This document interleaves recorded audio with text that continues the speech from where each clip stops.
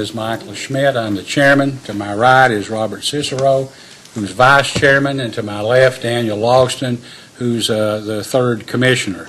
If anyone has a cell phone or any device that might go off during the course of the hearing, please turn it off or reduce the sound at this point in time. If you have to make a phone call, please go out in the lobby. Someone might decide to go outside to make a call, but as you notice, the building is now locked, and so you probably ought to say something to Patsy, the receptionist, to let her know to keep watch, because you could get outside and she'd be doing something else, and you couldn't get back in. The nature of the hearing today is for the purpose of taking evidence in action number 2016-00169, Cumberland Valley Electric Inc.'s application for a general adjustment of rates. At this time, would counsel for the parties, including the Attorney General and staff, please identify themselves? May it please the Commission, my name is Mark David Goss. I'm with the law firm of Goss Samford. With me is my very fine associate, Mr. Evan Buckley, Goss Samford. To my left is Honorable Patrick Hauser from Barberville, Kentucky. And also, they're not counsel, Your Honor, but we have Ted Hampton, who's the CEO of Cumberland Valley, Robert Tolliver, who's the office manager, Barbara Elliott, who's the accounting supervisor, and Mr. Jim Atkins, who is the rate case consultant. Thank you. For the Attorney General? Good morning. Angela Goad and Kent Chandler on behalf of the Attorney General's office. Morning. Thank you. Staff? Good morning. Nancy Vinsel and Jennifer Fell on behalf of the Commission. Thank you.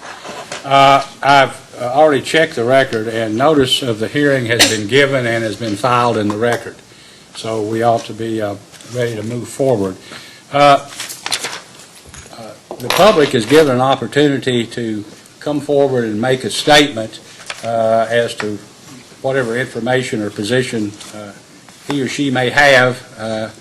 At this time, is there any member of the public present who would like to speak or provide any information to the Commission? If so, please step forward to the microphone and state your name and address and provide whatever information you might desire. If you would prefer to provide something in writing, you may step forward, identify yourself, and provide a written statement which will be filed in the record. I notice that no one else is in the room other than the parties and witnesses, and so we will move forward. There are, I've noticed, motions pending, confidentiality motions, and also a motion to withdraw and substitute documents. Those motions have not been ruled on. They will be as soon as possible after the hearing. If during the course of the hearing someone intends to refer to a document which is the subject of a pending confidentiality motion, please bring that to my attention so that we can immediately go off of the public record and discuss it so that we don't compromise your position on Yes, that. Your Honor.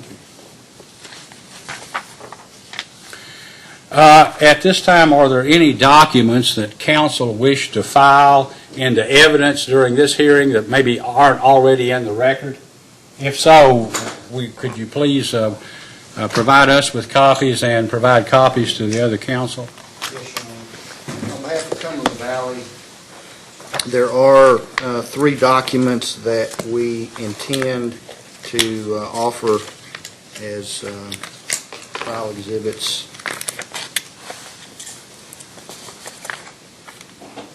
One is a comparison of the customer charges of electric utilities in the Commonwealth.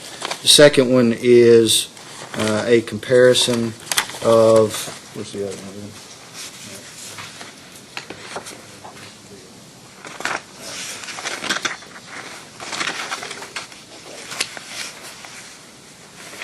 And that exhibit also includes a second page, Your Honor, which is a comparison of typical bills for residential customers in the Commonwealth. And I will proffer those to the Commission here in just a second. The other potential exhibit is a letter which Cumberland Valley just received late yesterday afternoon from the from USDA Rural Development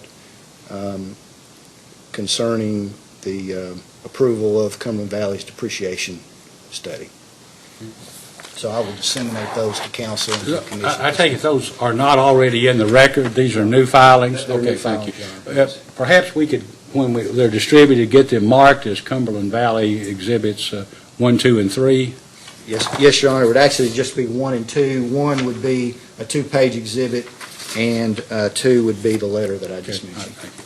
And I have exhibit stickers on those. Would you like for me to go ahead and mark those, Your Honor? Yes, if you would, please.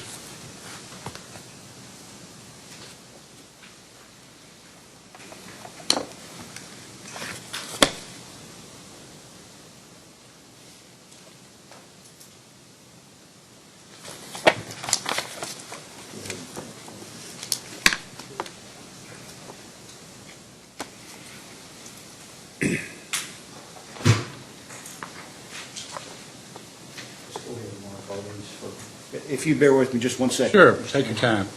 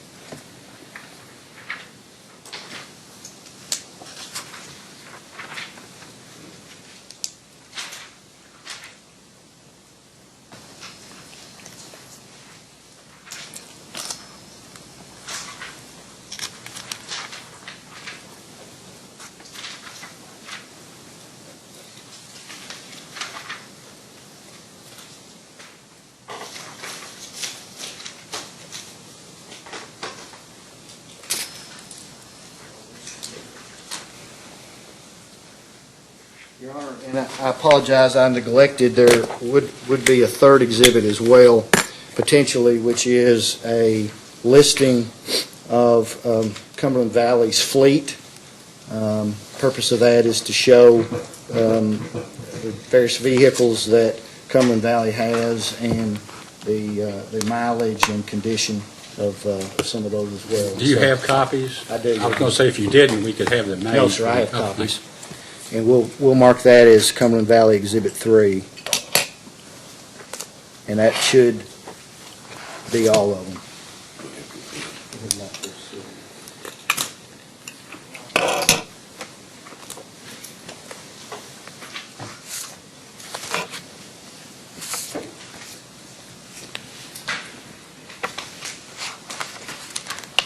Let's go. Do you have exhibits?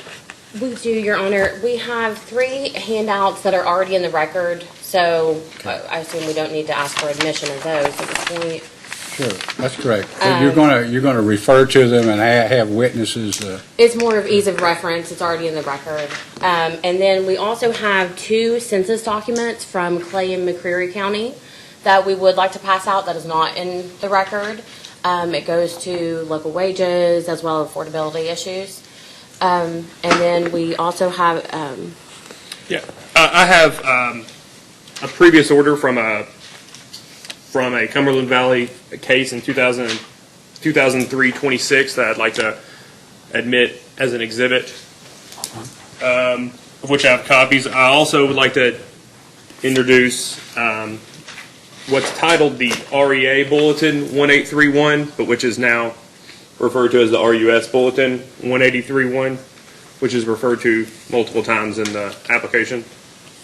And it's a bulletin on depreciation. Are those all of the exhibits that you're contemplating introducing, or are there others? There's one more that I would like for the commission to take judicial notice of. I would like the commission to take judicial notice of the RUS Uniform System of Accounts. It's quite voluminous. It broke my computer attempting to print it. And I'm just referencing one plant account. And so I have that single description of that plant account printed, but I would like for the commission to take judicial notice of the entire system of accounts. Do you have your proposed exhibits marked? no, Your Honor. Okay, well, why don't we, well, let's put that on hold for a second. Does staff have proposed exhibits that are not in the record that you'd like to refer to or introduce? Yes, Your Honor. We have one exhibit. It's a final order entered in case number 2014-159, which is a previous Cumberland Valley rate case. Why don't we do this, because counsel for the Attorney General's office will need to mark the exhibits. I presume that none of the other counsel have seen each other's exhibits, so why don't we take a 10-minute recess, mark your exhibits, distribute them to everyone so that everyone will have an opportunity to read them, and then raise any objection that you might have, okay? All right, for the time being, then, we'll be in recess until 20 after 9. We weren't on the record. We're back on the record, and at this time, counsel for the respective parties have noted that there are no objections to the introduction of Cumberland Valley's exhibits 1 through 3, and so those exhibits will be entered of record. The Attorney General has tendered exhibits 1 through 5, and counsel for Cumberland Valley has initially noted that he has no objections at this time, but has reserved his right to object to the filing of one of these exhibits, one or all, at the time witnesses may be examined, and the chair has determined to permit that to be done. Are there any objections? Does anyone have an objection to PSC Exhibit 1? Cumberland Valley, no, Your Honor, no objection. No objection. So let PSC Exhibit 1 be filed into evidence. With that, Mr. Goss, please call your first witness. Your Honor, I call Robert Tolliver to the witness stand. Thank you.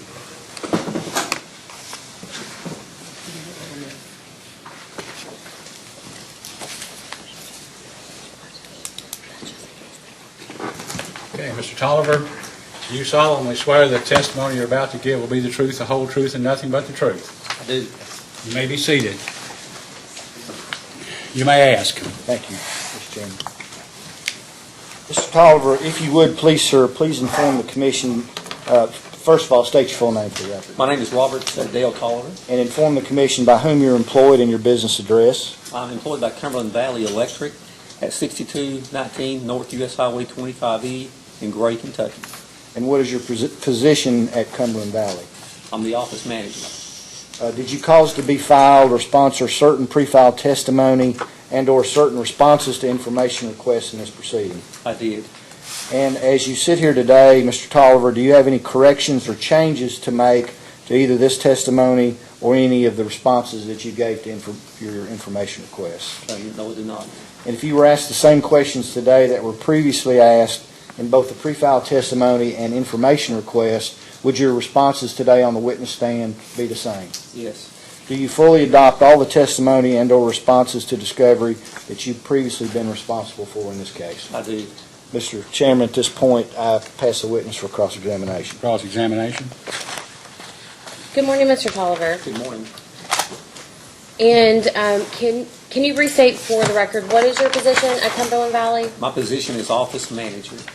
And what are your job duties associated with that? I'm responsible for the finance and administration. I oversee financial accounting, consumer accounting, human resources, and the IT areas. And as the office manager, can you confirm that Cumberland Valley has filed an application with the commission requesting a revenue increase of close to $2 million? That would be correct. Now, Mr. Tolliver, Cumberland Valley states in its application that it last filed for a rate increase in case number 2014-159. Is that accurate? I think that is correct. Do you recall how much of a rate increase Cumberland Valley requested in that rate case? I recall about $1.6 million. Do you recall the amount of the rate increase that the commission actually granted to Cumberland in that case? We are awarded 900 and some thousand. And do you know when those rates went into effect?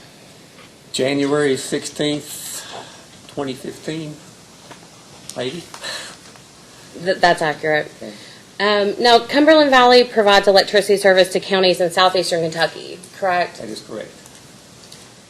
At this time, Chairman, we will hand out just for ease of reference, it's Cumberland Valley's response to the Attorney General's first request for information, question number 7.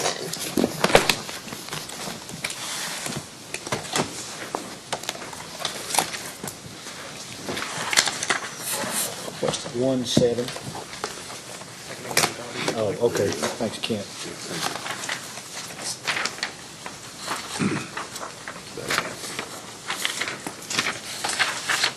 And Mr. Tolliver, do you have copies of the census documents that the Attorney General passed out previously? I do.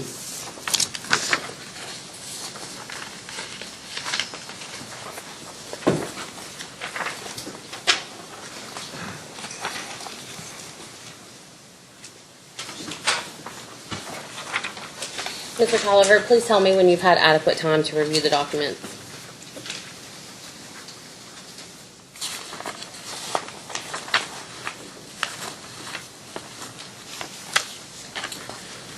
Well, AG 1 and 2 are quite lengthy. I have glanced at those, and I have reviewed the item number 7. Please reference Cumberland's response to AG question number 7 and confirm that this document reflects the per capita income for the people that live in the counties that are located in Cumberland Valley Service Territory. That's correct. And based upon this census data, do you admit that the people in Cumberland service area have extremely low per capita incomes? I do. Can you please reference the census document for McCreary County? I believe it's AG 1. Okay, I have it. Can you turn to page 3, and in the bold section, it should say income and poverty. Okay, Just tell me when you're there. I'm there. Please read into the record the per capita income for McCreary County residents. We see per capita income in the past 12 months, $11,287. And according to the census data, what percentage of McCreary County residents live in poverty? 47%. Okay. If you could flip to AG2, the Clay County census data, and turn to page 3 again and let me know when you're there. Okay, I'm there. All right. Under the bolded income and poverty section, can you please read into the record the per capita income for Clay County residents? $14,574. And according to the census data, what percentage of Clay County residents live in poverty? 38.2%. So, Mr. Tolliver, after reviewing these statistics and this information, the per capita incomes and poverty rates, would it be accurate to state that Cumberland Valley services a very poor area? That would be accurate. And isn't it also true that Cumberland service area has been negatively affected by large unemployment due to good coal-paying jobs being lost? That would also be correct. Mr. Tolliver, even though Cumberland Valley just received a rate increase in January 2015, is it accurate to state that one of the drivers for this pending rate case is the rising labor costs at Cumberland? That would be a very small percentage. But is it accurate that that's one of the drivers stated in the application? I would think it would be accurate that any increase in expense, you could argue, would be a driver. But can you state for the record that in the application, Cumberland lists labor costs as one of the reasons it's back in for a rate case? I would say labor costs have increased. And as an expense, any increase in expense is going to be paid through your rates. So you confirm labor costs have increased. Thank you. Mr. Tolliver, do you admit that Cumberland Valley's labor costs have increased in part due to these continuous and systematic raises that Cumberland Valley gives its employees each and every year? I think any increase in salary is going to, that's an accurate statement. Any increase in salary is going to cause your labor costs to go up.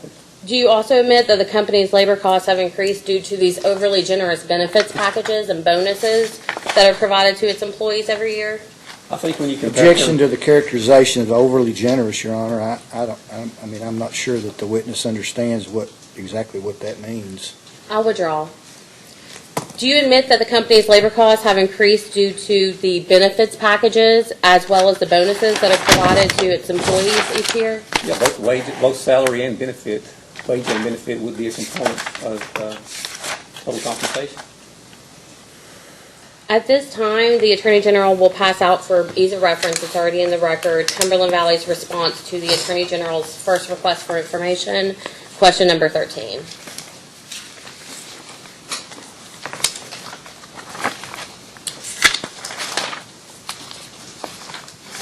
Just give me one minute. Thank you very much.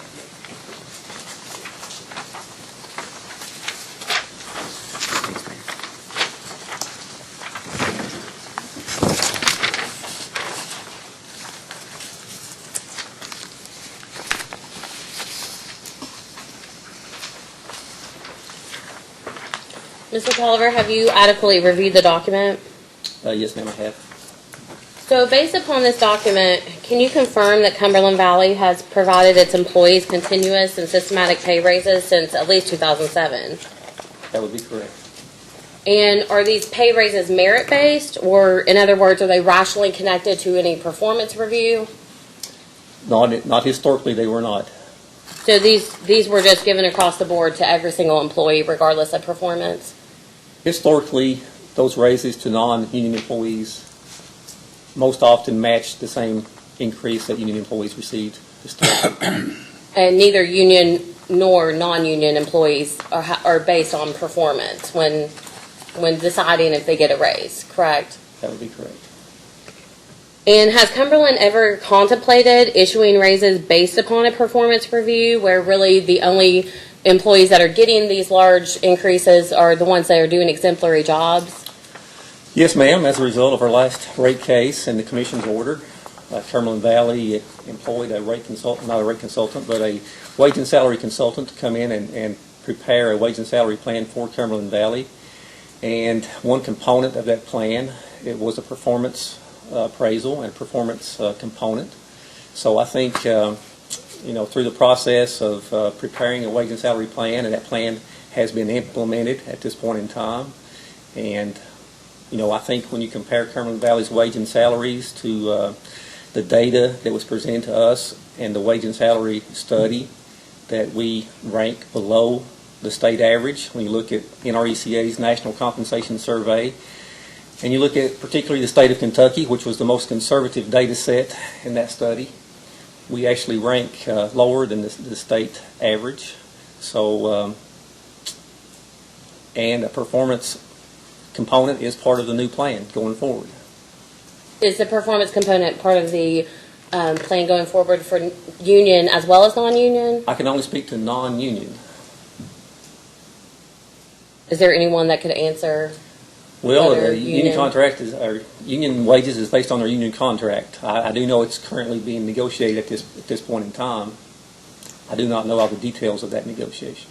And wasn't that negotiation supposed to have concluded months ago? Normally, in a normal year, it's usually non-contentious, and they get together one time and usually come to some type of agreement, and they can sign the documents and move forward.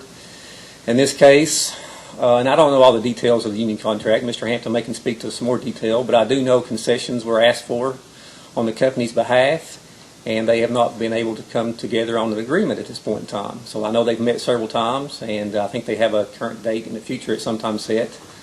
And I don't know the details of all those of the union contract negotiations. Do you know the date in the future that you said was set? I don't know. I can't confirm it, but I think it may be December the 13th. Maybe someone else can confirm that, but I think that may be correct. Okay. When looking at the document that we passed out, for 2016, it says any wage and salary increase is undetermined. Since it's close to December 2016, when will that be determined? Well, there's been no salary increase approved for 2016. The wage and salary plan was approved as it's written. However, there's been no funding of that wage and salary plan. So does Cumberland plan on providing a raise to its employees in 2016? I do not have I do not know that information. But it's possible. Anything is possible, but I would assume, given our financial situation, that that's going to be heavily looked at. So I cannot answer that question. Well, that brings me to my next question. So in light of, looking at this document, going back to 2007 when the economic recession hit, you service southeastern Kentucky that has had this severe economic downturn with the loss of coal jobs. Can you please explain why Cumberland has provided its employees these pay raises each and every year and didn't try to pull back a little bit and limit some of these raises? You have 4 or 5%, last year 3.5%. I think when you compare Cumberland Valley's wages to other folks in the state of Kentucky, we stack up very favorably. And I've been around for 26 years, and that's always been the case at Cumberland Valley. I think we operate conservatively in every area, not just wages. If you look at our total expenses compared to other co-ops in the state of Kentucky, and I think some of that evidence was admitted in the application. If you look at the KEC statistical profile, for example, we rank below the average co-op on total expenses if you look at it per mile of line or if you look at it per consumer. We have some of the lowest rates in the state of Kentucky. We've got the absolute lowest customer charge in Kentucky for any co-op. We are at the bottom of the list when you look at 1,000 kilowatt hours of residential. There's only 2 co-ops in East Kentucky system that's lower than Cumberland Valley. I think one's maybe $2 and one's $6. So when you look at Cumberland Valley's expenses, wages and salaries and benefit being a component of those expenses, look at the numbers, I think we stack up extremely well when we compare that to anybody. So I think that's one component of our expenses. And if you look at, you talked about the people in eastern Kentucky, McCreary County, these folks are enjoying some of the lowest rates of any utility in the state of Kentucky. We do serve a very poor area of eastern Kentucky. However, they have some of the lowest rates of anybody paying an electric bill in the whole state of Kentucky. So I don't see, my point of view on that is it's hard to argue those numbers. You have to be doing a good job on your total expenses to be at the bottom of that category. I don't see how you can not be doing a good job on expenses and end up on the bottom of that list. But isn't it true that after this rate increase, you will no longer be at the bottom of the list? That is correct. We're moving up the list. There's been some extraordinary things that's happened at Cumberland Valley that we have never experienced in our history. Since 2011 to 2015, we've lost almost $4 million of revenue. The large power component of our revenue, and that's where the coal companies reside, has decreased 47% during that period of time. And residentials are slightly down. And one thing that's concerning to me, we've not seen the end of that, and it's something you guys don't know because this information has not been presented. But year-to-date 2016, our revenue is down $1.5 million. Every revenue category that we have, residential, small commercial, large power, is negative for 2016. In 2015 and to 2011, the small commercial was kind of holding its own. But for some reason in 2016, it's down 16%. So we continue to see a decline in revenue at Cumberland Valley Electric. And we've not hit the bottom yet. That kind of worries me a little bit. I don't know where that's going, but eastern Kentucky has most definitely been devastated by the decrease in the coal business. And so is Cumberland Valley. Historically, that component of our revenue probably made up, in years past, if you took the large power and small commercial, close to 40%. I used to calculate that number 26 years ago when I first started.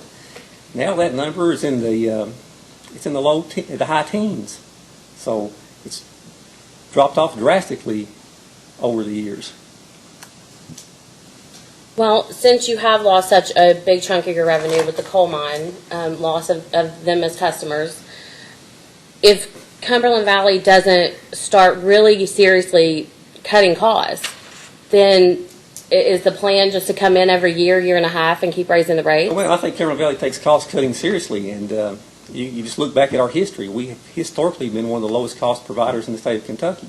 So I think going forward, we cannot change expenses in 6 months. It takes some time, just like we're implementing a wage and salary plan now. That's going to have an effect going forward. I think every expense category at Cumberland Valley will be cut as much as possible to maintain low rates and be at the bottom of that list as we currently have. However, that revenue decrease went down quite drastically over a fairly short period of time. And it takes some time to implement new things like wage and salary plans and ways to cut expenses. So I would assume, based on Mr. Hampton's history at Cumberland Valley and how we have had low rates over the years, that yes, we will continue looking at all expenses at Cumberland Valley and do the best we can to maintain low rates and get back toward the bottom of that list. However, when you have $4 million of your revenue yanked out, that's not going to happen overnight. It takes a little time to get to that point. Well, Mr. Tolliver, according to the Commission's last order in Rate Case 2014-159, and if you need to refer to it, the PSC did hand it out as if they're Exhibit 1.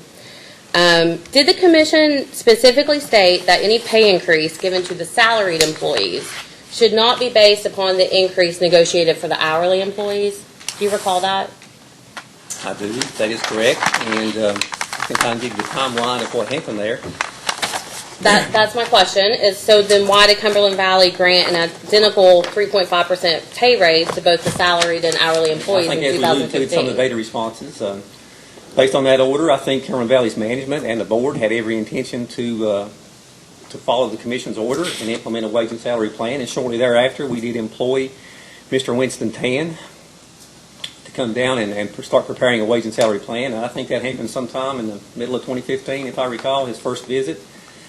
He came down to Cumberland Valley and spent a day, and we handed out questionnaires to all the employees, and we had meetings, and he gathered a lot of internal data and started preparing his wage and salary plan.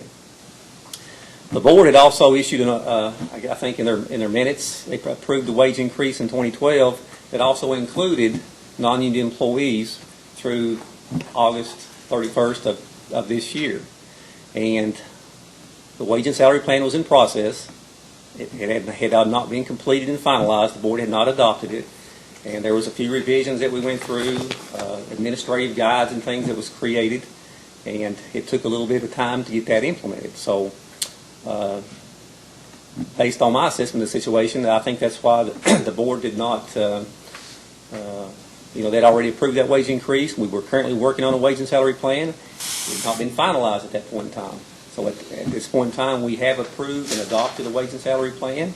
It's got a performance appraisal to it, and going forward, I would assume that non-union employees would fall under this wage and salary plan.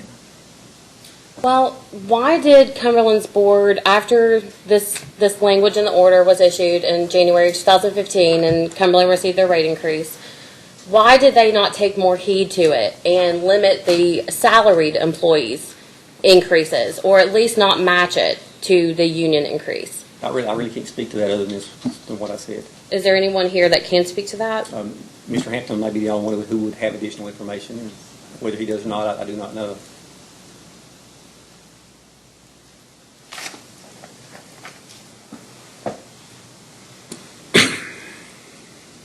So I want to talk about the benefits packages and the bonuses that Cumberland gives to its employees. Are you familiar with those? Most of them, yes. So does Cumberland find it reasonable to pay 100% of its employees and retirees health insurance premiums, life insurance premiums, long-term disability insurance premiums, 401k costs, RNS retirement costs, and 100% of the employee dental insurance? That's what's currently being done. It's not always been the case in the past. Employees have had to pay portions of their health insurance in years past. If you look at, I go back to looking at the total compensation package. Wages, I think, are low compared to our peers. Benefits are on the upper scale, but when you take that into consideration, I think our total benefits package is right in line with everyone else. At Cumberland Valley, our goal is to attract and retain quality employees, and I can speak to that just a little bit. I know the folks that work for me very well. We have highly educated employees. For example, our IT manager has a bachelor's degree in computer science. He has a bachelor's degree in physics. He has a master's degree in information systems security. Our accounting staff, we have degrees, Bachelor of Science degrees in accounting with an MBA, a Bachelor of Science with a CPA. So we've got a well-educated workforce at Cumberland Valley, and I would put them up against any co-op in Kentucky as far as capability. So our goal is to attract and retain quality employees. And I think when you look at Cumberland Valley's wages and you compare it to the statewide average, and you can factor benefits in there as a total compensation package, I think we stack up pretty well. But would you admit that it is very uncommon for an employer to pay 100% of all of these insurance costs?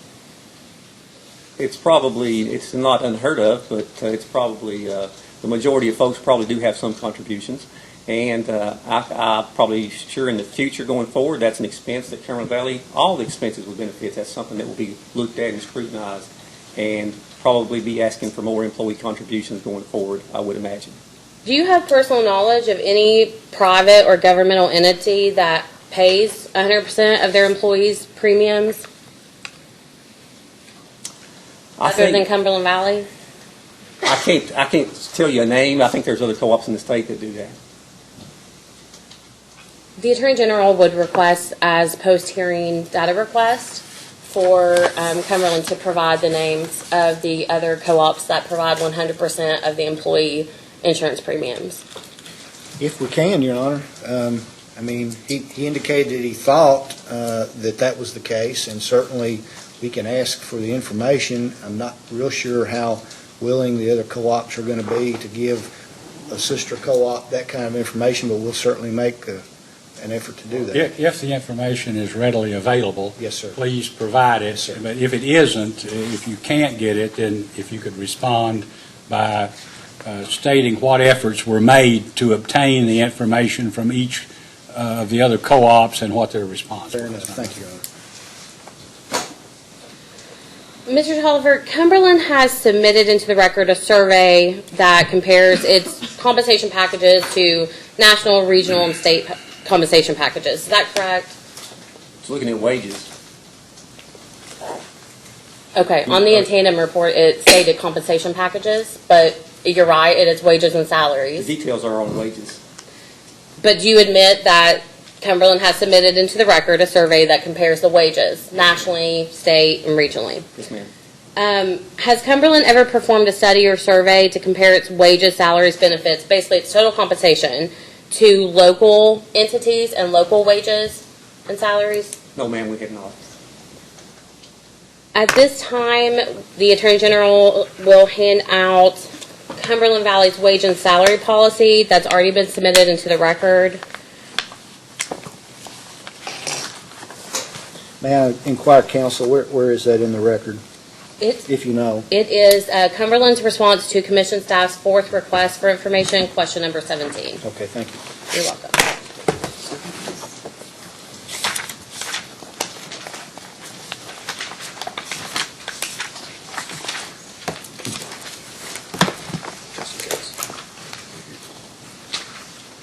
If it's not 17, it could be 11. It's sort of cut off at the end, so I'm not. But it's the fourth request for information from the PSC.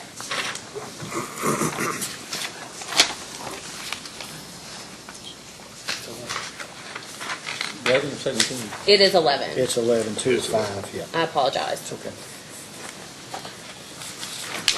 Mr. Tolliver, do you recognize this document as Cumberland Valley's wage and salary policy that was adopted by the board on September 15th, I do. 2016?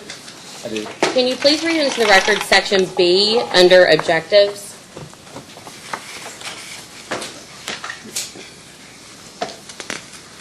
Provide the employees with an assurance that his or her salary compares fairly with what is paid for other positions having similar duties and responsibilities within the area that the company recruits. Mr. Tolliver, does the company recruit employees within Cumberland service territory, the local service territory? I would say that would be correct. So why would Cumberland not conduct a survey to compare its compensation packages to local wages and salaries if you're recruiting locally? Historically, I've never seen that done. Normally, co-ops look at other similar utilities or similar co-ops for wage and salary studies to see what similar jobs doing the same thing. That's what the comparisons have been made to in the past. I'm not aware of the comparison that's been done specifically on other industries or companies within the defined territory of a cooperative. But would you admit that Cumberland Valley's new wage and salary policy explicitly states that they want their employees to have fair salaries and wages similar to to the people within the area where the company recruits? Well, that's as the company recruits. At Cumberland Valley, if we lost an accounting supervisor, for example, most likely, we're not going to find one qualified right there at Cumberland Valley. You're going to find one somewhere across the state of Kentucky who may have worked for another co-op or worked for some utility who has some experience. There's not any other co-ops right there in our defined territory with a skill set that would probably meet that criteria. However, if it's a new position or someone that you were hiring that was qualified or had potential, I suppose that could be a pool that you would choose from. And I think our sister co-ops would probably do the same thing. They're going to look at, they're going to advertise for a position and find the most qualified person to fill that job. It may be coming from another utility somewhere who has experience. And there's not that much to draw from if you define your area strictly to Cumberland Valley's defined territory. So are you referencing mostly non-salary employees or salary employees, I think that or could go both? across the board. If you're looking for a lineman, you want to find somebody who's experienced. Maybe they just graduated from the lineman school and they live in Somerset and they looking to go to work for a co-op. So you got to have a broad area to recruit folks from so that you retain and attract the best quality people. I would not think you would want to limit your recruiting specifically to Cumberland Valley's territory. Would you say the majority of Cumberland Valley's employees were born and raised in the area that it serves? The majority, not all. Some we've had employees that lived in Jackson County and drive in. We have some employees that drives for 45 minutes to get to the office. So, but the vast majority have come in our territory.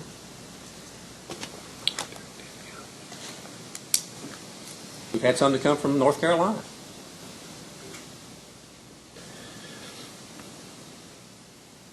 With the economic decline of southeastern Kentucky due to the loss of coal jobs, does Cumberland make it a priority to try to offer jobs to local individuals who are out of work?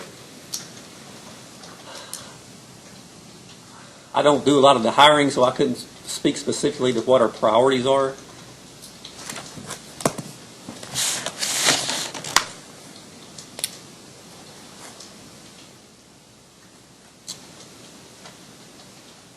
Well, Mr. Tolliver, after speaking about the area's high poverty rate, the loss of jobs, the economic decline of the area that you service, the fact that Cumberland just received a rate increase in January of 2015, my final question on the subject is, why did Cumberland Valley not try to improve its financial health by limiting some of these raises and bonuses and these 100% paid insurance premiums? I'll go right back to what I said previously, ma'am. We do live in one of the worst areas in the state of Kentucky. We live in a very poor area. We did just have a rate increase implemented January of this past year. However, we have some of the lowest rates in the state of Kentucky. We have the lowest customer charge in the state of Kentucky, and we have some of the lowest some of the lowest cost on 1,000 kilowatt hours of residential. We're even lower than Kentucky Utilities on 1,000 kilowatt hours of residential. So, even though what you said, I agree with all of that. But also, you have to look at where Cumberland Valley stacks up compared to everyone else. We're right on the bottom of that list. Those folks in eastern Kentucky who are in worse off economic condition as other folks in Kentucky are paying some of the lowest rates of any utility in the state of Kentucky. So I think it's hard to, and that goes back to our total expense management. I think Cumberland Valley historically has done a good job managing the total expenses. And you can look at those numbers and compare those from all the co-ops in Kentucky. So I think those low rates and those speak for themselves. But once again, just to reiterate, after this rate case, Cumberland Valley will no longer be at the bottom of the list, correct? Objection, Your Honor. Repetitive. It's been asked and answered. Your Honor, the witness keeps stating that they have the lowest rates in the state, and I just think that the witness needs to admit that they will no longer be the lowest rates in the state if this rate increase goes I'm through. going to sustain the objection because the witness has already answered the question in the manner that you wished him to answer. Mr. Tolliver, does Cumberland Valley have a nepotism policy in place? We do have a nepotism policy. And is there an exception to that nepotism policy? As I recall, maybe the last line of that policy, there is an exception. I can't recall it verbatim, but there is something to that. Is the exception to the policy that upon recommendation by the CEO, the board can basically negate the policy and hire someone that's related? I'd have to read that line, but I'll take your word for it on what it says. Can you please reference Cumberland's response to the AG's first request for information? It should be question 31.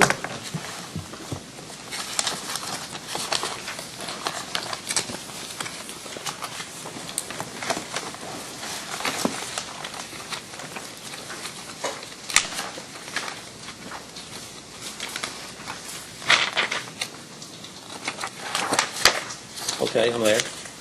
Do you see, I think it's the following page, you have the nepotism policy listed. I see it. So can you read that last sentence into the record? Exceptions to this policy can be made by board resolution upon recommendation by the CEO. So, Mr. Tolliver, would you admit that having that exception to the nepotism policy where the recommendation, with the recommendation of the CEO, the board can overrule the policy essentially, it's really counterproductive and makes the policy essentially ineffective? I think it probably was written to give the board and the CEO maybe an option if there was a qualified individual who happened to have a relationship that otherwise would be a good candidate for an employee. It gives them an opportunity to look at that individual, I would imagine. Can you read the first sentence of that nepotism policy into the record? The board recognizes that the practice of nepotism in the employment of personnel or other favorable considerations by virtue of family relationships is bad practice, as there is natural tendency for kinsmen to favor kinsmen if the opportunity presents itself. So Cumberland admits that nepotism issues can be very problematic, but would you admit, based on these responses, that Cumberland actually employs quite a few relatives? There are some relatives.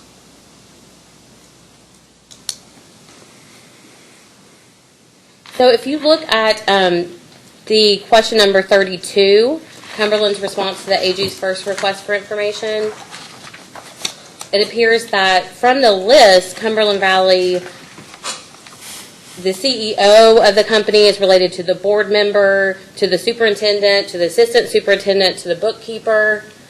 Do you see that? I do. Do you not think that this has at least the appearance of impropriety? Objection, Your Honor. That's Sustained. Mr. Tolliver, would Cumberland Valley commit to removing this exception from the nepotism policy? I don't have the authority to say that, ma'am. Who would have the authority? I suppose the board of directors that would have to amend the policy.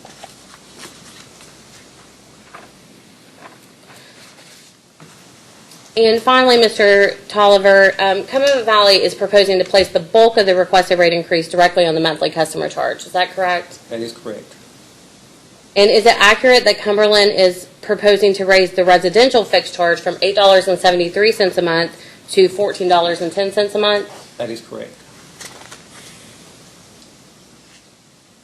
Why would Cumberland Valley not propose a more gradual rate increase on that monthly fixed charge, knowing that it services a poverty-stricken area? Well, if you look at our cost of service study on what the customer charge should be to cover our fixed costs, it's about $28.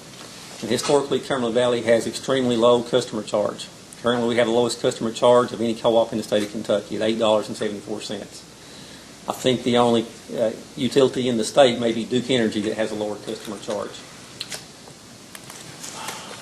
Weather is a key component to whether on how your revenue comes in. And if you notice the weather in this year, it's been extremely warm. Yesterday it was near 70 degrees. When the weather is not extremely cold or extremely hot, Cumberland Valley we're not making any revenue at all right now. So there is a component to the weather when the vast majority of that charge is in the energy charge as opposed to the customer charge. I think that customer charge needs to be at a level to cover your fixed cost. You have poles out there, transformers, wire. That infrastructure stays there all the time. So there's fixed costs to be accounted for no matter what the weather is outside. So, and again, we have the lowest customer charge in the state of Kentucky. I think that level that we're asking for is appropriate. Just to clarify, you keep stating that Cumberland has one of the lowest customer charges in the state of Kentucky, but based on your own exhibit, the proposed customer charge will put you into the upper half of the highest customer charge in Kentucky. Is that not correct? That would put us up toward the middle of the pack. That is correct. No further questions. Staff? Good afternoon, Mr. Tolliver. Please let me know if you can't hear me at any time. It's hard to hear you. Okay.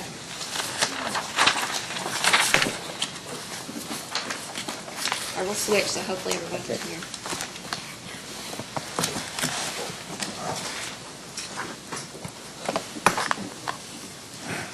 Okay, hopefully that's better. First off, Mr. Tolliver, what type of meters does Cumberland Valley have? Electromechanical, AMR, AMI, or some combination? Yes, we have some of all. Some combination, okay. Do all of Cumberland Valley's meters have AMI capability? Probably 99.9% would have some type of capability. There could be a few stragglers that may not have that capability for some reason if the signal is in a bad area or something, but the great majority, almost on 100%, would be AMI, AMR type meters. Okay. Do you have any idea of the breakdown of the different types, the electric and mechanical versus the AMR and AMI? Not off the top of my head, but maybe one of my colleagues could answer that question. Okay. Next, if you could please turn to Exhibit 20 of Cumberland Valley's application, and just let me know when you get there.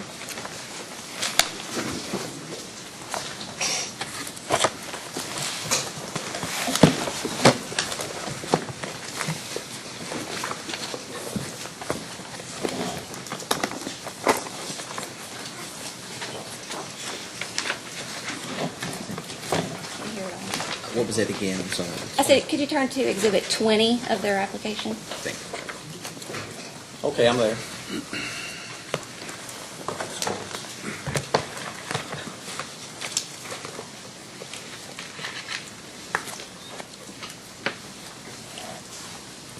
Okay.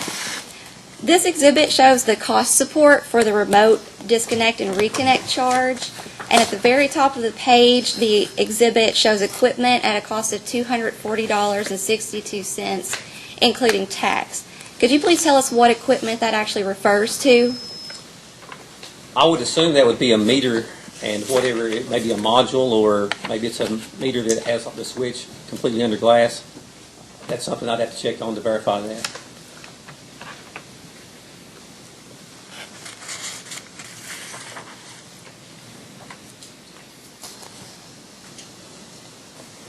If you could, as a post-hearing data request, provide that information Okay, maybe my colleague can answer that question to as us. well. Okay. Which colleague would that be? Ms. Elliott, she may know the answer to that. If she does not, we will be glad to get that to you in a post-hearing request. This exhibit also shows two different payroll overhead percentages. It shows 100% in the remote disconnect, connect and disconnect, and 65% in two places in dispatch. Also, in response to staff's third request, item 34, Cumberland Valley had stated that payroll overhead of 65% was the correct percentage. Is that correct? I think that is correct. Okay. As such, could you please provide a revised Exhibit 20 as a post-hearing data request as well, which uses the 65%? We can.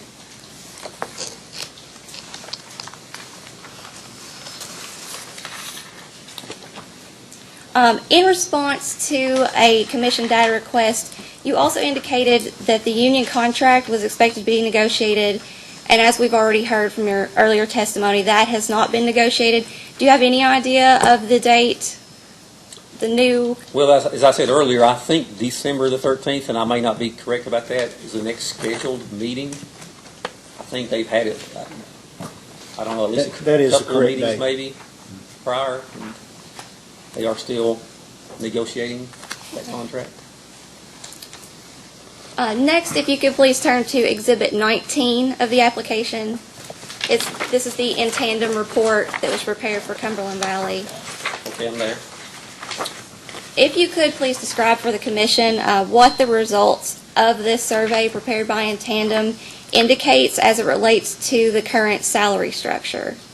Well, as I alluded to a little bit earlier, Mr. Tan came in. I'm not going to interpose an objection, Mr. Chairman, but that particular exhibit, several portions of it have been requested, we have requested confidential treatment for. So to the extent, if it's okay to advise the witness, to the extent that you're going to talk generally about it, I think that's okay. If you intend to get into any specific numbers or data, you need to let us know so we can go on the confidential record, okay? That's fair enough, and I'm only asking generally. Okay. Can you repeat the question, I please? sure can. Can you just describe to us what the results actually indicate as it relates to Cumberland Valley's current salary structure? Okay. Well, Mr. Tan did. He came in and spent some time at Cumberland Valley Electric, and he assessed all the different positions. Each employee, non-union employee, had to fill out questionnaires that Mr. Tan provided. And he spent some time with a committee there at Cumberland Valley that went through all the employees, what their job responsibilities are. He reviewed their job descriptions and asked a lot of questions about their responsibilities and who reported to those folks. He looked at the organizational chart and things like that. And as you can read in his report, he has a system there to develop a wage and salary plan based on some internal data that he gets from Cumberland Valley. And then he has external salary data available to him, such as the NRECA National Compensation Survey, which looks at about 800 co-ops across the country. And he narrows that down to the NRECA Region 3, which Kentucky is a member of, and also specifically to the state of Kentucky, which would look at co-ops inside the state of Kentucky. And Mr. Tan provided us a wage and salary structure that has a midpoint. You have a lower third, an upper third, a min, and a max. And when we take those positions, for example, office manager, which is my position, and we look at what those midpoints that Mr. Tan is recommending in his wage and salary plan are, and we compare that to the actual data from the state of Kentucky based on other co-ops, we stack up very favorably. And in fact, if you add up the salaries we have 10 non-union employees, if you add those salaries up and then you add up the state of Kentucky salaries in that report, I think we're about $70,000 less than what the state average is on the total. So as a comparison of Cumberland Valley, the work that Mr. Tan did, and then salary data in Kentucky, that's kind of what he looked at and what he prepared for us.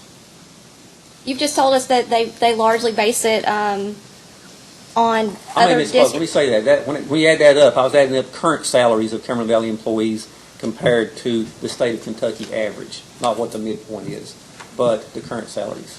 Do you know if that study was based only on other distribution cooperative salaries in Kentucky, or was there any comparison nationwide for comparable positions? Can you repeat that question? I could not hear you. Sure. What you've just described sounds like it was largely based on a comparison with other Kentucky cooperatives. Was there any comparison at all of nationwide Yes, comparable positions? There's two data sets there that Mr. Tan used. He used the NRECA data set, which looks at strictly cooperative information. He also used a data set called ERI, I think, Economic Research Institute, which looks at a wide set of data, but he narrowed that data set down to Kentucky as well. So that looks across all industries in Kentucky, not just cooperatives, and he used that data set. Out of all the data sets that he utilized, Mr. Tan chose the Kentucky data set to use as his model input, as it was the most conservative data set. As part of that study, there was a 2016 market update. Could you tell us what that suggested to the results of the survey that was performed in 2015? Well, we started the process, in 2015, shortly after the Commission's order in the last rate case, sometime in the late spring, maybe early summer, I don't recall exactly, and we produced 2015 data, and that process was continuing to evolve. And then when 2016 rolled around, we needed to update that data to current information. So Mr. Tan updated his salary structure to 2016, based on 2016 information. And some went up and some went down. I think overall, there may have been like a 2-point-some% increase, but some salary positions went up and some actually went down. And he also provides increased data, I think, utility industry in its entirety and what co-ops have done across the country in that report as well. The Attorney General has already referenced our previous order in 2014-159, Cumberland Valley's last rate case. I would just like to refer to it as well. And if you could please go to that and look at page 8.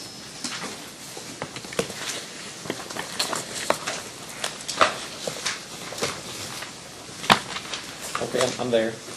Just to specifically reference what we've been talking about, it states there in the first full paragraph that the Commission believed that any pay increase for salaried employees needs to be properly justified and not simply based on the increase negotiated for union employees. Prior, you explained the timeline following this order, kind of what had happened inside of Cumberland Valley. And it's my understanding that the wage and salaries through, I believe it was December 2015, is that correct? Including both union and non-union, were approved by the board in 2012. Can you repeat that? I'm not sure I understand exactly what you said. I'm just asking whether the board decision in 2012, it included wages and salaries for both union and non-union employees through the end of 2015. That was correct. And as we've obviously discussed, this was in conflict with what the Commission had ordered past the point of this order. So, in essence, could you just explain to the Commission why the proposed adjustments for salaries and wages, payroll taxes, and retirement that pertain to the portion resulting from salaries are justified? Well, I can only say what I said previously. You know, that the board action there in 2012 included both, or at least the board minutes provided in 2012 mentions non-union employees would get the same increase as union employees for that period of time. And Mr. Tan came in shortly after the last rate case was implemented, I think sometime there in the middle of 2015, and started preparing the wage and salary plan. And I think the board's intention was to fully comply with the Commission's request to have the wages and salaries fully justified. And that's the reason we brought Mr. Tan in, you know, very shortly after January of 15. And sometime in the middle of 15 there, he came in to start preparing the wage and salary plan. We had a preliminary in hand sometime, you know, during 2015 there. However, it was not fully implemented before we filed for another rate increase. And one of the components to that is, you know, our revenue dropped drastically. We wasn't expecting that kind of revenue drop that quickly, to be in for another rate increase that quickly. So it did not get implemented before that happened. That's the only explanation I can give. I don't, you know, if you need to go further with what the board was thinking or whatever, I don't know the answer to that. Now, earlier you stated that the wage and salary plan that had been prepared, I believe you said it has been implemented. Is that correct? It was approved by the board of directors as far as the wage and salary plan and the administrative part of it, the performance component to it. However, there has been no funding of that plan. There's been no increases in salaries handed out to any non-union employee or any union employee in 2016. Their contract is continuing to be negotiated, and I guess the board is taking all that stuff into consideration, and they've not handed out any raises at this point in time. Next, if you could give me just a second.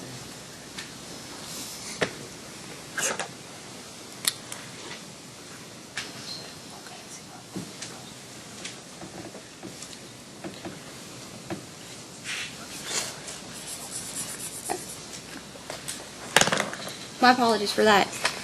Just as a follow-up question to that, for the year of 2015, could the board have decided not to follow its earlier decision from 2012 in regards to those wages and salaries? That's a question that needs to be addressed to the board, I would imagine.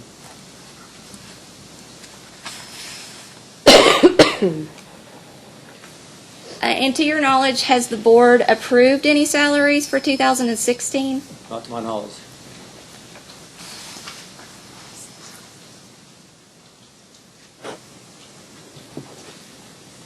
Okay, next, if you could please turn to exhibits to your application number 1, 2, and 5.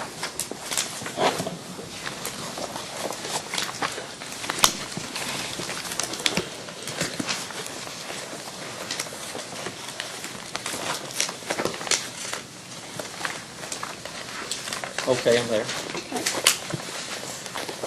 Looking at these, would you agree that Cumberland Valley's proposed adjustments for payroll, payroll taxes, and retirement include an amount that is attributable to salaried employees? That would be correct. And was a portion of each adjustment attributable to salary employees allocated to capital, clearing, and other non-expense accounts, as well as expense accounts? I would assume that would be correct. As such, if you could please provide as a post-hearing data request the allocation of the payroll, payroll taxes, and retirement adjustments between the expense and capital, clearing, and other non-expense accounts, please.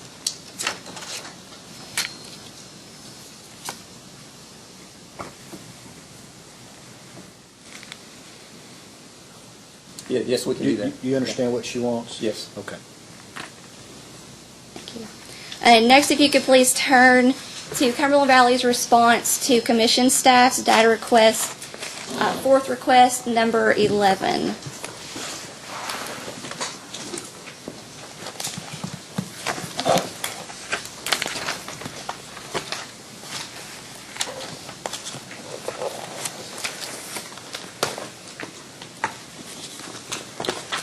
Okay, I'm there. Okay. We're looking at section A. And if you could please explain the statement included therein. It's near the end there, the last sentence. And the fact that full implementation funding of the wage and salary plan would result in increased cost to the cooperative. No compensation changes have taken place at this time. Well, I would assume that given our, just exactly what it says, given our financial situation, the board has decided at this point in time there's never been no wages handed out at this point in time, 2016, and I'm not sure what's going to happen as far as the non-union or the union employees. That's still in negotiation. Okay, and next, if you could turn to Cumberland Valley's response to staff's fourth data request, item number 8.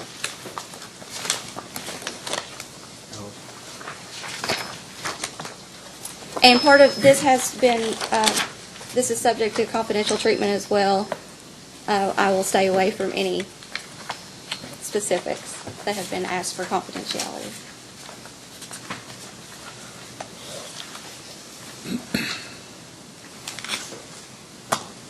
Okay, I'm there. Okay, particularly, we're looking at pages 8 through 24, and I don't believe those have been requested as part of the confidential treatment motion. Okay, I'm there. Okay. Could you discuss for us the development and overall reason for this document? Well, I look at it as a guideline on how to administer the wage and salary plan. Talks about performance appraisals. It includes a form for performance appraisals, and it looks like that supervisors would meet with employees and discuss their performance in the year previous, and rank them in some order. You'd give them some type of performance evaluation. The employee would get to chime in on it a little bit as to whether they agreed or they disagreed, and they can sign off on the performance document. It's just an overall administrative guide on how that plan would be implemented by management, I suppose. Is the wage and salary plan administrative guide that's included in this response the same plan that was approved by the board in September 2016? To my knowledge,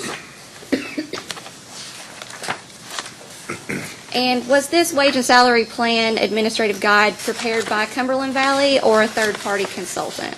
well, the majority of it came from Mr. Tan, and it was tweaked, between Mr. Tan and Cumberland Valley. Most of it is almost, there was not much change there at all. Maybe just a little bit on the performance appraisal forms and what topics or areas we wanted to use for that performance evaluation, such as teamwork, planning, reliability, dependability, those things.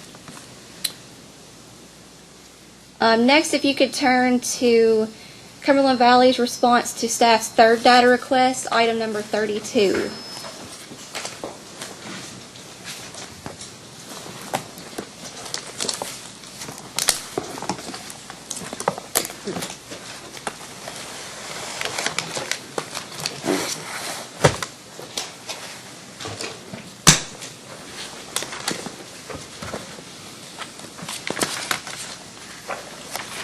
Okay, I'm there. As part of the in tandem study, there was a CEO survey prepared. If you could please tell us how Cumberland Valley CEO salary compared to the results in that survey. Well, as we went through this process, one of my questions was, why didn't we include the CEO? And Mr. Tan's response was, that's not normally how wage and salary plans are produced. The CEO normally has his own comparison. So he produced a separate wage and salary set of data and information there for the CEO. And based on this information, I think our CEO stacks up pretty well. If you look at the middle range of that proposed salary, he's pretty close to that, and he's been around for 52 years. So you could argue that he should be toward the upper range of that salary range. However, he's closer to the middle. So I think he stacks up pretty well. Okay.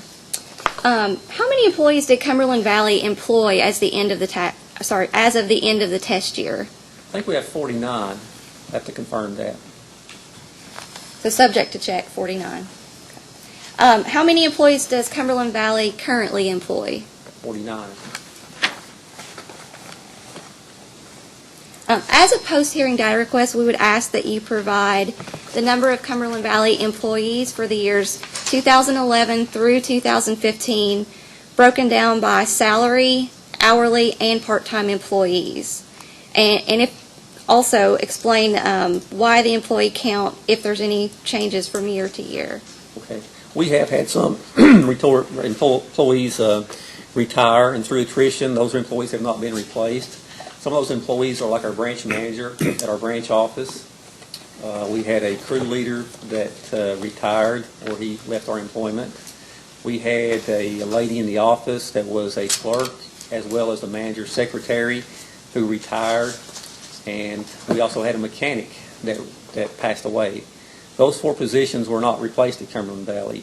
And for example, it's like our branch manager. We have current employees, our billing supervisor, our superintendent. We travel to our branch office. It's about, it takes about an hour and 15 minutes to drive to that office. We travel there on a monthly basis to fill in for that position. That position has not been replaced. We're trying to cover that duty with our current employees. The manager's secretary has not been replaced. When she retired, we have a lady coming out of our billing department, consumer records we call it, and she comes over, and if the CEO needs a letter type, she does that, and then she goes back to her other job. That position has not been replaced. The crew leader, he was on a 4-man crew.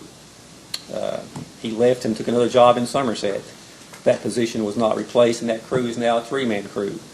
And it's similar for the mechanics. So we have had some employees retire or quit, or some have passed away in recent years, and those positions, have not been replaced. So some of our employees, wear multiple hats. They not only do they do their job there at our main office, they're traveling to the branch office and trying to get the workload out up there and that type of thing. And we pretty much see that across the board at Cumberland Valley with our employees. I can speak to our accountant, and not only does he do his accounting duties, paying invoices and accounts payable and receivable and that type of thing. He's very instrumental in implementing our prepaid program.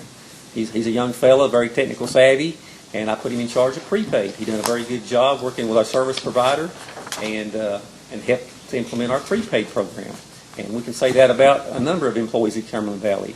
Take my job, for example. Not only are we taking care of financial accounting, we take care of human resources. Most of the co-ops you see have dedicated human resources professionals.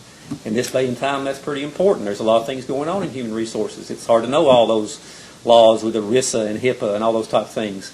So at Cumberland Valley, we tend to wear many hats. I think that's one of the reasons we're at the bottom of that chart on customer charge and kilowatt hour charge.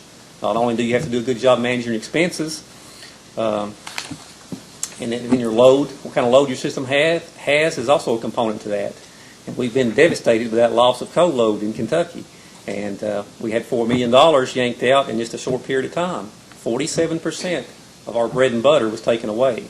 However, during that period of time, in my history, we've been at the lower end of rates in the state of Kentucky. So I think Cumberland Valley has done a pretty good job with managing expenses, and wages and salaries is one component of those expenses. As a separate post-hearing data request, we would also ask then that you provide the employee turnover rate for the past 5 years and provide with that a breakdown between the job classifications.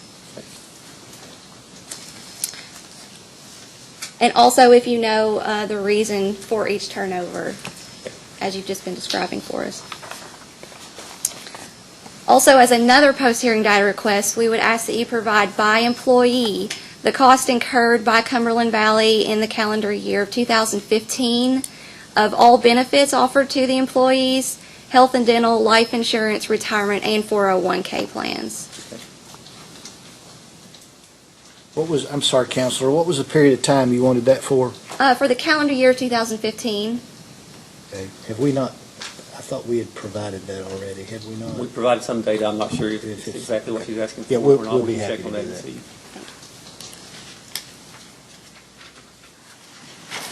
Next, I'm going to refer to your filed testimony. And the first paragraph on page 2 of 8.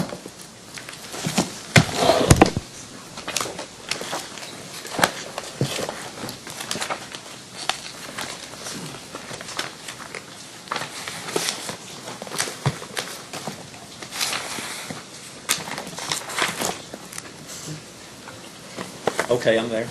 Okay. In this, you've discussed Cumberland Valley's tier. Is or has Cumberland Valley been in default of the operating tier loan requirement to achieve a 1.10 average operating tier ratio for the 2 best years out of the 3 most recent calendar years? Yes, ma'am. The last 2 years, we've actually been in default. And what has been the response from RUS regarding the failure to meet that operating tier requirement? Well, we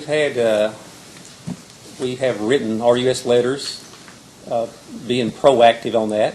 So once we knew we were not going to meet our requirements, we immediately drafted a letter to RUS stating what our remedial plan is to do about that, and that we are going to be filing a rate increase and that type of thing. We've had some emails from RUS with a lot of specific financial questions. So inquiring as to why we're in the condition that we are, and of course we answered those questions to the best of our ability, and kind of saying the same thing we're saying here today with the loss of our revenue and coal load and that type of thing. And I think we've had one inquiry from Cobank, just verbally over the phone, and wanted to know about her position and that type of thing. I don't think we've had any inquiry from NCSC or CFC. Can you explain what course of action that the RUS may take if Cumberland Valley continues to not meet its operating tier requirements? Well, I've never seen it happen to Cumberland Valley, but I suppose they could freeze your loan funds, and would be one course of action that can happen. And you mentioned you drafted a remedial plan and letters to the RUS. We drafted a response to RUS as we were not going to meet our mortgage requirements. We try to be proactive on that, and that's as of a recommendation from our field advisor, RUS field rep. He always advises you to be proactive on that and to get a letter out to RUS before they ask for it. So that's something we've done at any time in the past that we've fell short on our mortgage requirements, or tiers, or operating tiers, or what have you. So could you describe for us in general what course of action you've put forward to the RUS as your remedial action? Well, we explained to them about the revenue loss, the loss of coal load, and that we were going in for an adjustment of rates. That's basically what we said in the letter.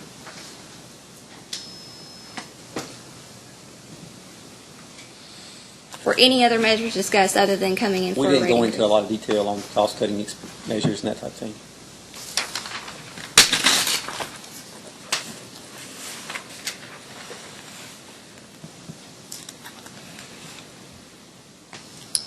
As a post-hearing data request, we would ask for those letters between Cumberland Valley and the RUS, as well as the emails between Cumberland Valley and RUS. We had emails with, we did have emails with RUS, that's correct. We can do that.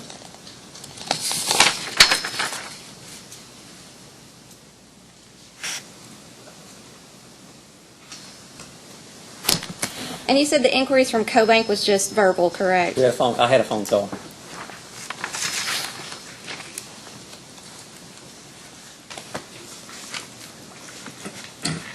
Next, I'd ask you to turn to Cumberland Valley's response to staff's second data request, item number 19, and the revised Exhibit S attached thereto.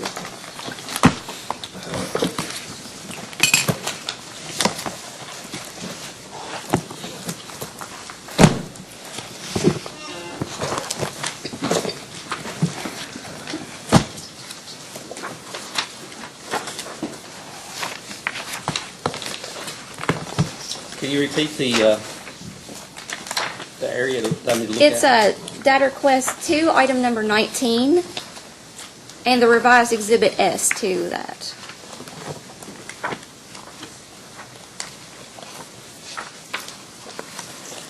Okay, I'm there. Okay, the response indicates that the additional interest expense would lower the requested tier to 2.27, but the revised Exhibit S indicates the tier would be 2.26. Could you tell us which is correct? I would refer to Mr. Atkins on that one, as he is a witness on that question. Okay, we will do that. You may also refer to this one. Do you know what Cumberland Valley's operating tier would be at the requested tier? Not off the top of my head, it's probably in one of the responses.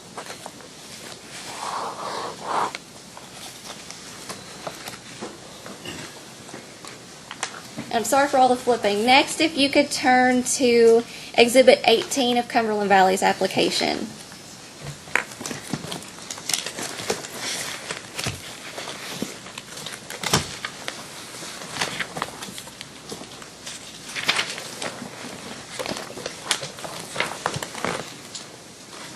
And in conjunction, you'll also need to pull up Cumberland Valley's response to staff's second data request, item number 29.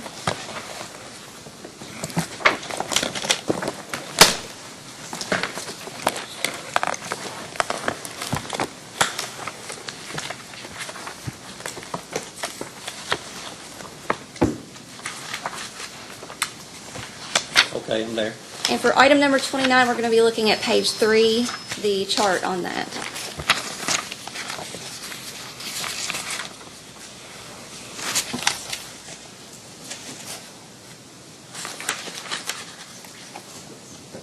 Okay.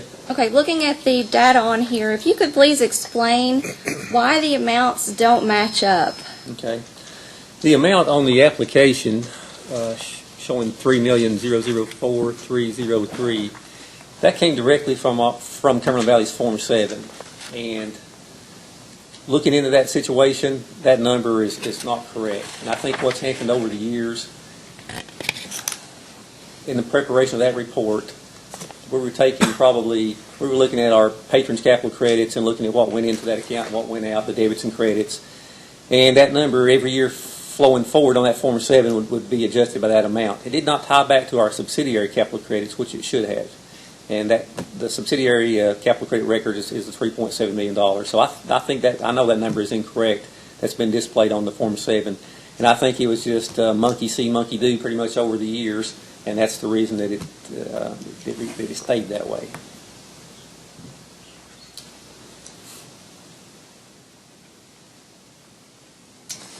Does that also mean that the numbers listed on Exhibit 18 for 2011 and 2012 are also correct or incorrect? Exhibit what? 18, Of the second request? yes. Well, second request, the application. I'm sorry, it's The from the application.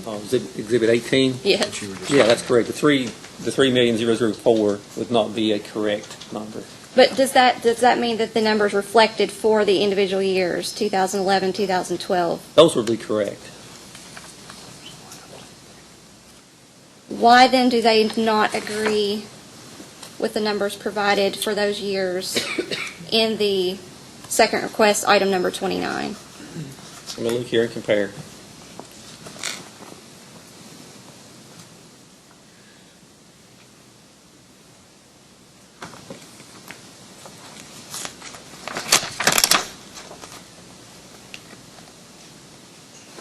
These are looking at, you only have 2010 through 2015, and then you have a prior year's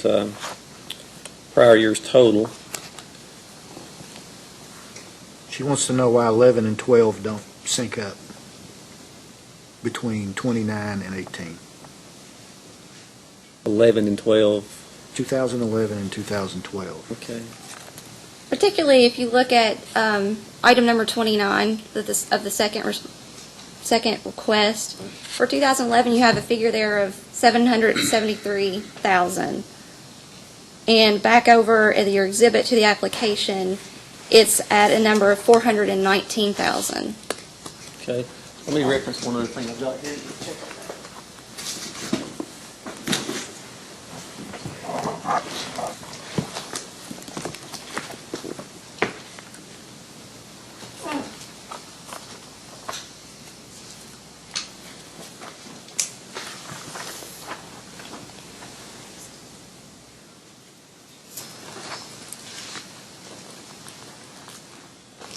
For 2011, the correct amount is $773,035.81. That is the correct amount. And what was the other year? 2012, there's a figure there of $413,935. 413,935.24 is the correct amount. As a post-hearing data request, then, if you could please provide a revised Exhibit 18 to your application to reflect the correct numbers. Okay. If you could please explain why the amounts in the response on page 3 of item 29 reflect that the unclaimed capital credits is such a large percentage of the total retired capital credits. Cumberland Valley uses a FIFO method, first in, first out. And when you use first in, first out, you're retiring capital credits that were from many years ago in most cases. So a lot of times we send those out to the last known address that we have on file, and they could come back as undeliverable, and there's nowhere to send them to. And after internal review, trying to see if we can find who they may belong to, that would end up in unclaimed. So that's one of the reasons why that number is high.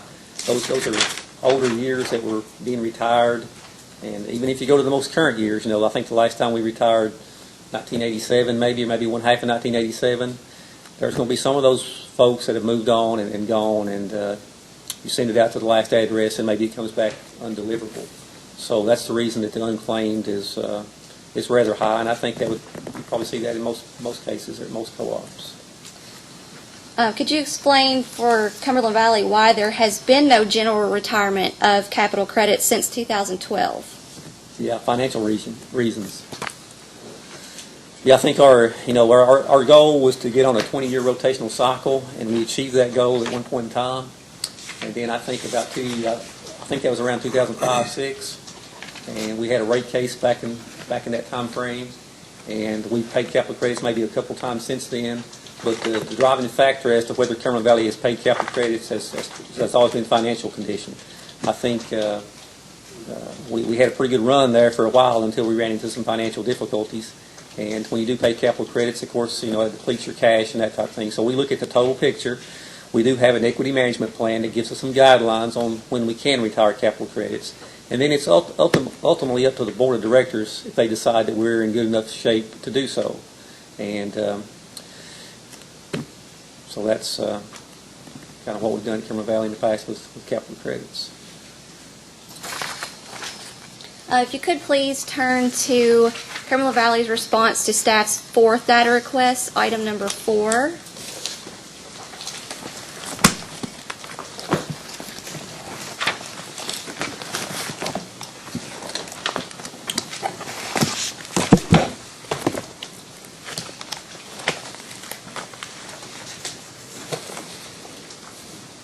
Okay, I'm there. Just in general, could you explain Cumberland Valley's decision to not pay capital credits upon the death of a member, even though such a payment is provided for in your bylaws? Well, it is provided for. I think Cumberland Valley's opinion is that may not be the most equitable way to disperse capital credits. If you have a member that's say deceased, passes away, and it's for a prior, and he has capital credits for a prior year. Some cooperatives only pay to deceased estates, and maybe they don't do any other type of capital credit payment. Some co-ops probably do both. You see a little bit of everything across the board. We think a general retirement of capital credits, those folks who contributed to Cumberland Valley's revenue in, let's say, 1960, for example, we think that's who should be entitled to those capital credits. Now, if you pay to deceased estates, let's say that you pass away and you come into Cumberland Valley's office and you want to get your capital credits. And I'm also was a member of Cumberland Valley in 1960, and I contributed to the revenue. And I pay out to your husband or your ever who's entitled to that money, Cumberland Valley's capital credits. There's a time value of money consideration to think about there just a little bit. Some co-ops discount that amount if they do pay to deceased estates. So Cumberland Valley's take on that is it's the most fair, equitable way to distribute capital credits is through a general retirement, where those people who contributed back in 1960, that's who the retirement goes to. Now, if they happen to be deceased, then it's going to go to their estate or what have you. But that's not something that we may not be totally opposed to. That's something that we could look into. I know some co-ops only pay to deceased estates. And my take on that could be the easy way out for them. If you have a general retirement and you send back a good chunk of money to your membership, I think that's a good thing. That's what cooperatives are designed for. So I think it's good to have general retirements. I think we need to be healthy enough financially to where we can return capital credits to our members. We've not been that way here recently because of our financial condition. So I don't necessarily think it's a bad thing, but I don't know, in the spirit of being a cooperative, that we shouldn't think about having general retirements of capital credits. And if you do retire to deceased estates, maybe you want to think about discounting those, because there is a time value of the money there between when this deceased person's estate received the money and when I might receive mine, even though we contributed during the same period of time to Cumberland Valley. So I think there's some decisions to weigh there from our board and management on how we pay capital credits and what method we used. But Cumberland Valley, we wish to pay capital credits, and we hope to get financially healthy enough to get back into our rotational cycle to be inside that 10 to 20 year period of time. Is there any general retirement paid to the estates? No, ma'am, we do not pay to any deceased estates.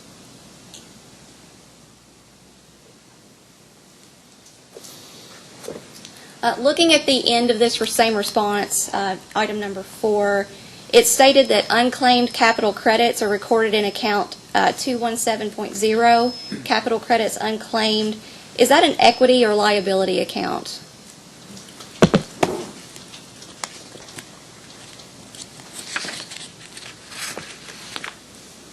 The unclaimed capital credits,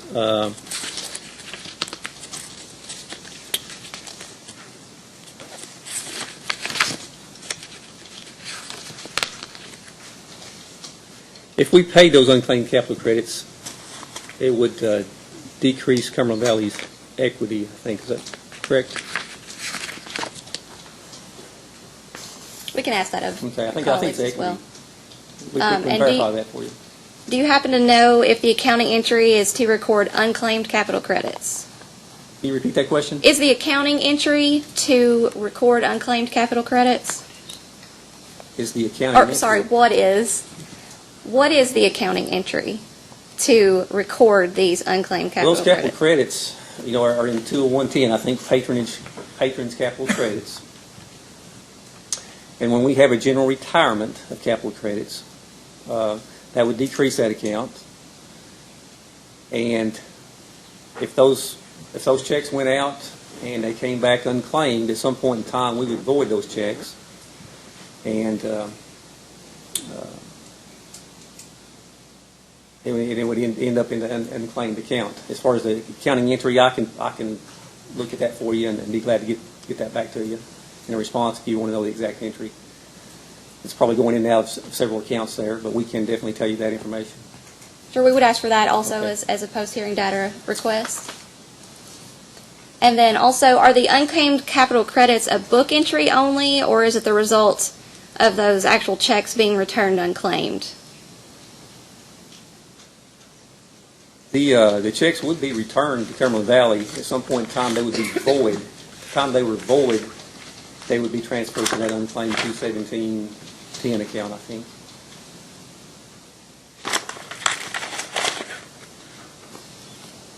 Do you know if those unclaimed capital credits are deposited in a bank account?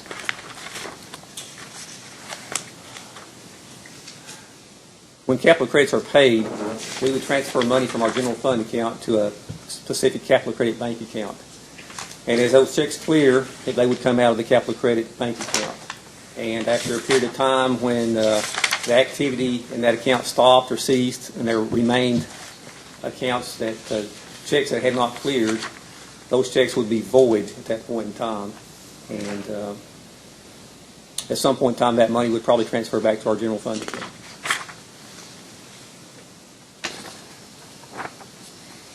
I believe we've already touched on this a little bit in your prior testimony to the Attorney General.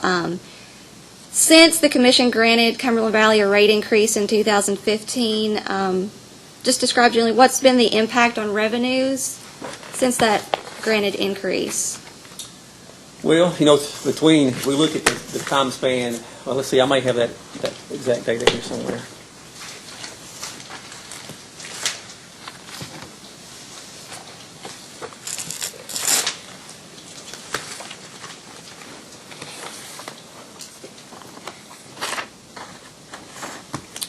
I've got the comparison between 2011 and 2015, and I have the current year-to-date comparison between this year and last year as far as revenue. Certainly, you can provide those. Okay, the 2011 and 2015 we've alluded to a little bit earlier. The total revenue is down 8.34%. That's about $3.95 million, almost $4 million. 46.76% of that was those commercial accounts, 1,000 kVA and over. That's where those coal companies reside. Residential revenue was down 1.08% during that period of time. Kilowatt hour sales kind of followed the same pattern. If we look at 2016 compared to 2015 year-to-date through October, our total revenue is down additional $1.547 million. That's 4.23%. And what's concerning to me a little bit is every category of revenue is down. Residential 2.69% down. Small commercial 50 kVA or less down 0.17%. Commercial 50 to 1,000 kVA is down 13.76%. And the commercial over 1,000 kVA, that's where those coal companies reside, down 6.96%. And that's that's an additional revenue loss of $1.5 million in 2016. So I think we've really not hit the bottom of this yet. This loss of coal in eastern Kentucky has had a pretty drastic effect on not only our members but Cumberland Valley as well, and it continues to go down. So I don't know where the bottom's going to be, but it's very concerning from a revenue point of view at Cumberland Valley. Could I ask what document you were referencing for I've those just got numbers? some talking points here that I jotted down some information on. As a post-hearing data request, if you could please provide a copy of that. We can.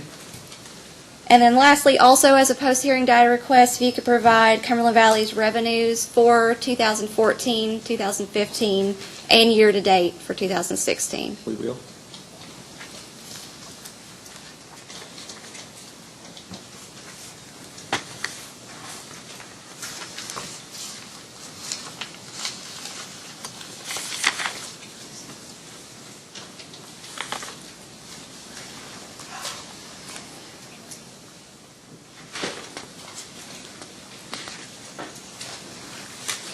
No further questions from staff at this time? Let's take a 15-minute break at this time, and during the break, maybe we can discuss with council about the length of the next witness and whether you want to take a lunch break or go on through, okay? And we'll have questions. And, the commissioners will have questions. Mr. Tolliver.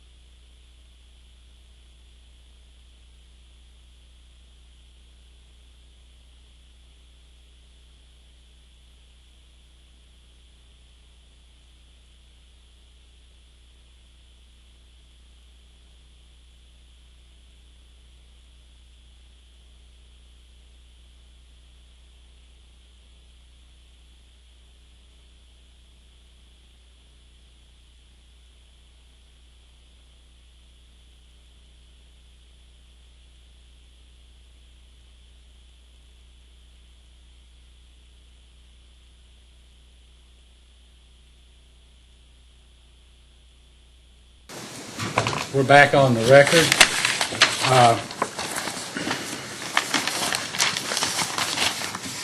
Commissioner Cicero, do you have any questions? I do. Mr. Tolliver, you continue to refer to the lowest costs or the lowest rates, basically any co-op in the Commonwealth of Kentucky. Is that a true statement? That's not what I said. That's not accurate. Okay, could you repeat what you... I said we have the lowest customer charge of any co-op. So you're referring to your Yeah, this Exhibit 1. Yeah, this. Let me find it here, and I'll show you. Yeah, I'm referring to this chart right here in yellow. Cumberland Valley showing the lowest customer charge of any co-op in the state of Kentucky. So when you refer to your expenses being controlled and them being, or you providing this lowest cost rate, you're saying that you're doing a good job with the expenses because that rate is so low? I'm saying that rate, and if you look at the next page, the residential charge for 1,000 kilowatt hours to a residential customer, I'm alluding to the fact that you're not going to be in that position without doing a pretty good job of managing expenses. And I'm also saying historically, Cumberland Valley has had some of the lowest rates in the state of Kentucky. So I think you have to do a good job of managing all of your expenses to be at the bottom of that list on providing 1,000 kilowatt hours to residential customers and having some of the lowest rates. So really, when you talk about the first page of that exhibit, which is the one that shows the 873 on the customer base charge and your proposed to 1410, it's at 873 now, and you were just in for a rate increase approximately 2 years ago, and at that point it was 574. Right. So it increased basically 52% in the last one, and now it's going to increase almost 62% for a total increase of 146% over the period. That is correct. And I think, customer charge, the cost of service study shows that customer charge should be somewhere in the $28 range. That's what the study shows to cover Cumberland Valley's fixed cost, that number should be. Also, customer charge, historically, in the last several years, the Commission has been granting increases in customer charge. Why is that? Well, there's been a big-time push for energy efficiency, the demand-side management. All those type of activities decrease a cooperative's revenue. And if you strictly rely on kilowatt-hour sales, and the weather is like it's been the last few months, you're not going to meet your revenue requirements. It's just you have to sell kilowatt hours in order to obtain that revenue. If you can recover that money in your customer charge, and at $14.10, that's not even middle ways of where it should be at $28 based on when you actually do a cost of service study and see where those who needs to be paying for those costs, or what component needs to be paying for those costs. So that's where I'm coming at when I keep referring to Cumberland Valley's customer charge being low and our charge for residential kilowatt hours being low compared to other utilities in Kentucky. And that's why I allude to Cumberland Valley has done a pretty good job of managing expenses. Going forward in the current climate that we have with the revenue loss and with continued emphasis placed on demand-side management and energy efficiency. We have rebate programs for our members to change out their heat pump, to change out their light bulbs, to add insulation to their home, to seal up their ductwork. Now, anytime you do that, that's good for the member, and I think it's a very good thing for all of us to be as efficient as we possibly can. However, it does hurt revenue, and that customer charge needs to be at a level where we can continue to promote those demand-side management programs and energy efficiency programs to our members so we can have an overall reduction in the amount of electricity that we use. So I don't think it's necessarily a bad thing. I think it plays to those points. How many people do you have in energy reduction programs in your area? Can you repeat that question? You said that the demand side is decreased because of programs that permit reductions in energy consumption, which is a reason for increasing the fixed cost side of it because you're not selling the volume that you were selling in the past. So how many people does Cumberland, do you have a program, a demand program, reduction program? Are you asking employees? No, I'm asking your general customers. Yeah, we provided that information in the data responses as far as how many people took advantage of those individual programs throughout the last several years. That's in some of the data responses somewhere. Can you tell me off the top of your head approximately what that number is? I cannot tell you the numbers off the top of my head. We can find it, but I can tell you this as far as Cumberland Valley is concerned. We historically we did not have a lot of employee dedication to that area at Cumberland Valley. We, in fact, in years past, I was responsible for that area as well. We had no dedicated member services employees. We now have a full-time, as the last, I don't know if he's been there 3 or 4 years maybe, dedicated employee in that area that's really pushing the demand-side management programs and the energy efficiency programs. And we saw Cumberland Valley's numbers increase in those areas compared to what they once were. We're not at the level at some co-ops who may have an entire staff of people devoted to energy efficiency programs and demand-side management. But we do have one full-time person now, and that's more than we've had in the past. Well, the reason why I asked the question is because you referred to the decrease in consumption as being a reason to increase the base rate. But if you don't really have a lot of your customers utilizing that decreased consumption option that you're providing service for, which I don't know how many people there are, it looks like it's primarily the industrial base that is causing your problems well, with consumption. That's just one component of it. You know, our environment that this commission has pushed over the last several years has been to encourage demand-side management and energy efficiency. And in its nature, that's going to decrease kilowatt-hour consumption. And the greatest problem with that with Cumberland Valley is, like you said, is revenue loss. We've experienced a substantial revenue loss on the large power side there with what's happened to the coal industry in eastern Kentucky, and that's bleeded over to the residentials slightly. And we gave those numbers between 2011 and 2015 on the residentials being down, I think, 1.08% maybe, or something in that neighborhood. But we're continuing to see that into 2016, and that's what's concerning to me. The residentials are continued to decline in revenue and kilowatt-hour usage, as well as every other segment of our revenue. So demand-side management and energy efficiency, that's just one component to things that's been going on in the past and will continue in the future to decrease kilowatt-hour usage from members. I think I recall you mentioning that there was a residential consumption was responsible for approximately 1.5 or 1.7% of your total revenue decrease in one of the responses to a prior question.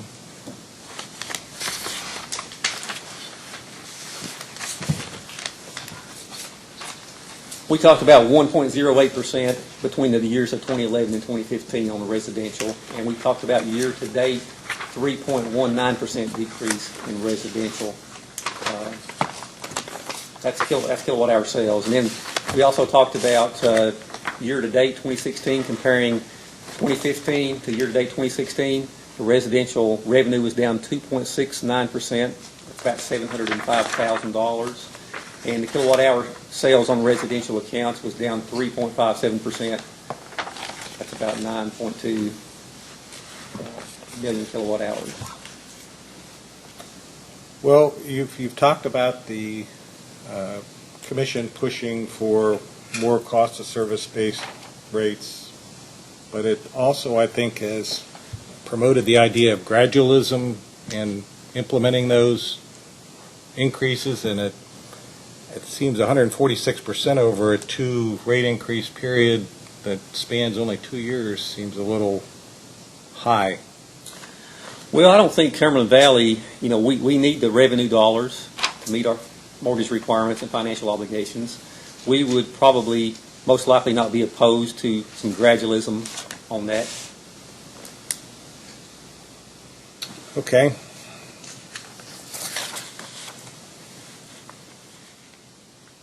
I would mention that I understand that there was comments made earlier about poverty in the area, and I understand providing reliable power is a primary concern as far as providing reasonable rates. So I understand that, but again, we talked about that portion of your increase. I'm concerned a lot with the salary and benefits portion of your cost as well. And I'm not quite certain what other utilities are providing 100% of benefits, and I'm also a little bit concerned about the fact that, well, you've had 5 years of basically decline in revenues, your expenses have continued to climb, but even with a falling out of your covenants on your mortgage, it didn't seem to be enough of a push to have you reduce the salary or labor or benefit portion of that, to say that you're in a critical or dramatic enough decrease to look at those expenses and say that those shouldn't have declined as well? Well, I think that is currently sinking in, maybe, and I think that's probably going to happen in the future. The current union contract is in negotiations. Although I don't know all the details of that, I do know that concessions were asked for from the company, and I suppose there's some contention there amongst the union and the company. I've not been privy to those conversations. I've not been part of it, but that's my understanding that there's been some concessions. So I think the board and management realize that going forward at Cumberland Valley, it's a different environment with the massive revenue loss that we've had and what's happened with the coal business.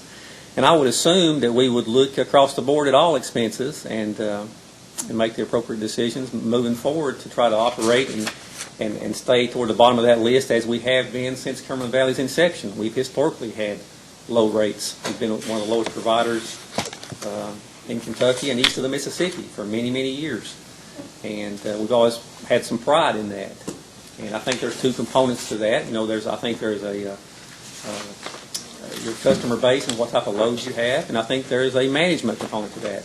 And I think you have to, both of those things go together to determine where you fall on this list right here. And if you notice, Cumberland Valley is at the bottom of that list.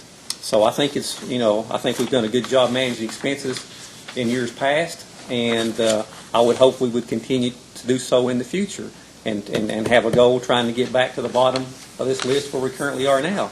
We've had a major event here with the coal business. $4 million is a substantial loss, and it's affecting residentials as well. So we're in the process of trying to make adjustment at Cumberland Valley, and I'm sure our management and board will realize what they need to realize and make any type of adjustments that they need to make to retain quality employees and maintain low rates for our members, would be my hope. So, again, you've mentioned in a comment, east of the Mississippi, lowest rates. Are there Well- facilities on here that are east of the Mississippi? I'm not saying, I'm just saying that's something that we have talked about in the past internally at Cumberland Valley. I do not have any data to back that up currently. At one point in time in years past, that was the case. It may not have any bearing on that now. Okay, so these are totally Kentucky-related data.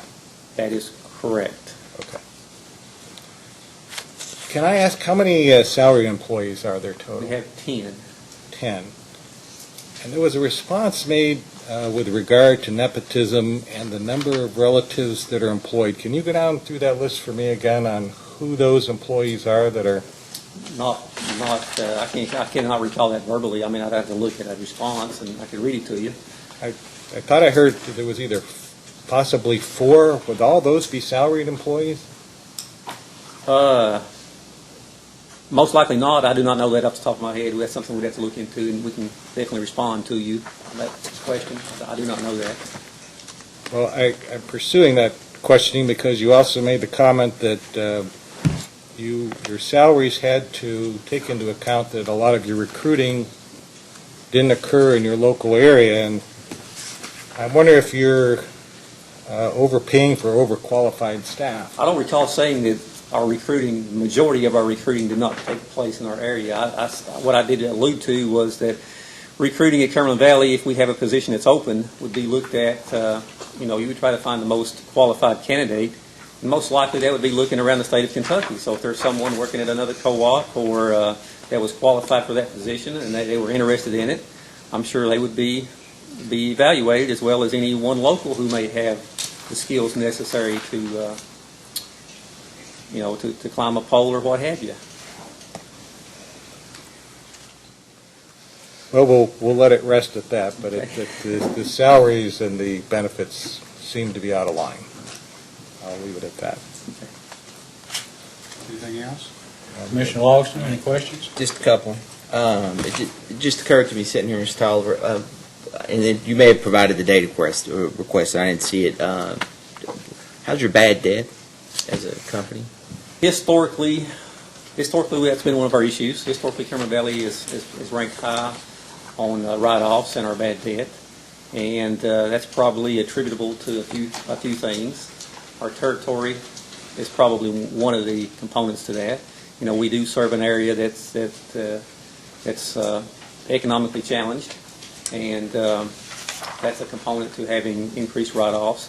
And to be honest with you, we've probably been pretty lenient with our customers, probably more so than what we should have been over years past.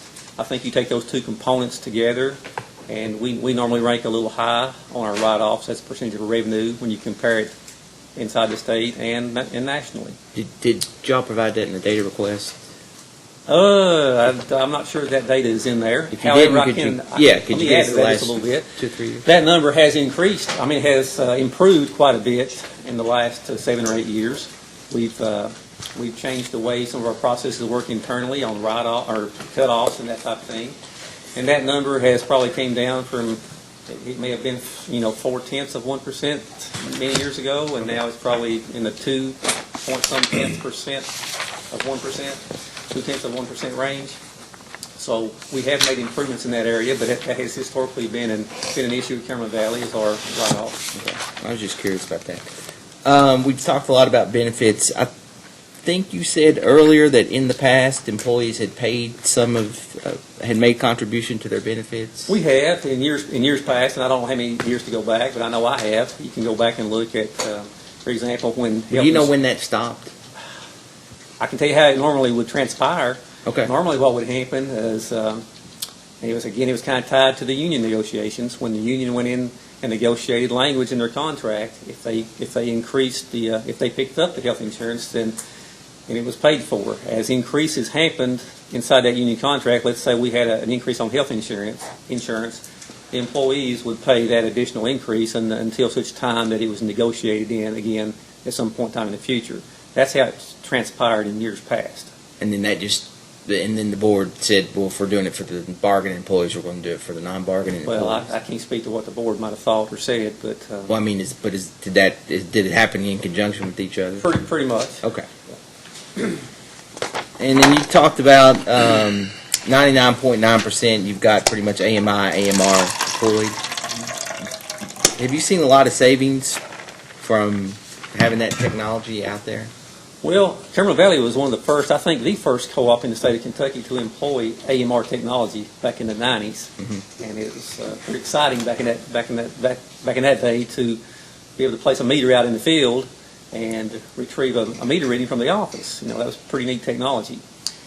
Cumberland Valley, we recently implemented a prepaid program here a year and a half or so ago, and that's one of the things that's improving our write-offs. That's been a very good program, and we're encouraging more people to take part in that. When someone comes in and maybe they can't pay their bill, or maybe they have a large deposit when it's calculated, we can give them an option to go on prepaid. And we have the technology, to be able to implement that prepaid program currently. And so I think from an AMR, AMI point of view, that technology being there has helped out in many areas, and there's some cost savings too that you could tie to that. Prepaid program management being one of them. So I think most definitely there's a lot of capabilities that you have with that type of technology that you didn't have when you had to send somebody out to read the meter, or back in our case, we went directly from a member read system to an AMR system back in the 90s. So do you see that as an opportunity to continue to kind of decrease headcount because of that technology? Talking employees? Mm-hmm. If you've done meter reading, maybe, if you had contracted meter reading. However, it's been my experience over the years that when you implement technology, you may get more efficient. It doesn't necessarily decrease workload. Somebody has to manage those systems. Somebody has to keep up with it on a daily basis, make sure it's operating properly. We have 18 substations out there with all kinds of equipment in there. And when it fails or has a problem communicating, somebody has to take care of that all the time. So there is work to be done and manage an AMR or AMI system. We may be more efficient, we might get more data, but it's always been my experience when you automate things, it doesn't necessarily always get rid or decrease workload. Okay. And then lastly, I just want to, Ms. Fell was talking about, I think, our fourth request, number 8, where you've got the evaluation structure. You don't have to look at it, but the board signed off on a wage and salary, essentially how to evaluate employees. They did. Okay. And you all implemented that. It's been approved by the board of directors. It's not been funded, and we've not went through any processes at this point in time of doing the evaluations or anything like that. But the program, the wage and salary plan, is in place, and we're ready to move forward in all aspects of it. It's just there's no funding been applied to that plan. Okay. So, but you'd have to do these evaluations in order I to assume determine. if there's no wage increase for 16. come next time, there'll be a performance evaluation. It would go through the process of doing all that. If nothing is funded, and they choose to, everyone would remain right where they are now, unless something changed. You decide to fund it, or you hand out a raise, or what have you. I would assume all the other parts of the plan would move forward as they're designed. Okay, that's all I got, Mr. Chair. Mr. Tolliver, how many years have you been with Cumberland Valley? Over 26. And during the years that you've worked for Cumberland Valley Electric, has there ever been a work stoppage? Not during my tenure. So the company has always been able to successfully negotiate a collective bargaining agreement with its union employees? During my tenure, but that's not always been the case. There has been strikes in the past. But not in the last 26 years? Not since I've been there. I take it that you're not a member of the company's negotiating committee? You're not directly involved in negotiating No, the sir, collective bargaining agreement? That's a correct statement. I am not Can involved. you tell us who is? Is there anybody in this room who is involved directly with the negotiations? I know Mr. Hausler and Mr. Hampton have been present.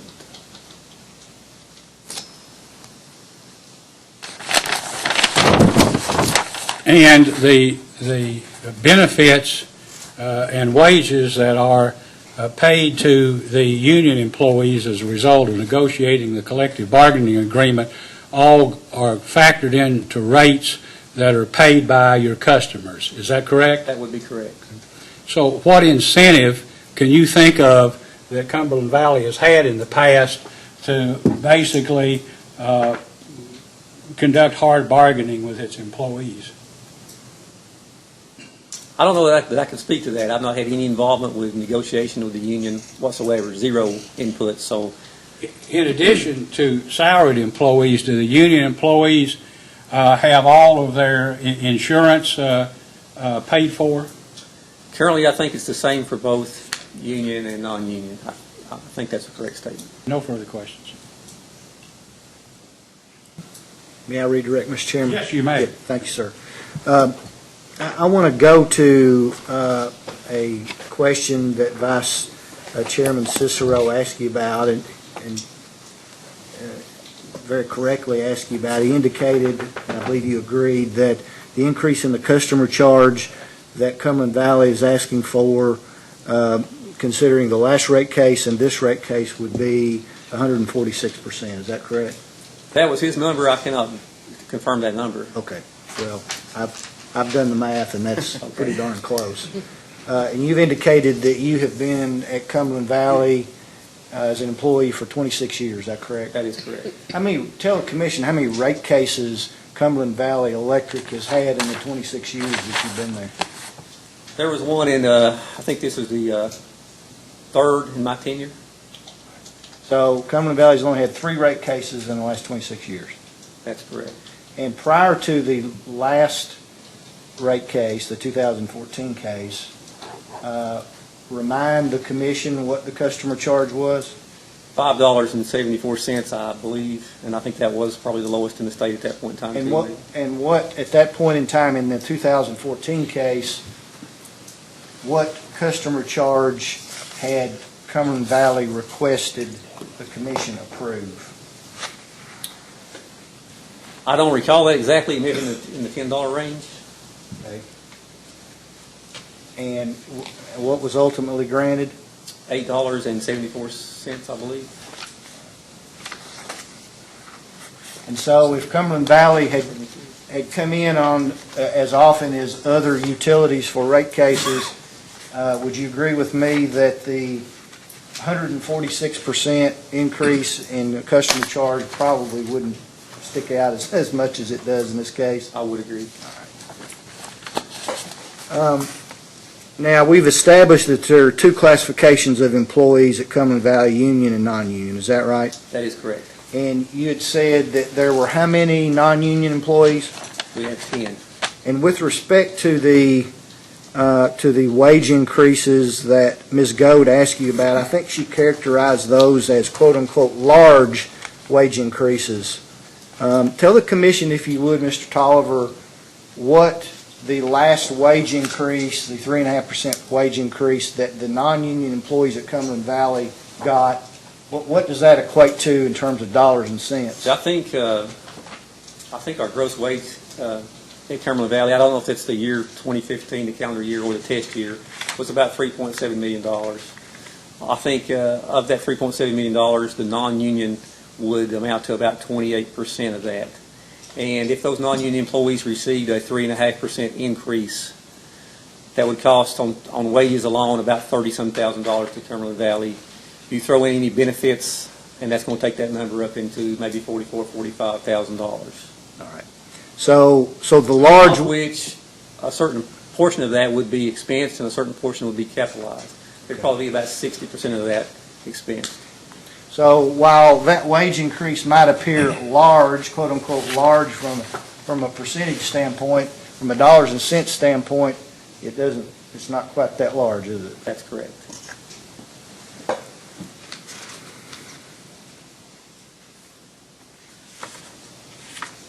Now, with regard to the issue of employee contributions, the fact that the company historically has carried most of the freight for those contributions, is the company currently considering the placement of contributions by employees on a prospective basis? It's my understanding from what I've gathered from what's happened with the union negotiations, there's probably been some concessions made or asked for from the company side. How that's going to pan out, I really don't know, and that's really all the information that I have at this point in time on that.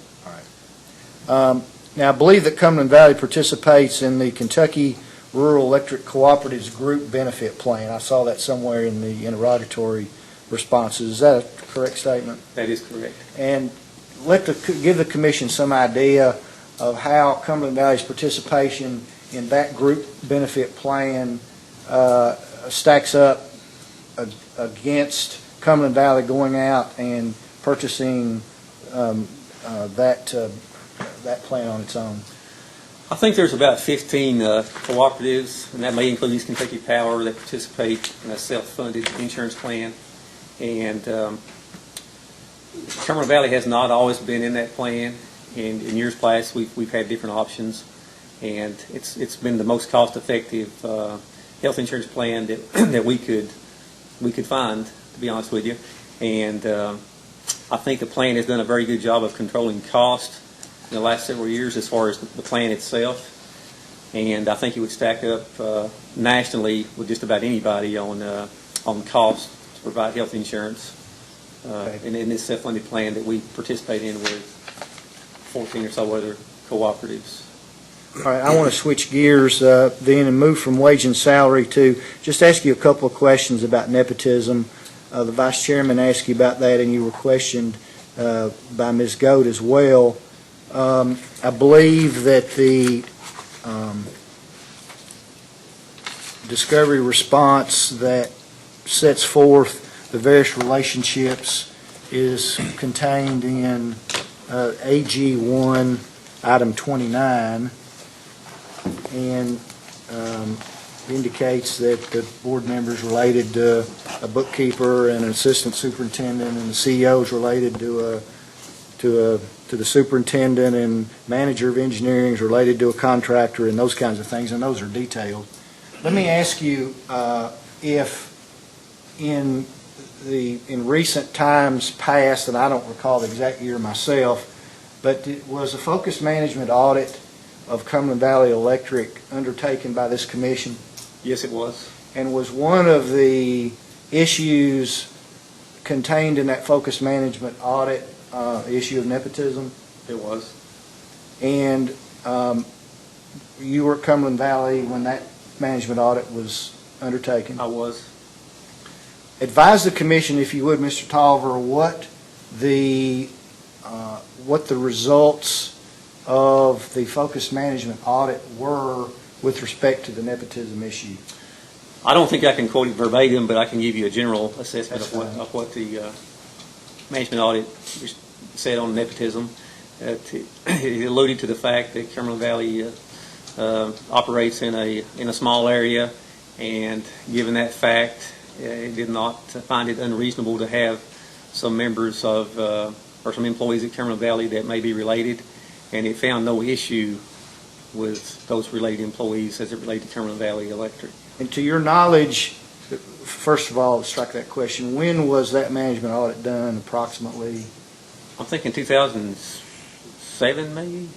And to your knowledge, between 2007 and now, have there been any hires at Cumberland Valley that would cause that nepotism finding to change? Not to my knowledge.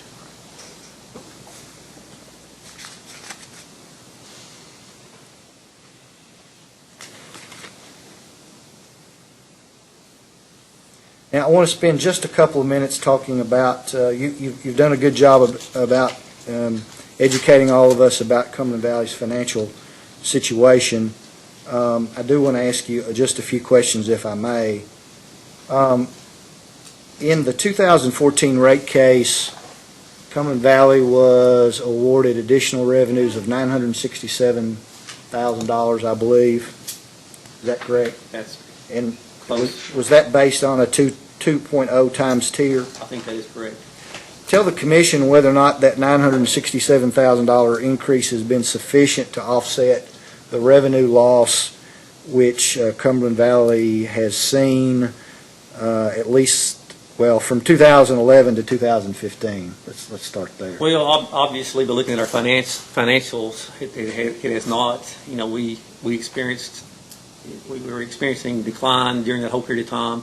I think those rates were implemented in January of 2015, maybe January the 16th. And from that point in time until now, we have experienced a continued decline in all those areas that we've talked about. You know, the coal business has been devastated in eastern Kentucky, and that's had an effect on Cumberland Valley and our members as well.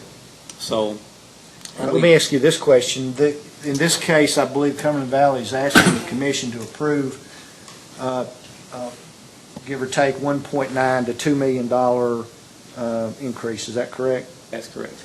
And when you offset that, or when you consider that request against the revenue loss which Cumberland Valley has experienced during the applicable time frame, how do those two stack up? Well, I don't know that I can speak to it specifically exactly. I worry about the revenue loss continuing, you know, into 2016 as we talked about. The test year, you know, we ended there in 2015, and we continue to have loss since that point in time. And we talked about some of those numbers, you know, the revenue being down 4.23% in the year 2016. I'm just not sure where the bottom is going to be, and that's concerning, you know, for me, in Cumberland Valley's financials going forward. I'm not sure where it's going to stop. Let me ask you kind of a direct question. But for the $49,000 or $50,000 that you're talking about with respect to this 3.5% wage increase, let's sort of put that off to the side. Everybody recognizes that. What else could Cumberland Valley reasonably do, in your opinion, to cut costs deeper, to have an impact sufficient to offset the revenue shortfall, the revenue loss that you've seen? Well, my take on, you know, Cumberland Valley, we want to operate efficiently. We want to look at everything from A to Z as far as expenses and cost-saving measures. I don't know if there's anything we can do other than everything that's feasibly possible that's going to offset that level of revenue loss. You know, that's been substantial. And we've also had increased expenses. You know, we've locked some interest rates in, some different things that have increased Cumberland Valley's expenses. And as we see, the revenue is continuing to decline. So, you know, I don't think you can cut expenses enough to offset all that revenue loss. Thank you. One other thing that I want to ask you about along that same line that hasn't really been mentioned in this case, and that has to do with the 2014 rate case. Tell the commission what your fixed versus variable interest rate debt portfolio looked like when that 2014 159 case was here at the commission. Okay.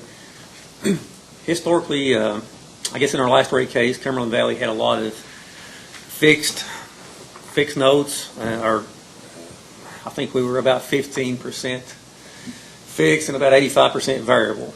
Back in that time frame, I think we had about $30 million of debt, and we were paying about $1.6 million in interest. As a few years rolled by, we took advantage of FFB rates that were just slightly above zero as we drew down additional funds. And that debt level went up to $40-some million. However, our interest expense went down to about $380,000. We had the second lowest composite interest rate in the nation when we look at CFC's key ratio trend analysis, which looks at about 800 and some co-ops maybe.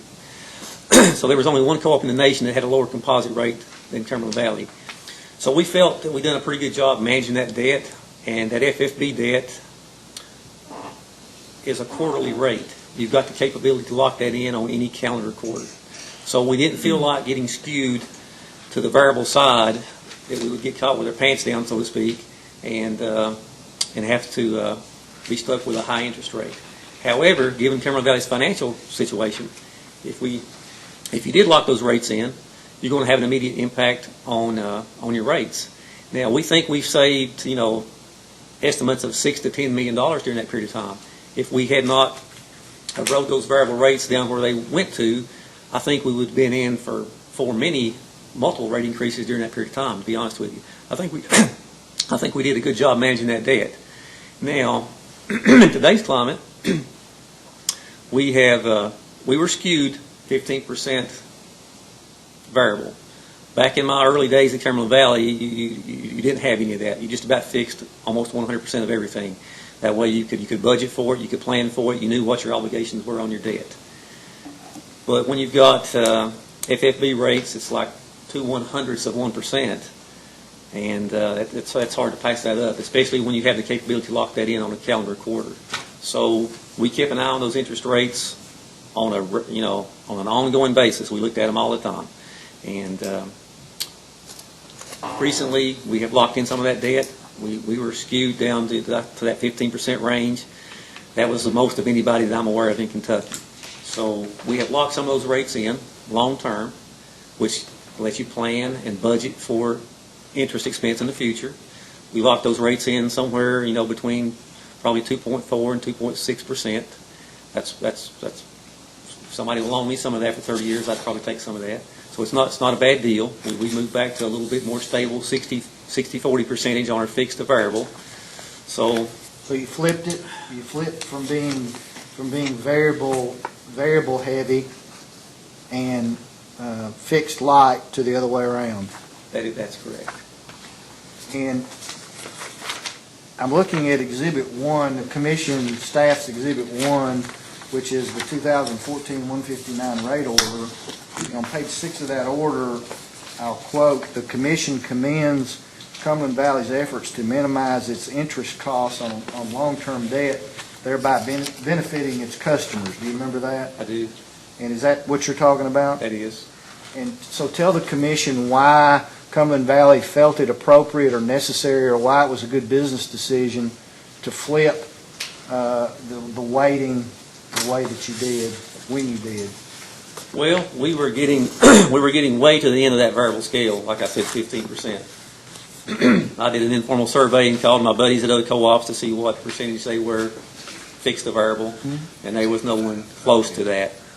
So that's one of the reasons we had some of the lowest interest expense in the nation.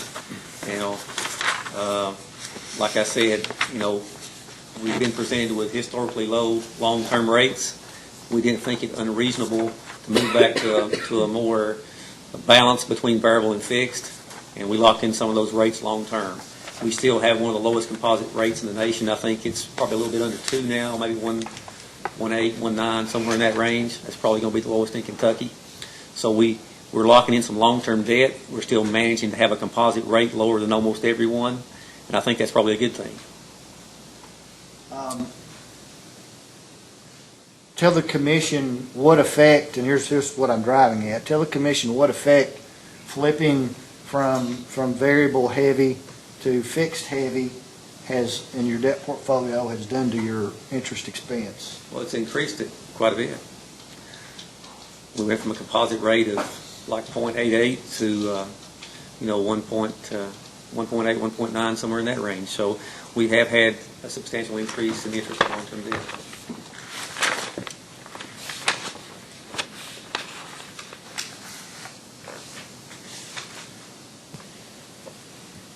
I do want to clear up one thing while you're on the stand that was contained in some of the discovery.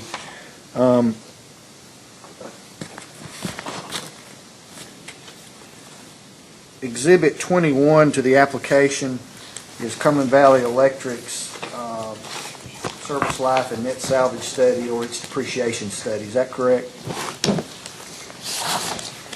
Exhibit 21. That is correct. And as part of this rate case, Cumberland Valley Electric is asking the Commission to approve the depreciation rates set forth in that study. That is correct. And there were questions in the various rounds of discovery as to whether or not those rates had been reviewed and accepted by the Rural Utility Service. Do you remember those questions? I do. And I don't want to spend much time on this because it's in the discovery, but I think it's going to help to give the Commission a little bit of context.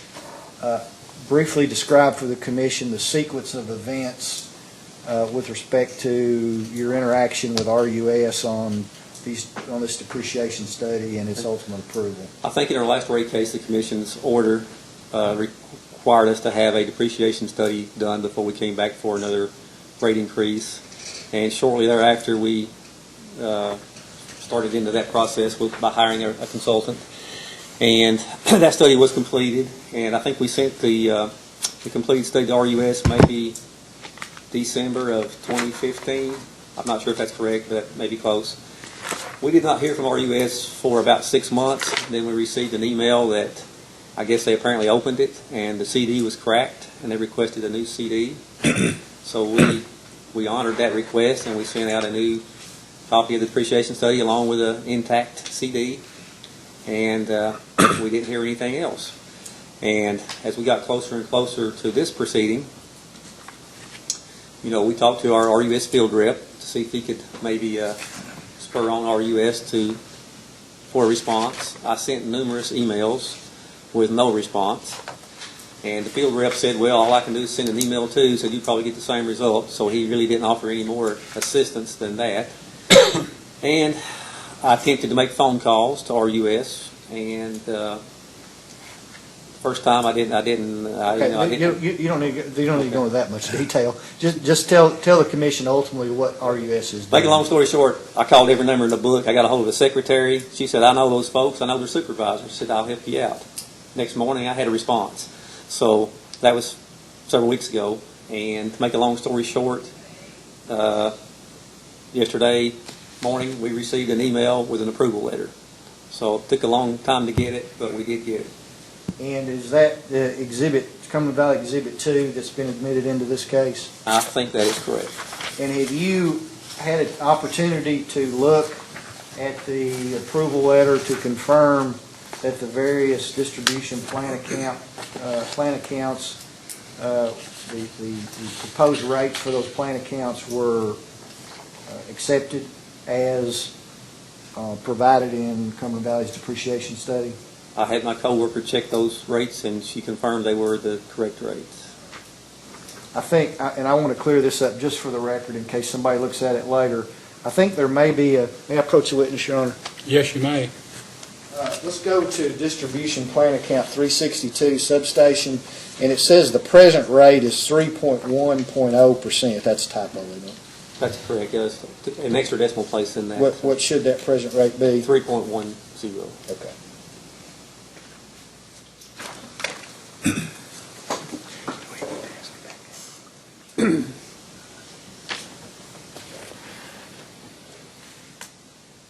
That's all I have, Mr. Chairman. Thank you. Ms. Gold, any questions? We have a few questions.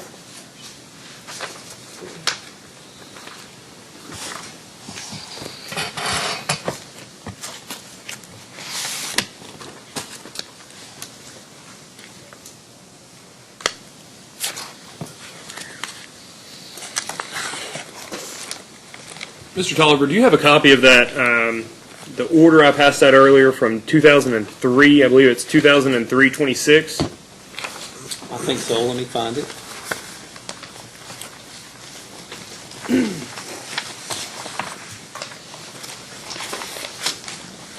Okay, I've got it. You mentioned earlier that, I guess, numerous times, do you all have both AMI and AMR meters deployed? Is that correct? Well, it depends on how you define AMR and AMI. The majority of our meters are two-way communicating meters. Sorry, let me rephrase that. With AMI being considered to be two-way communication and AMR being considered to be one-way communication, is it true that you all have a near full deployment of both AMI and AMR? I think that's a correct statement. I'd have to verify that. We could be 100%, but there could be a few stragglers that there's issues with. I'm not sure about that. I'd have to verify it. But we're almost totally 100% TS2 AMI type meters. The power line carrier. Correct. Okay. You all, did Cumberland Valley deploy the AMR and then later deploy AMI? Is that correct? Well, I think we were the first co-op in Kentucky to deploy any type of automated meter reading system. And if you refer to that as AMR, that was a one-way communication It's referred to as TS1, Turtle, from Landis and Gear. Used to be Hunt Technologies back in those days. So that's what we started with. And at some point, when those became obsolete, we started a conversion process with a TS2. Do you know when Cumberland Valley, Not off the top of my head. roughly? No. Do you mind to? It's been a long time, though. Yeah. Do you mind to look at that order there that I provided? Okay. The 2003-26. I think this is according to your agreements with RUS. I believe you all have these multi-year work plans. Is that correct? That's correct. These CPCNs. If you look there on line 3, you had transformers and meters, and this is from 2003. Does that seem to you to line up with about the time you all deployed your AMI? I really cannot answer that, but I do not know. Do not know. Do you know if you deployed your AMI in the 2000s? I know we originally went to AMR in the mid to late 90s. As to what point in time those became obsolete and we started to transition, I do not recall. We'd have to find that out. Yeah. Is there anyone else here today that would be able to answer that? I don't know that either. Okay. I would like to request in a post-hearing data request the date, the start date for deployment or for capital expenditures with the AMI deployment, the two-way, specifically AMI for Cumberland Valley. Okay.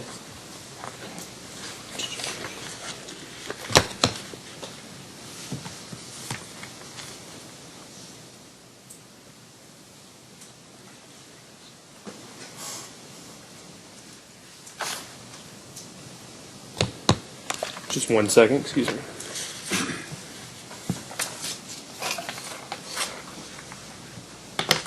Do you have an idea of the date? You said, let me just clarify this. Can I confirm that you stated that in the mid-90s was when you deployed AMR, roughly? I think the mid to late 90s. Okay. Thank you. Yes. Ms. Fell? Staff has just a few follow-up questions. Firstly, do your other lenders have requirements similar to the RUS operating tier? They're similar, not exactly. I can tell you what those are. I think I may have those. Let's see. Our other lenders are CoBank and NCSC. I think CoBank has a DSC requirement of 1.35, and they have an equity to asset ratio of 27%. NCSC and CFC would have an equity to asset ratio of 20% and a DSC of 1.35.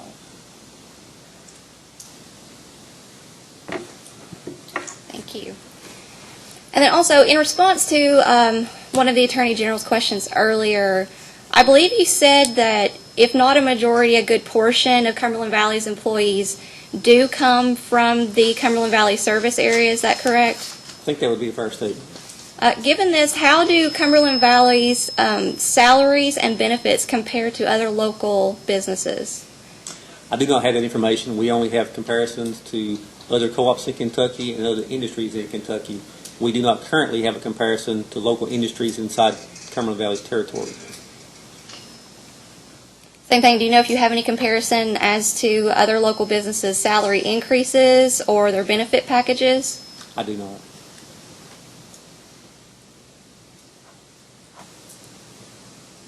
And also, if you have any idea of how many employees have been hired away from Cumberland Valley from other utilities over the past 5 years? That's a question I could probably refer to Mr. Hampton. He would probably have a better idea of that than I would. Normally, that's you see that occurring more with your linemen and outside folks. It does happen internally inside the office, but most of the time that seems to be outside. Thank you. No further questions. Commissioner Cicero? Just, I don't recall whether I saw on the materials, was there a 5-year comparison of the benefits and the employee contribution to those, the cost of those benefits? I do recall a comparison. How many years that went back, I do not know. I'm thinking you're correct that it was 5 years. There may have been a 10-year comparison there someplace. I do not recall exactly where that is, but I think there was a comparison. Just to make sure we have the information, could you provide the last 5 years of the cost of the plan and the portion that's paid by employees that includes the health care, the dental, whatever else is included in that? Yes, sir.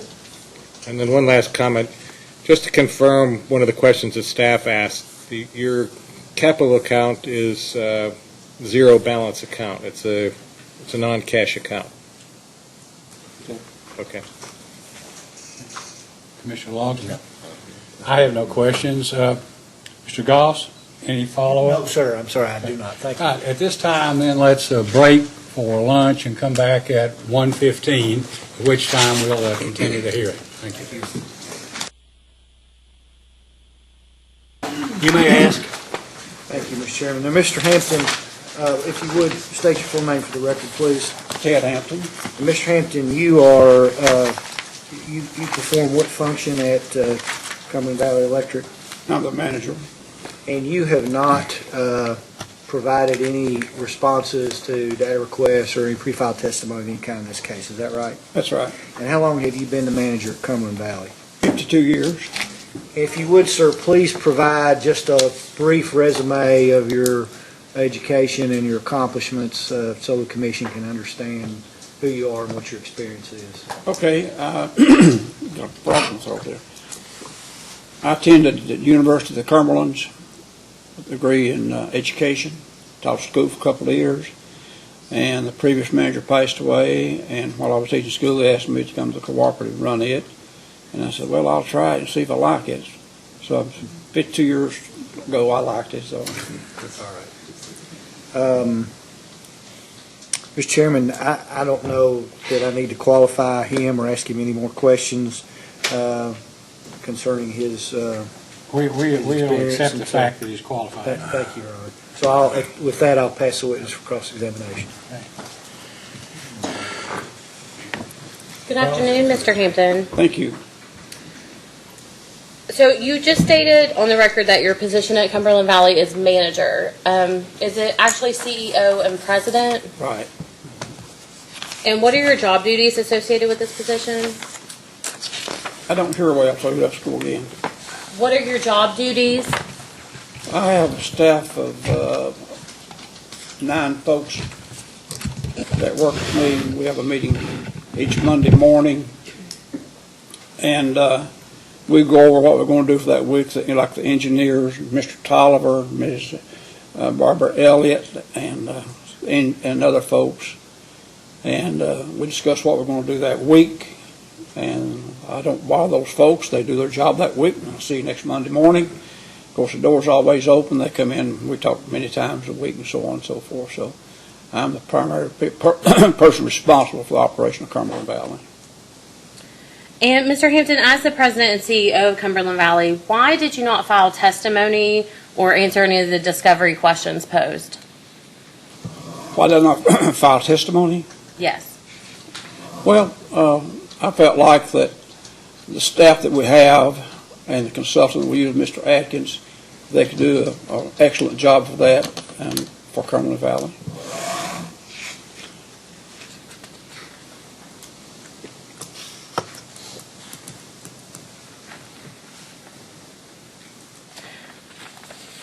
Mr. Tolliver previously deferred some questions to you, Mr. Hampton. According to the discovery responses, Cumberland has stated on the record that any wage or salary increase for 2016 is undetermined. Do you know if Cumberland plans on providing a raise to salary or non-salaried employees in 2016? No.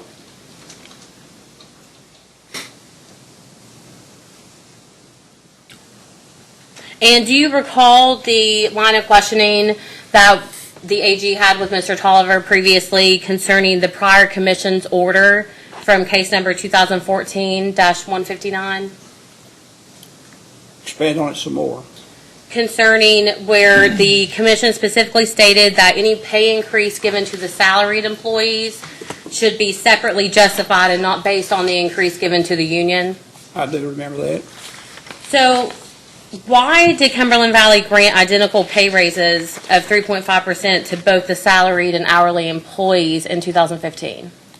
Over the years, pardon me, over the years, Cumberland Valley has negotiated with their union in August, and after settlement with the union, the board would grant the salaried people the same raise. No particular reason, it just that was their tradition. They'd bargained hard with the union to get them down to what they thought was a decent figure, and that's how that all transpired. In regards to this specific issue, would you admit that Cumberland Valley violated the last order? No, probably technically they did, but we employed Mr. Tan to do a study for us on that, and that's what we were working with Mr. Tan, answering his questions and so on and so forth. So, and we did not anticipate this rate case would come through this soon. We thought we would have some more time to do it and so on and so forth, but we did not. So, put us in just a little bit of a box, but we have every intention of dealing with it. But just to clarify your statement, you do admit that Cumberland Valley violated the prior commission Checked, order? Your Honor. No. Question's been asked and answered to the best of his ability. Sustained.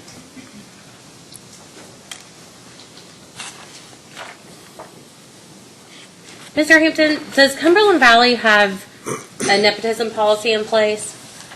It does. And there's an exception to that policy, correct? There is an exception. Expand on it.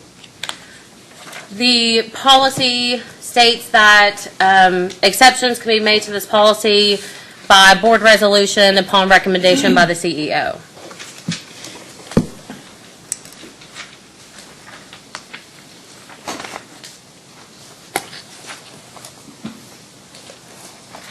Yes, there is an exception to the policy that can be made with a board resolution upon recommendation by the CEO.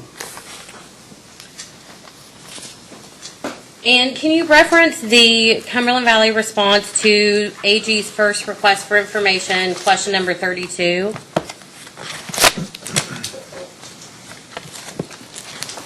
Just a second, please.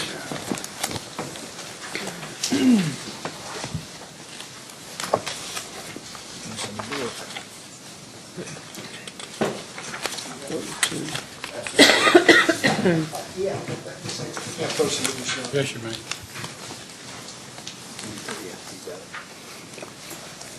I'm there.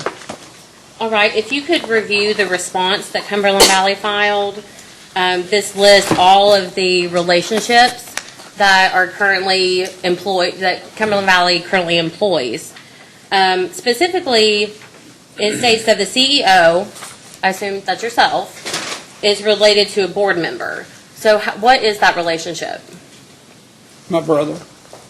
And how long has he been on the board? I don't know that.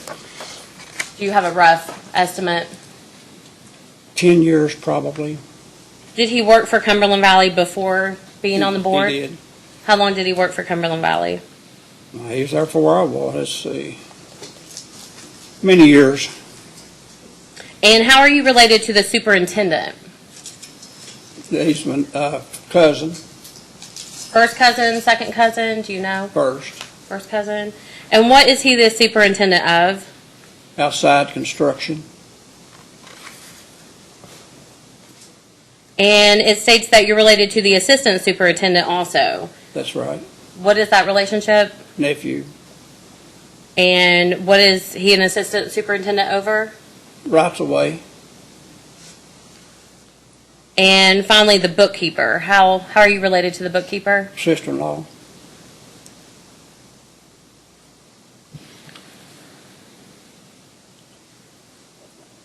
Mr. Hampton, in the excuse me, in the nepotism policy, it states that, and Mr. Tolliver read it into the record earlier, that the board recognizes that the practice of nepotism in employment of personnel or other favorable considerations by virtue of family is bad practice, as there is a natural tendency for kinsmen to favor kinsmen. So with this in your policy, would you commit for Cumberland to remove that exception that allows the board to overrule the nepotism policy with your recommendation? I can recommend to the board. I can't dictate anything to the board of directors. I can recommend the board to do that. Would you commit to doing that today, sir? I will commit to talk to the board about it. No further questions. Staff? Good afternoon, Mr. Hampton. Thank you. Good Please- night. Please let me know if you have any problems hearing me. I will.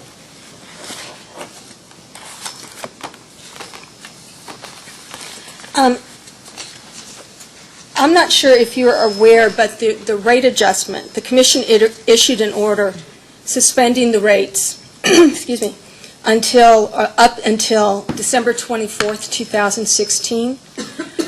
If a final order in this case is not issued by that date, does Cumberland plan to implement the rates, or will it wait for an order?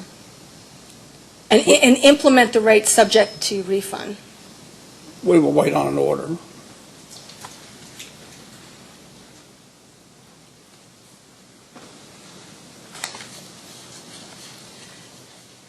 I want to revisit the 2015 salary increase in light of the commission's order. Mhm. Was there any consideration given to not awarding the same amount to the non-union, the salaried employees, as to the union employees? There was. And what happened with that discussion? Well, they said, well, we give the union this and so on and so forth. Let's just give it to ours. And then when Mr. Tan's report comes through, then we'll take care of business. So that's how we're at.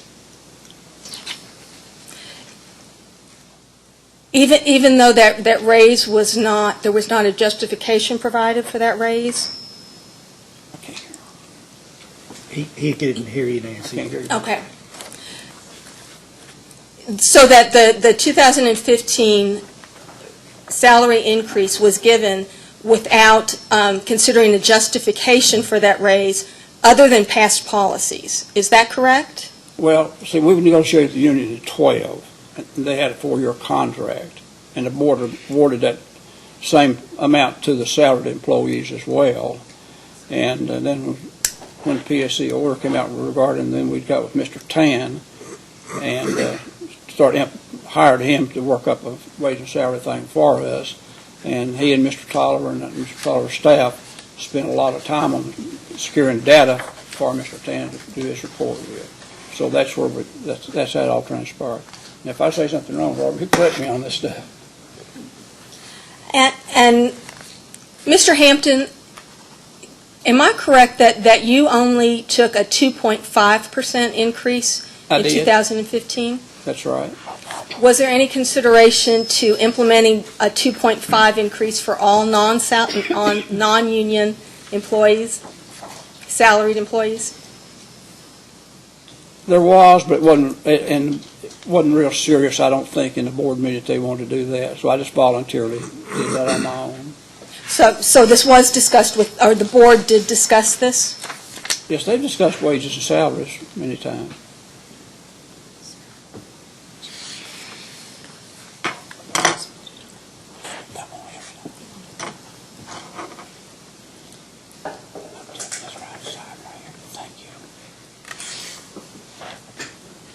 As we've heard today, Cumberland Valley's revenue is decreasing, expenses are increasing. Other than or in addition to a rate increase, what alternatives were explored by Cumberland Valley to address the financial condition? Well, we changed some on our right-of-way. We used to have a lot of men work out there and clearing rights-of-way through a contractor. And we've gone to machinery doing part of it, which has saved us some money. And then we spray some with chemicals when the leaves, the foliage are out to save money. Another one, we discussed our fleet. And we get in a lot of those bucket trucks and service trucks and digger trucks. That cost a lot of money. And we're extending the life of those and several years. And then we'll have some rebuilt. We'll buy used equipment and we're doing everything we can do to save money for the cooperative. And excuse me, I know this was, Mr. Tolliver provided the response in a data request, but there were some cost-saving measures that were discussed that had been in place over a small amount of time. And we had asked for that amount to be quantified. As a post-hearing data request, can you quantify the impact of these changes that you discussed, the changes in right-of-way, moving from manual to machinery, the chemical spraying? Yeah, I knew that. Thank you.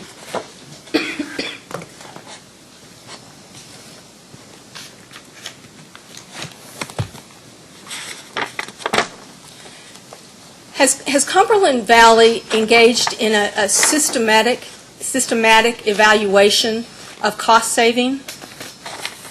We have. Can you tell me about it? Describe it for me. Let's take our district office in Harlan County. The lady that ran the office with the district manager, she retired just recently. I guess early spring, somewhere in that time frame. Rather than hiring someone, we started dividing up our staff and assigned at least someone to go up each day of the week to drive to Harlan. That's about an hour and 15, 20-minute drive each day for someone. And then we had a few years back, maybe like 4 or 5 years ago, had a line crew leader up there. Went from Cumberland Valley to Kentucky Utilities. We didn't replace that one. And we had some employees in the courtroom, like my secretary. I don't have a secretary now because we want to try to save some money. I get some lady that works in the building section over there to fill in for me when I need something. And so I think of those two. And then we had a mechanic. He passed away, and we farmed that out. But I can furnish you everything we've done to save money for the cooperative. We had 3 or 4 people that go. We had one that worked in lived in Somerset and drove over our area to work. We didn't replace him, but I can think of about 5 or so in the last 3 or 4 years that's left that we don't replace.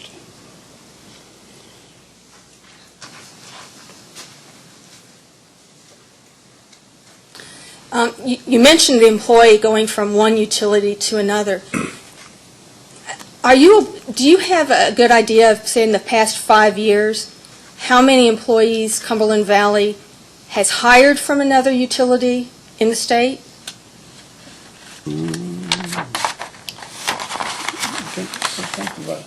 I think it goes the other way. I think they rob us, take our employees rather than we're getting theirs. That was going to be my follow-up question. As a post-hearing data request, would you provide that information? Sure I would.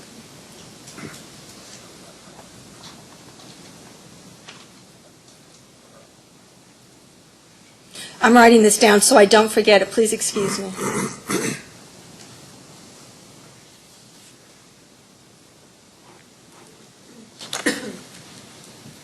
Mr. Tolliver mentioned that there was considerations being given to ways to save money on salary and benefits. Can you tell me what steps Cumberland Valley has discussed and also what steps Cumberland Valley plans to take to rein in any salary costs, salary increases, compensation, benefits? Are we talking about the hourly wage employees, or are we talking about salaried employees? Actually, I would talk about all of the employees. I understand with union negotiations you may not be at liberty to discuss about the hourly employees.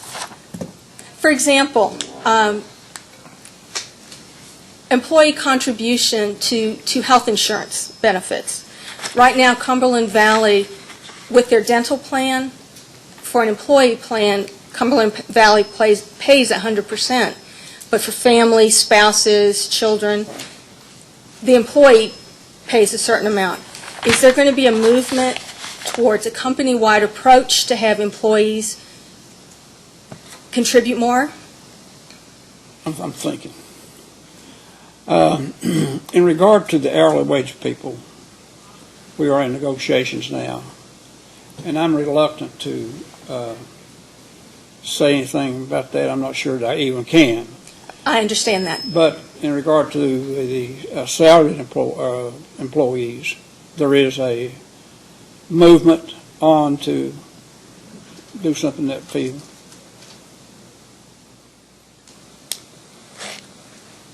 And I suspect that will happen in the first quarter of next year. Okay, thank you. That was going to be my next piece, if you could guess.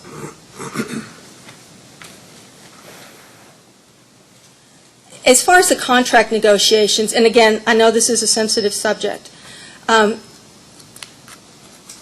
they're still being negotiated. Is there a date that you would expect that you might have an agreement, or is it still open-ended? To the extent you can say. For December the 13th. Do I expect a date of closure on that? I don't know. I just don't feel comfortable talking about this. See, like 13th, and now we'll have to see what happens on the 13th, and hopefully everything will go good, and if we do, we'll let you know about it. That was going to be another question, is once a contract is finalized, we had asked for a copy of it once it was finalized, and I wanted to continue that request. Okay. We'd be happy to provide that. Thank you.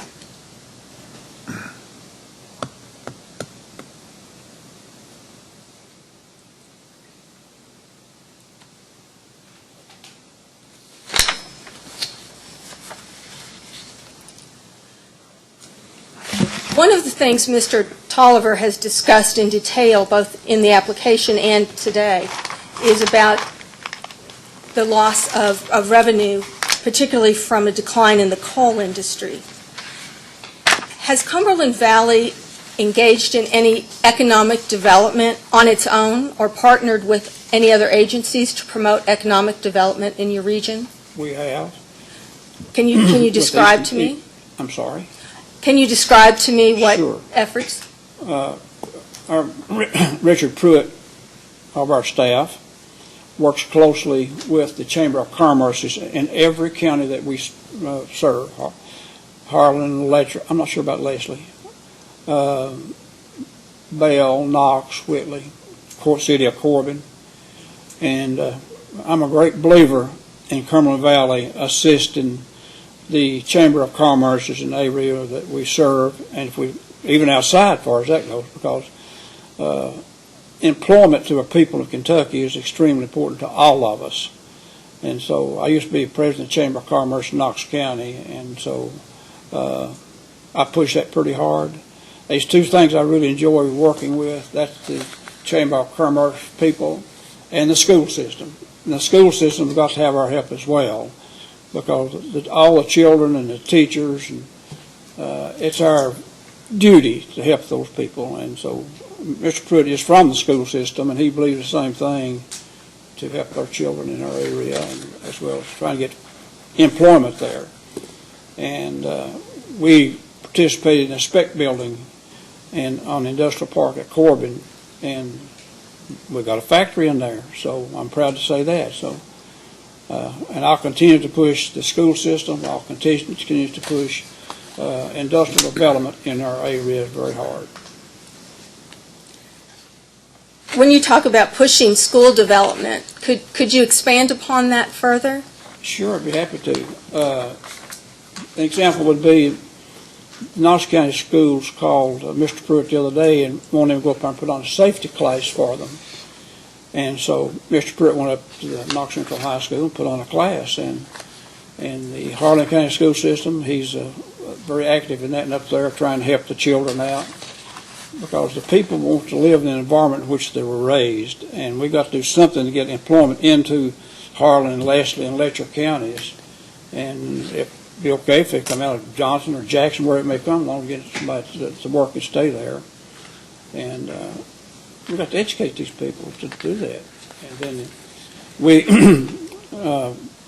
provide some advertising to help the children with pencils, you know. The school called me the other day and said, have you got any pencils for Cumberland Valley's name on them? I said, sure we have. Said, our school is out of pencils. A box of pencils is that important to that school for those children. Thank you.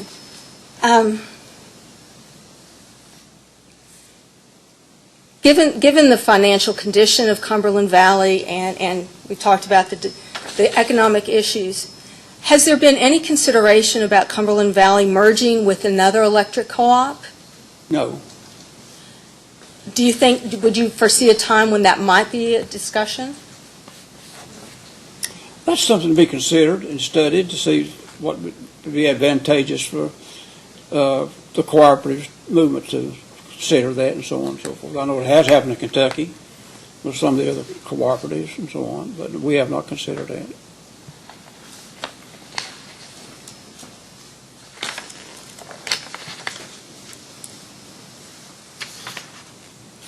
And, excuse me, I want to confirm with you, make sure I understand, that any salary increase for 2016 has not been determined yet.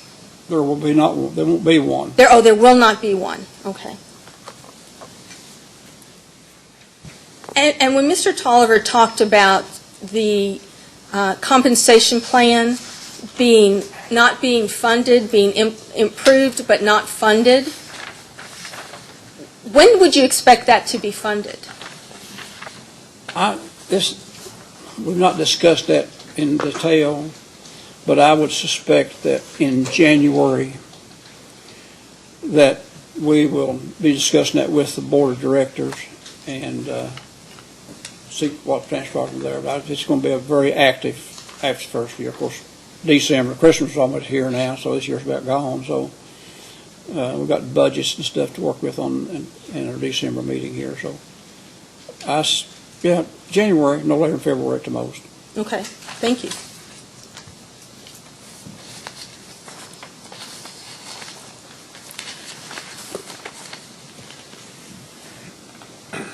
Could we go back to that question that was asked to Mr. Tolliver, and he wasn't familiar with it, about the AMR, AMI capability of the meters at Cumberland Valley?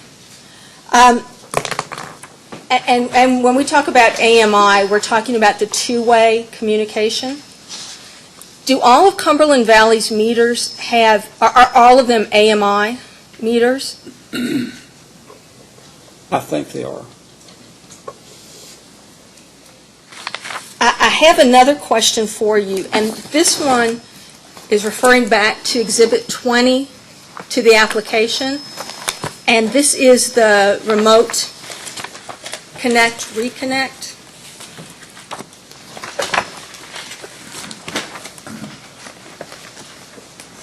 May I approach the witness, Your Honor? Yes, you may.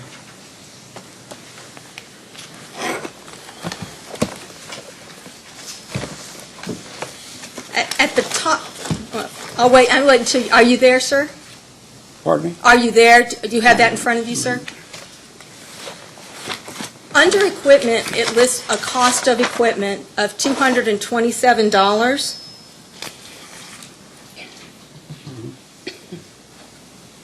I see that.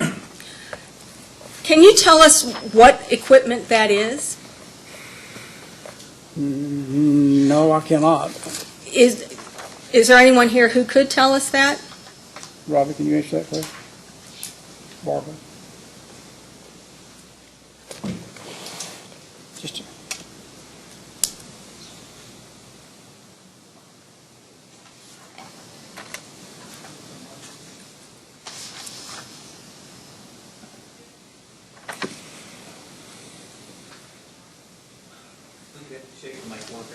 For sure, we think that's a meter self-contained with the modules in it.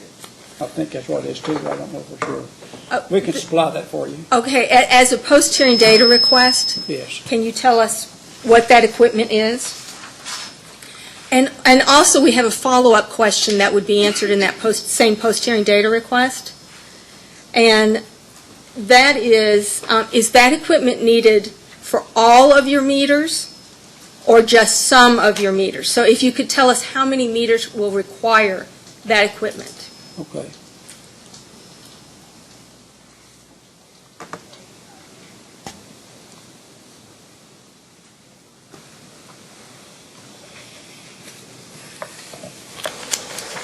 So Counselor, may I inquire, so with respect to the post-hearing data request, if the cost of equipment at 227 is more than one piece of equipment, you'd like a breakdown as to Yes, that would, types of equipment? If it's three, you want the identification of all three and as well as a breakdown of the cost for each of those. that would be helpful, yes.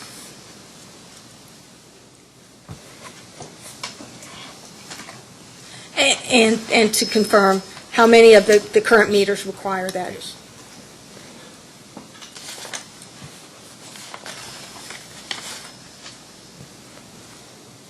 Mr. Hampton, next I would like to refer you to Cumberland Valley's responses to staff's fourth data request, item 11.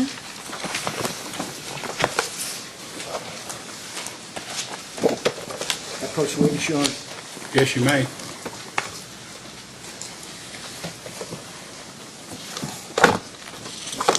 This is the wage and salary policy. We just had a few questions about and wanted you to expand upon them. Under Objective A, which says that Cumberland Valley will establish salaries that will attract and retain qualified personnel, what action steps have been taken to establish the salaries? To establish the salaries, Yes.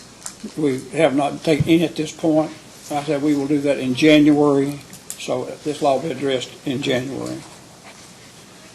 They accepted Mr. Tan's report, but it's a lot more goes to that than just accepting the report. We've got a lot of work to do. And they've been real busy working on this rate case, and we've not had time to get into this, to be honest with you about it.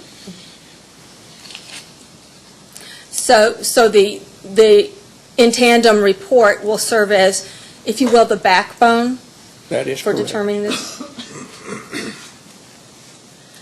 And there have been some questions today about, under objectives, Objective B, in regard to the last statement in that objective about to providing employees with an assurance that they have a comparable salary to other positions within the area that the company recruits. Can you tell me, what is the area in which the company recruits employees? I didn't hear. Okay, I'll do it again. In what area does Cumberland Valley recruit its employees? Well, the last one that I think I brought in was from North Carolina. Mr. Robert Pratt, he was on the east coast of North Carolina. And then I got Brian from over in Laurel County. So if I was recruiting a lineman, which I don't do right now, and we've not hired anyone in some 2 or 3 years or something, we try to get local folks to do that, because if you have trouble at night and evenings and storms and things like that, you'd want local folks to be available for you to do that. But on the management side, if you got local people, that's great. But if you need some expertise, then go anywhere you can to find what you need and so on and so forth. And you can go to the NRECA in Washington, D.C. as a good source.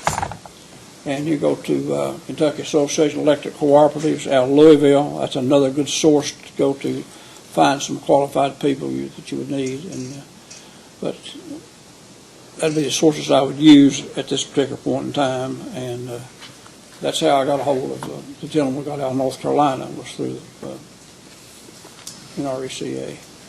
And I want to make sure that I understood you correctly, that you said that for recruited linemen, that you tried to recruit locally for the lineman positions? I do try to do that, but get them trained up and somebody else steals them from me. So I don't like that part of it.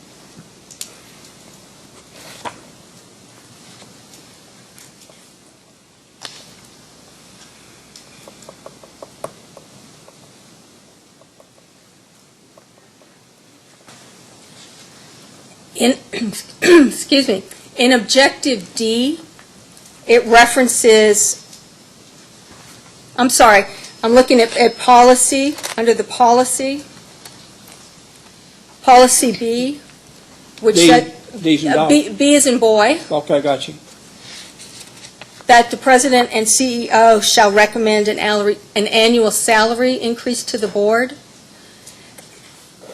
Does this mean that Cumberland Valley perceives requesting an annual salary increase, or is this a logistical path for requesting a salary increase? No, that will be a consideration. Won't be any guarantee of anything, just be a consideration. If they do a good job that year, then they could be considered. If they don't, then they need to be evaluated. So that will be tied to the performance review that is being Absolutely. developed?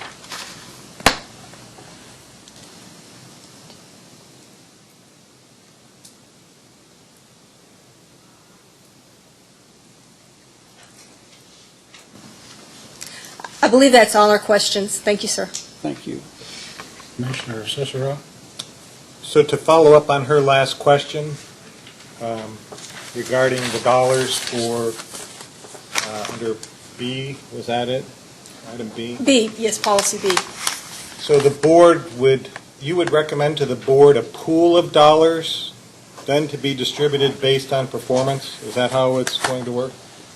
That's my concept of it. It'd be dollars there, and then after the evaluation, say you were a line superintendent, or maybe Mr. Goss was a accountant, and I felt like you were doing a great job, and Mr. Goss come in late too many times that year, and so on, he wouldn't get into the pool. Okay. You got to do your job, or So it will be performance-based. absolutely. I don't mean to belabor this, but going back to the board decision to implement a 3.5% increase in 2015 despite the commission's directive not to, can you confirm that the board actually took the directive, understood the directive that the commission gave and chose to still go ahead and give the increase? No. So the board wasn't aware of the directive? No, the board back in 12 granted the increase. Right. And at the time that, I hope I get my times right here, that they gave the union increase in 12, it was on a 4-year contract. And they granted the salary employees the same wage as they granted the union employees at that particular time. It's never the board's intent to defy any laws or rules or regulations and so on and so forth. No, that's just not the way it is. It's more of a timing thing than anything else. And then we got Mr. Tan in there to start working on that, which we'll get diligent with it after the first year. So I have to follow up on that with one more question, though.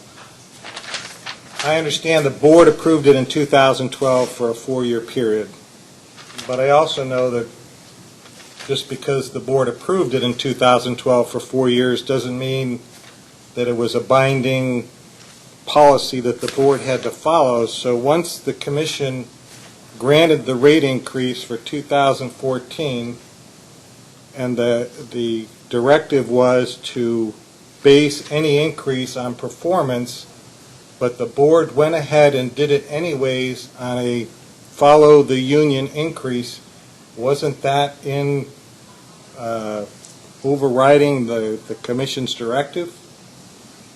No, I don't think. I think it's they'd already made that agreement to do that for the employees, and then you had the PSC order come out, and we started working with Mr. Tan. But we don't look. No, I don't think so. I don't get that at all. I respectfully disagree with you. Okay. Well, I wanted to lead into my next question because at that point in 2015, you were about at least 3 to maybe 4 years into this steep revenue decline, right? Where you're, I think that's right, it's close. Yeah. okay. I'm curious why the board at that point, knowing that the commission had this idea of performance-based salary increases, and knowing that your consultant didn't have their study completed in time, wouldn't have just put that salary increase on hold in order to, it satisfies a couple of different things. It satisfies the commission's directive, and it at least reduces expenses to a certain degree with revenue decline. I'm trying to understand why the board went forward with a increase in I see your expense. point. Yeah. Well, they took a position that once they granted a wage increase to an employee, they didn't want to go back on it. And so I think that's probably one of the reasons for it. And then it had Mr. Tan employed, and they thought, well, we'll just get with him, get this squared away, and then we'll get this all. Then this stinking revenue went to going south on us. And just a combination of many things in that short period of time right there. That's what's happened. I apologize for not knowing the geography of co-ops, but do you border co-ops, or are you contiguous to any other co-ops, or your territory is borders who? What other utility? What other electric utility? Okay. Our system is a long, narrow system across southeastern Kentucky, from the Virginia border in above Whitesburg. In fact, we've got 2 or 3 customers in Virginia. And it stretches from there all the way over near Kentucky 27, near Oneida, Tennessee. And we've got 2 counties that we serve a few customers in Tennessee. But the major counties we serve is Letcher County, Harlan County, Leslie, Bell, Knox, a little bit in Laurel, Whitley, and McQuarrie, and those 2 in Tennessee. It's right down the Cumberland Valley. So as far as other utilities that border Cumberland Valley, who would those be? All right. In the extreme east, we'd have Kentucky Power AEP system. Okay. And over in Virginia, which we border, would be the Old Dominion. And then in the southern part of our system, which would be in Tennessee, we have Powell Valley Electric down in Tazewell, Tennessee. And then we have LaFollette Plant Board out of LaFollette and over on the west side of I-75, we have Powell Valley Electric. And to our north, we would have Jackson Energy. And to our west, we'd have South Kentucky. And then Kentucky Utilities would be, mingle with us, some in Harlan, Bell, Knox, Whitley, and they do not have Laurel. So following up on a question that staff asked, and I know this is obviously a long-term decision that the board would have to make, but looking at either being acquired or merging with somebody, should the situation with Cumberland Valley become more desperate than it is now, as Mr. Tolliver mentioned, he doesn't know where the bottom of this revenue crash is. Do you foresee the board ever viewing that as an alternative? I would never say never. You don't know to approach a board with something like that. But keeping the customers who you're diligently working for in mind, what's best for the customer, you can take a look at it and see what the cost was. It'd take a long, long time to get something like that accomplished. But you'd be open to it? Pardon me? You'd be open to it if the opportunity was right? Yeah, had the proper studies done and everything. It'd be worth, if it would help the citizens of southeastern Kentucky, yes. I'll add, Mr. Chairman. Mr. Lawson? Just a couple. Mr. Hampton, the union's currently working under their old contract until you get a new one in place? Yes, they are. Okay. And I don't want to ask you anything about the negotiations. I've been through a few of those, well, a couple of those, more than I want to ever be involved with again. But, you guys are in a tough spot. Would you say that the union understands where the company is? Yes, we want to work in detail with them. Okay. And they understand everybody's got hard choices to make in front of them. Yeah, they know that the coal business has died in eastern Kentucky. If it's not died yet, it's on its deathbed. Maybe a few mines still operating, but not a whole lot. Okay. And then just, is the agreement, it wouldn't be final until the board approved it, correct? Or is that not correct?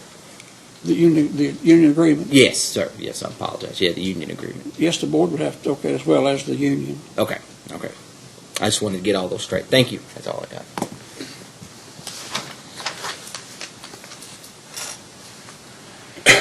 Your Letcher County is one of the counties in your service area, is that correct? It's southern Letcher County. Yeah. I'm in there with AEP. Are you just limited to the Cumberland River Valley It of is. Letcher County? No, not exactly. We've got some over on the Line Fork area of Letcher County. Well, it'd be Kentucky Riverside. I guess it'd be Kentucky River on that side. You don't go onto the Big Sandy Riverside, No, I don't.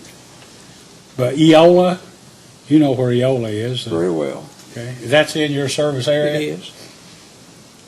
Insofar as the, I guess your customer base in the counties you serve, would it be fairly accurate to say that school systems and colleges probably provide most of the employment in the areas you serve? Colleges and schools. Yeah, county school systems, County city schools schools? would be right up on top of the list. And, of course, the state government now has several people in there, highway departments and mine offices. Of course, the miners, I'm sure that the state employees that work for Mine Bureau have to go somewhere else. And Probably local government, county government. Local and county governments. And we've got a prison over in Bell County that's a Hospitals. hospital. No, we've just got one hospital. That's at Corbin. Rest of them either on the municipality or Kentucky Utilities. So hospital in Pineville and Middlesboro aren't on your system? That's on KU.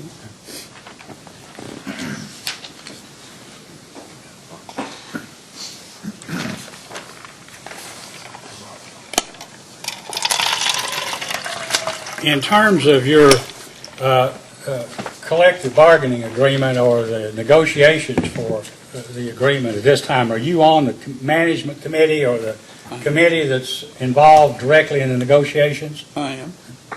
And I believe you indicated that the union is aware of the financial status of Cumberland Valley? Yes, they are.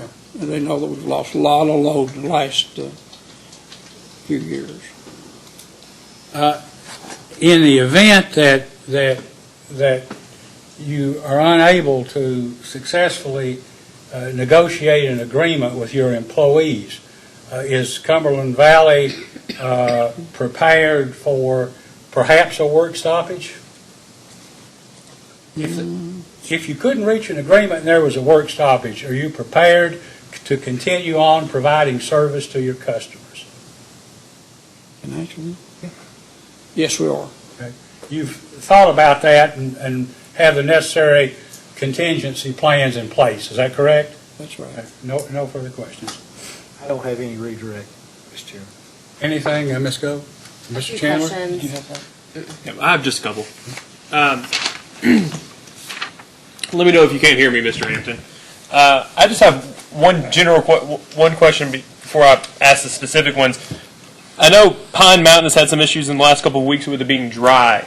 Have you all had any safety issues or property damage due to the fires?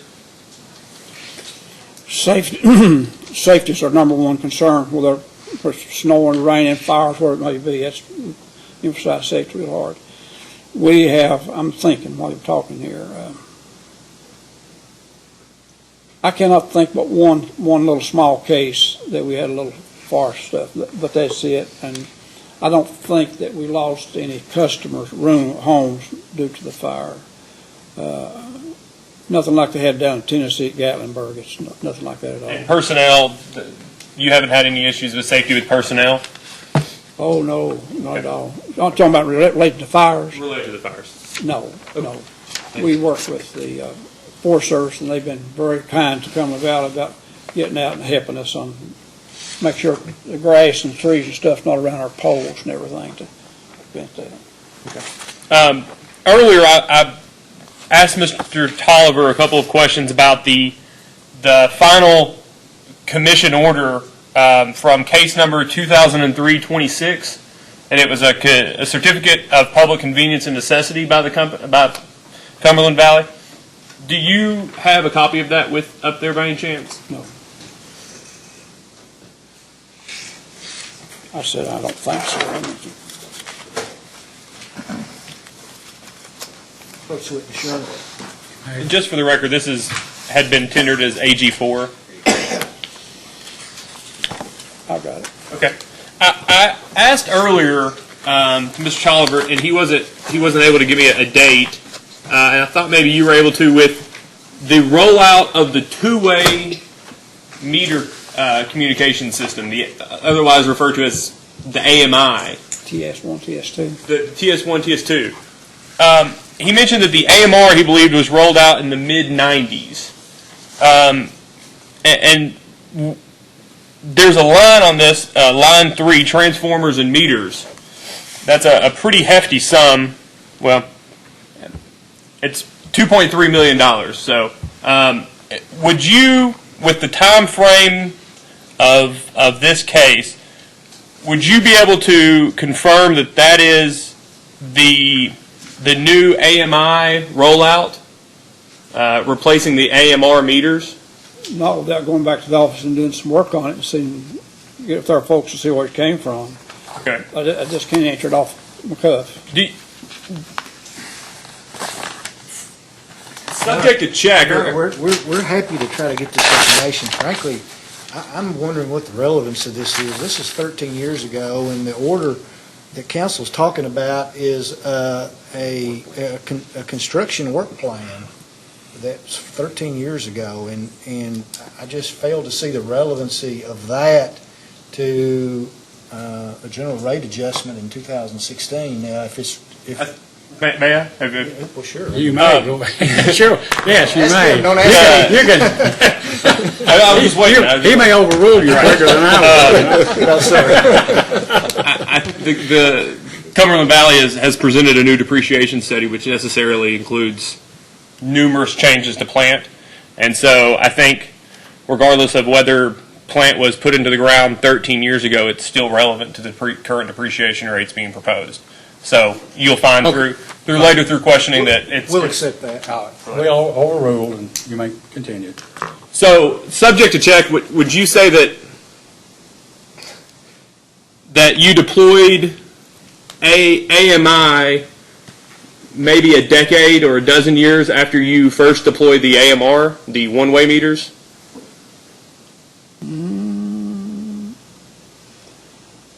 That falls in Mr. Tolliver's and Mr. Abner's section. Let me go back and check. I'll provide you that information. I think we already have an outstanding post-hearing data request about the date of rollout, so that's fine. I just wanted to check with the second witness. Do you have anything? Staff? No further questions. Commissioner? No further questions. No, sir. Logston? No, sir. No further. Okay. You may step down. Thank you. Thank you, y'all.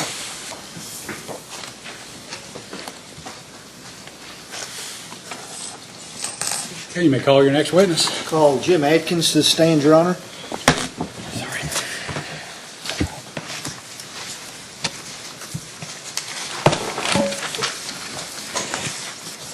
Mr. Atkins, do you solemnly swear or affirm under penalty of perjury that the testimony you're about to give will be the truth, the whole truth, and nothing but the truth? I do, sir. Please be seated. You may ask, Mr. Goss. Thank you. Mr. Atkins, would you state your full name for the record and your address, please? My name is James R. Adkins. My address is 2189 Roswell Drive, Lexington, 40513. And what is your line of work, Mr. My line of Adkins? work, I'm a utility rate consultant, dealing primarily with rural electric cooperatives. And is your resume, your qualifications and so forth in your testimony? Yes, sir, it is. Did you cause to be filed or sponsor certain pre-filed testimony and/or certain responses to information requests in this case? I did, sir. Do you today have any corrections, additions, or revisions that you'd like to make to I have either no- your testimony or your data request responses? I have no changes. And if you were asked the same questions today that were asked of you previously in all of this discovery, would your answers remain the same? Yes, sir, they would. Do you fully adopt all the testimony and responses to discovery that you've given in this case? Yes, sir. Pass the witness, Mr. Chairman. Ms. Gold, Mr. Chandler, cross-examination? Thanks, sir. Thank you for being here with us today. Do you mind if I get a little bit of water first? Do what you wish, sir.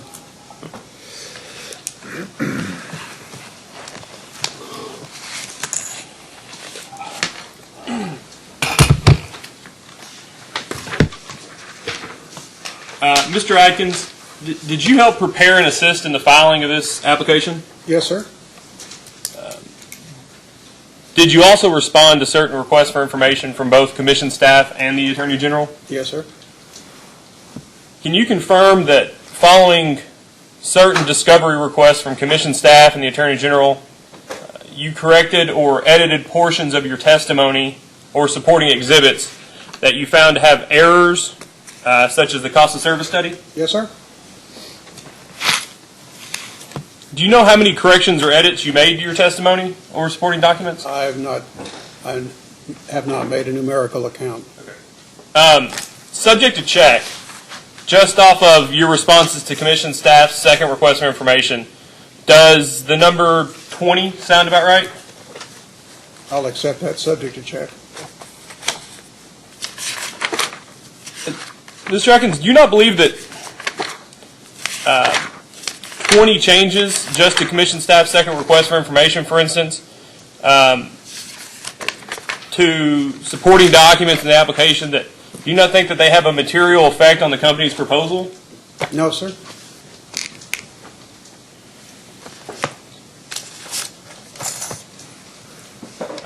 After correcting or editing the application and some of the supporting documents, did you or the company or you on behalf of the company ever change the requested amount, either up or down?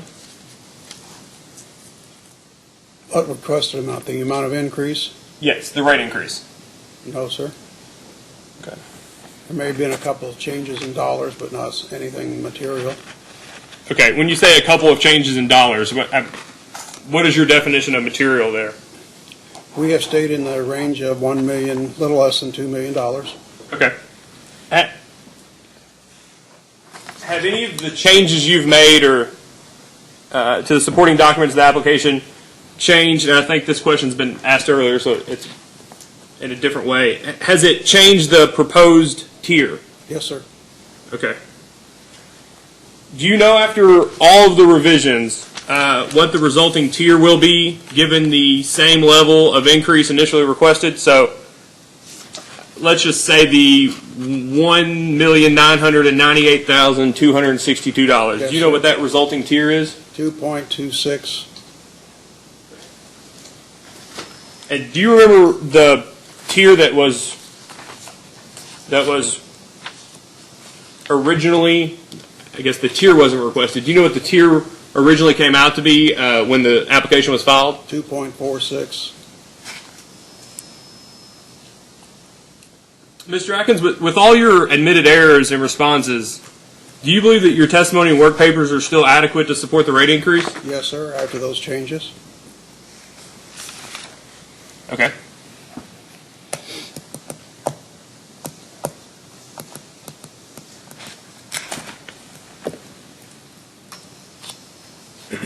Just to restate, isn't it true that in your testimony you recommended an increase for Cumberland, that at least in a portion of your testimony you mentioned that net tier would result in a net tier of 2.41 times? I may have, sir. May have been a typo. Can you confirm that in your testimony you stated that the normal tier authorized by the commission has been 2.0 times? Yes, sir.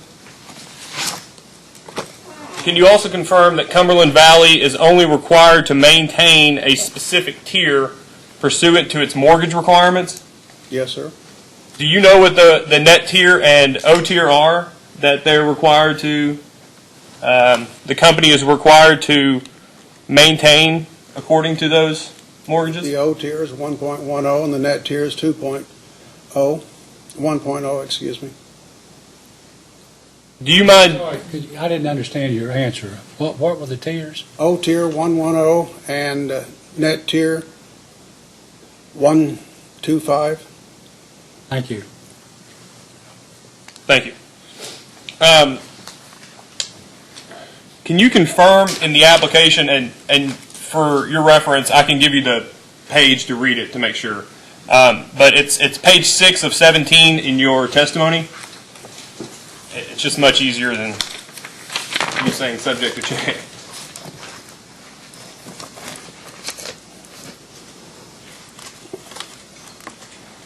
What page is that on, sir?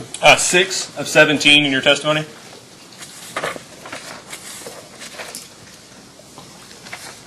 I'm there, sir. Let me rephrase the question. Can you confirm that in the application you made the following statement? This method of setting margins on the basis of tier may be a disincentive for a distribution cooperative to maintain the lowest interest expense possible? Yes, sir. As a customer-owned cooperative, don't you agree that Cumberland Valley is always incentivized to keep margin and therefore tier as low as allowable pursuant to its mortgage? Could you please rephrase your question? I will. As a customer-owned cooperative, don't you agree that Cumberland Valley is always incentivized to keep margin and therefore tier as low as allowable pursuant to its mortgage? I would agree with that statement.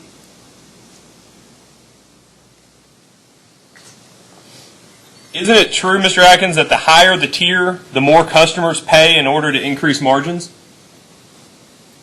Yes.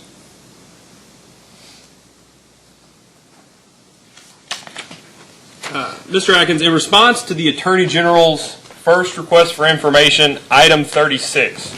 I can give you time, Mr. Goss. Thank you.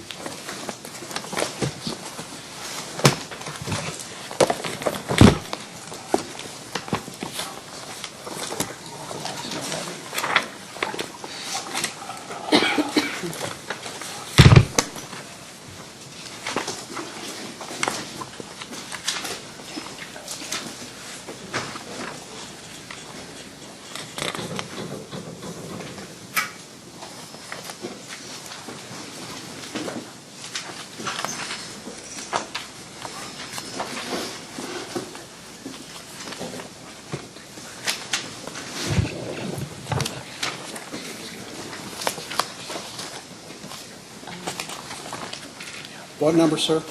Excuse me, 36. 36? Yes, sir. AG 136. Or item 36.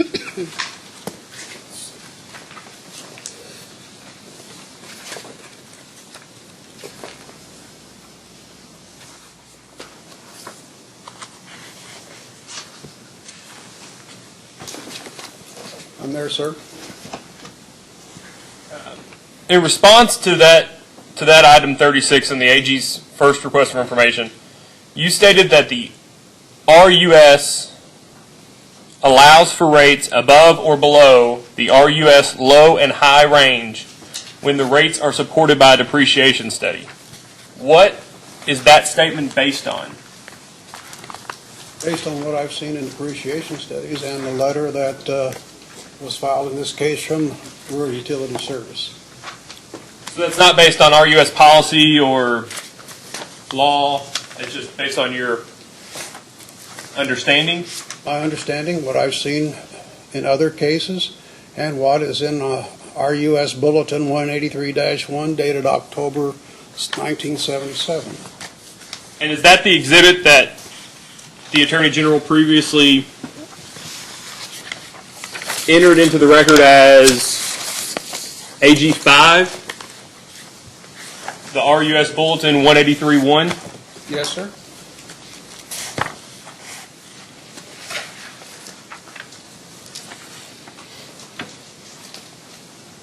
Do you mind to look at that bulletin?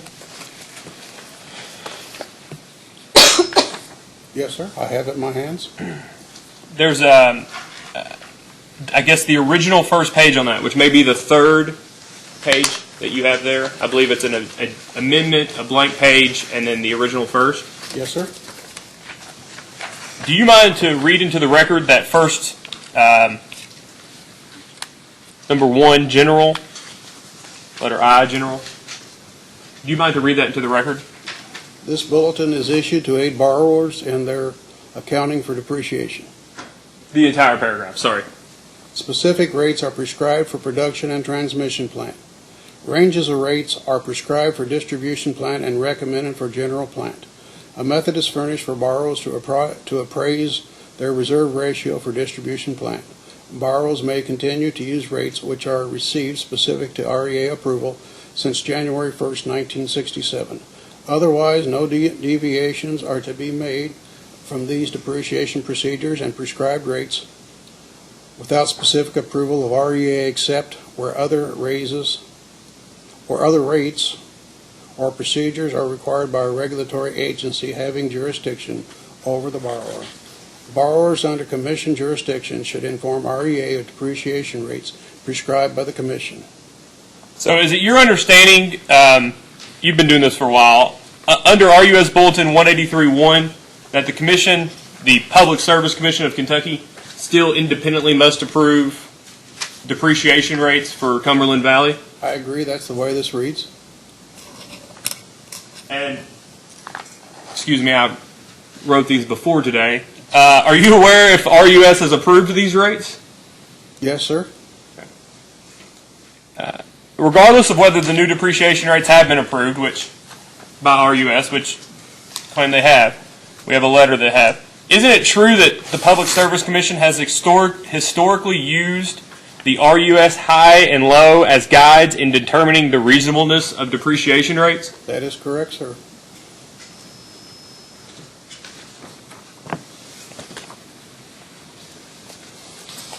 At this time, I'm going to pass out, this is in the record, and I believe it's, due to printing, it's an error. It's part of the depreciation study in Exhibit 21 at page 8.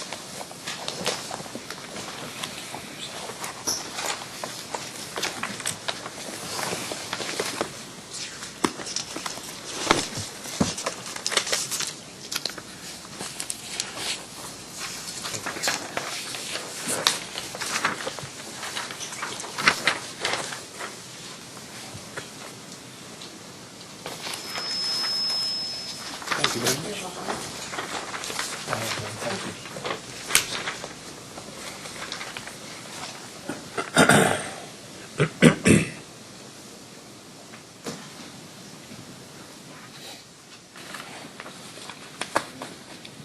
Have you seen this page before? I have seen something similar, sir. Do you mind to look at the table there on page 8? Yes, sir. And after just even a cursory review there, doesn't it seem odd that with the exception of the AMI meters, ignoring substation at the top, that with the exception of AMI meters, the company doesn't have any current depreciation rates outside of the RUS high and low? Agree, sir. Other than AMI, as you said. Looking at that substation account, which is plant 362, are you aware of, there's a lot of plant accounts out there, are you aware of plant account 362 under the RUS Uniform System of Accounts? Yes, sir. Substation equipment. Thank you. Do you know what items that plant account 362 is allowed to contain pursuant to the RUS Uniform System of Accounts? Could you please repeat your question, sir? That's fine. Do you know what items plant account 362 are allowed to contain according to the RUS Uniform System of Accounts? I am generally aware of it, sir. Okay. If I read a few of them to you, would you be able to acknowledge that they sound right? I will certainly try, sir.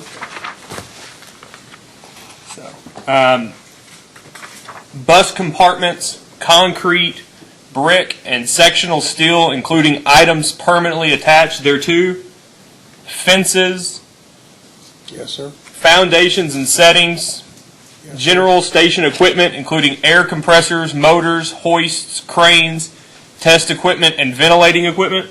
Yes, sir. That's all dealing with your normal distribution substation. Okay. Thank you. Yeah, and sorry, I was referencing from that, excuse me, those are all listed on AG3, which is the 362 station equipment. Is it common for plant accounts to be referred to as two different things? For instance, in one place it'd be referred to as substation and another station equipment. Those are synonymous, correct? In this instance? What we have here is investments made by Cumberland Valley dealing with smart grid investment communication equipment for its meters at a distribution substation of East Kentucky.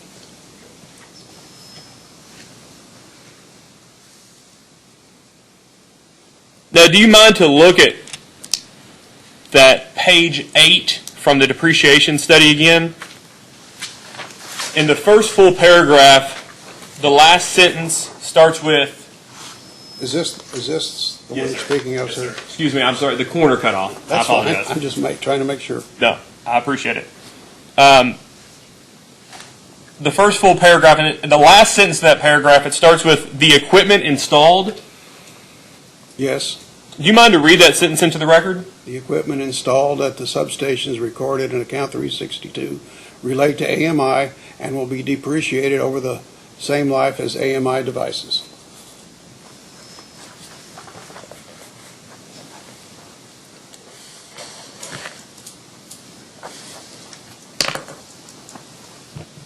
I'd like to now pass out page 25 of 38 from Exhibit 21, which is also the depreciation study.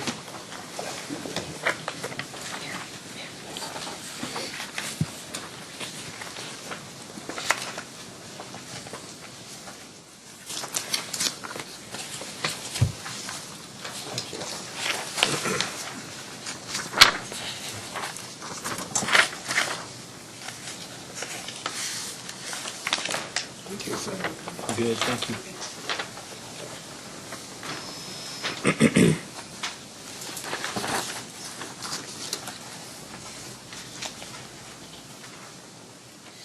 Do you have that in front of you? I have that in front of me, sir. Page 25 of 38, Exhibit 21.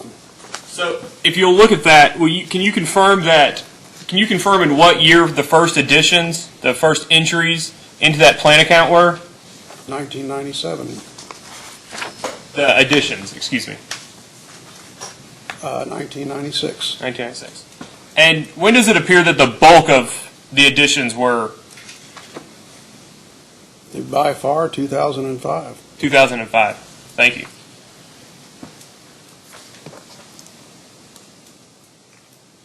Do you believe, and is it Cumberland Valley Electric Company's position, that items such as fences, concrete, motors, and blowers should all be depreciated at the same rate as AMI meters? Sir, I don't think that's what they have invested in account 362. We're dealing with, as it says in that sentence, AMI, et cetera, and should have the same life as AMI. As a 15-year useful life, a 6.67% depreciation rate, which this commission has approved in previous cases for AMI equipment. So you're saying if there's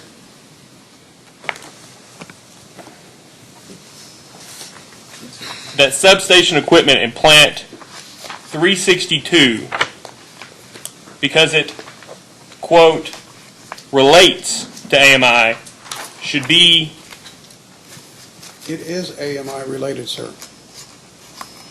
Most of the distribution substations are owned by East Kentucky Power Cooperative, not by the distribution sub. They're just placing equipment out there for AMI purposes. my question is, are you saying that concrete, fences, and other things related that are put in that account should be depreciated over the same life as the TS2 meters, for instance? Yes, sir, if any concrete's in that account, and I'm not sure specifically that they are. I would bet next to nothing, if any, zero, sir. Thank you. That's all I have. Diane? Good afternoon, Mr. Atkins. Good afternoon, ma'am.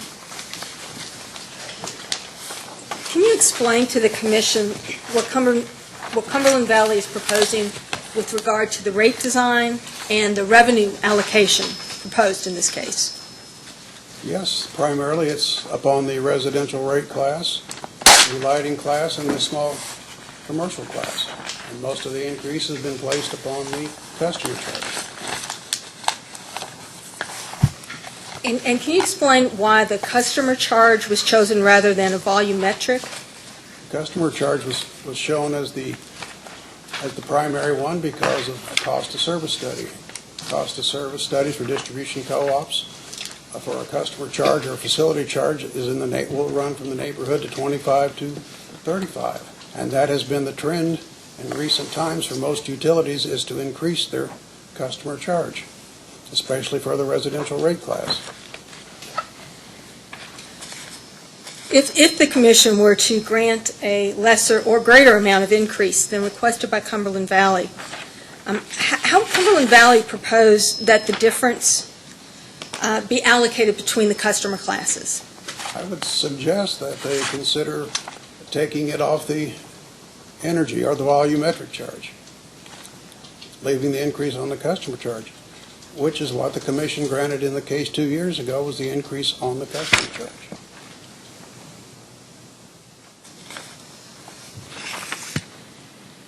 To your knowledge, has Cumberland Valley conducted a study that would indicate the impact of increased customer charge on low-income customers? Yes, they have. And can you tell me the results of that? The low-income customer, for the most part, is a greater user than the average customer.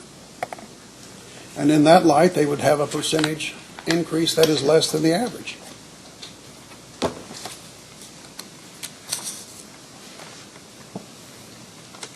And can you explain, is there a particular reason why a low-income customer is a greater user?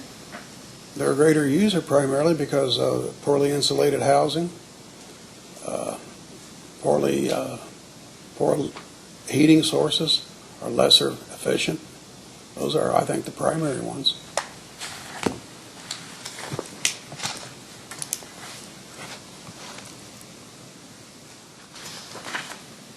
We're going to start, I'm going to start referring to various exhibits in the case record. Yes, ma'am. I'd first like to turn to the revised J, which was the exhibit to the application. What response is that in?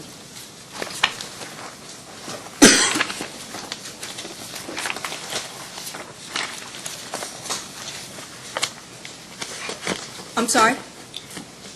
What response? Yes.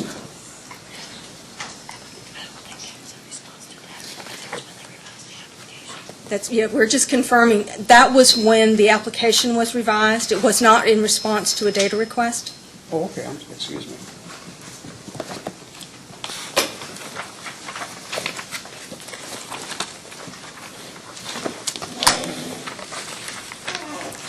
I have a copy of the original filing of Exhibit J. Thank you.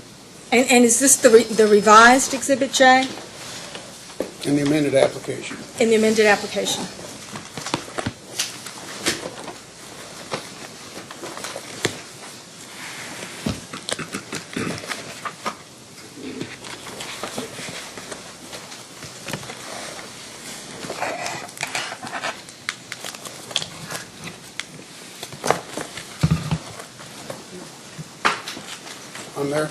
Okay. We're looking on line 10, the small power single phase. Yes, ma'am. And according to this, Cumberland Valley is proposing an increase of 6.49%. Yes, ma'am. Keeping that in mind, if we could turn to the revised Exhibit R, this was filed in response to staff's third request, item 10.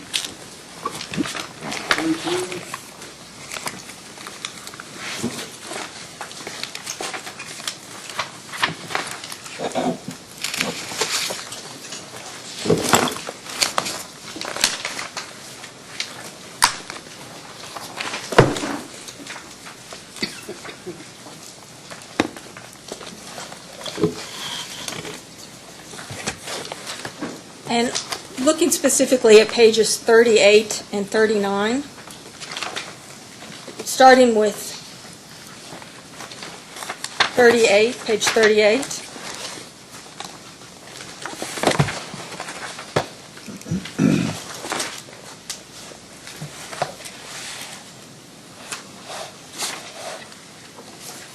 Page 38 of 40, Yes. item 1030, staff request.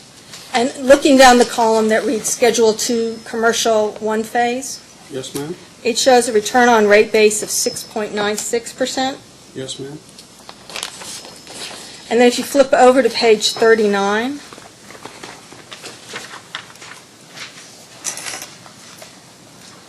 this shows a total return on rate base of 3.08%. Yes, ma'am. Can you explain why the small power single phase class should bear a larger increase than is justified by the cost of service study?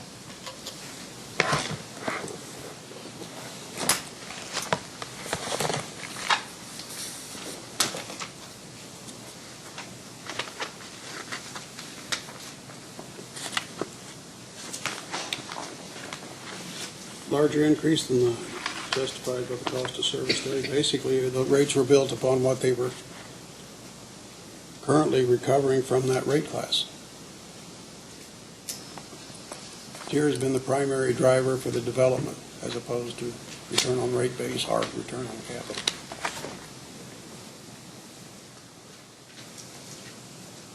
I'm sorry, could you repeat that? I think I lost part of that sentence. I said that we developed most of the rate design and the revenue requirements on the basis of tier rather than return on rate base.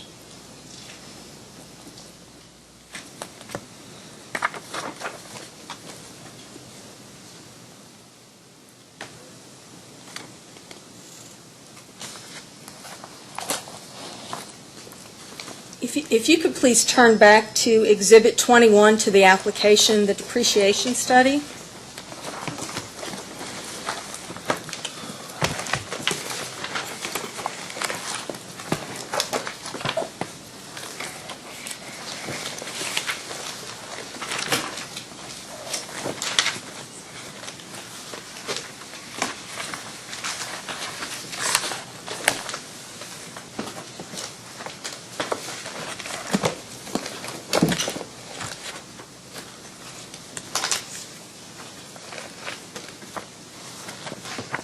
What page of this study? I'm going to start with some general questions, and then we'll move to page 8.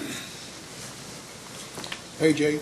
Well, yes, we'll move to page 8 after the general questions, if you'd like to turn to it. Thank you.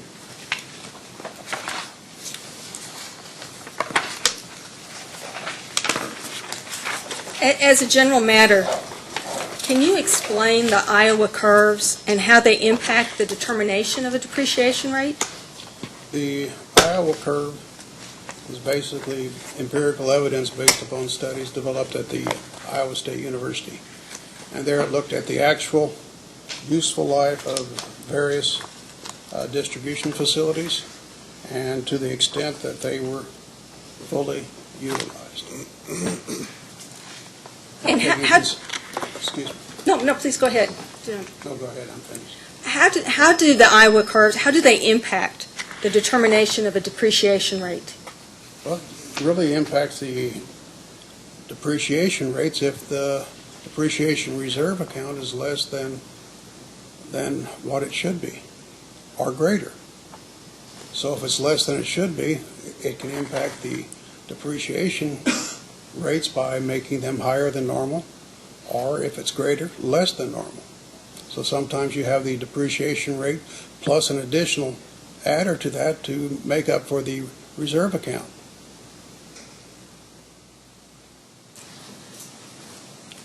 Can you explain how net salvage value impacts the determination of a depreciation rate? Net salvage value is is subtracted from the original cost to determine the amount of plant that will be depreciated.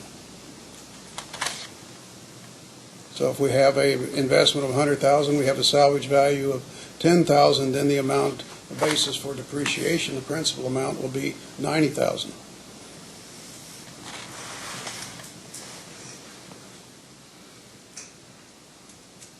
I have a question about one of the software programs, and I'm going to give it its full name. The Computer Assisted Depreciation and Life Analysis System. Yes, used by the Surface Transportation Board, CADLAS. Does this program select the Iowa curve for a particular account, or is that determination made by other means? It's normally selected for a specific account, but then judgment comes into being to see if that is still appropriate. That's my understanding.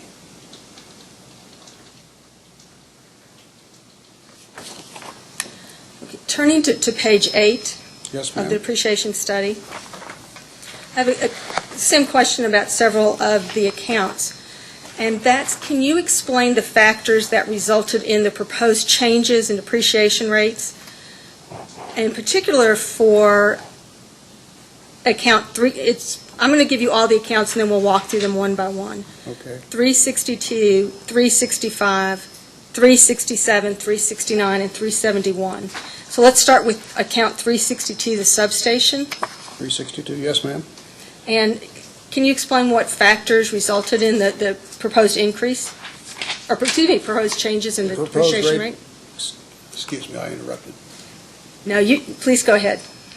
The proposed rate of 6.7% is the same as the AMI 6.70 because both equipments basically have the same useful life it is estimated today. We're not completely sure now because this is all new equipment.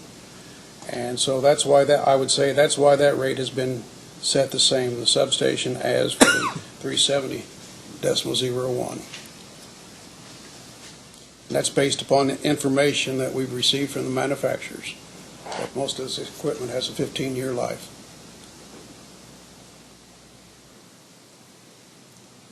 And for account 365, the OH conductor and devices? I would say that's probably based upon the Iowa curve and also upon the depreciation reserve account being less than it should be, and that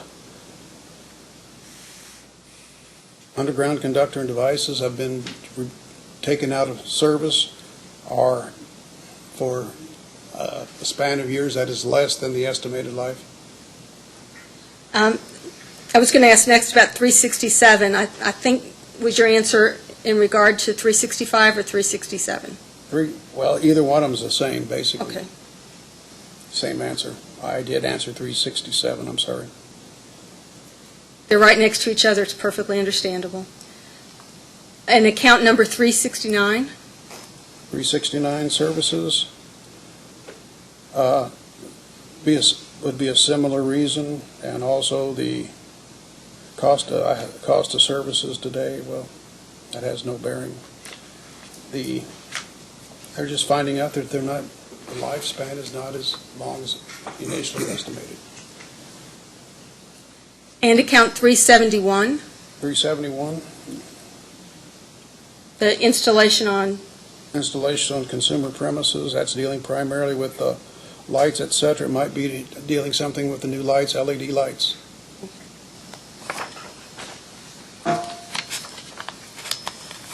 Also, high-pressure sodium never lived up to its expectations. Had change-outs much quicker than normal. remaining in Exhibit 21, can we turn to page 11?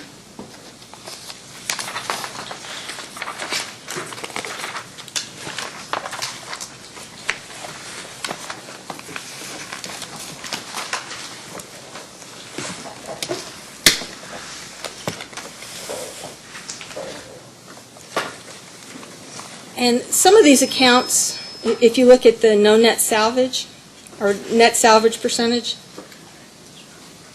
they don't have a net salvage percentage. So going through them, account 362, can you explain why there's no net salvage percentage? The assumption there is no value at the end of its useful life, resale value or anything else. And 368?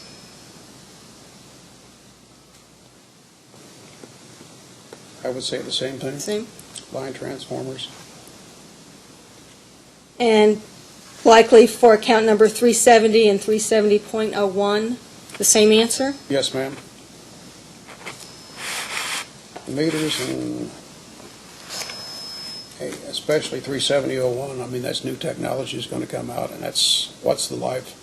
What value is there 15 years after installation? And lastly, if you can turn to page 13.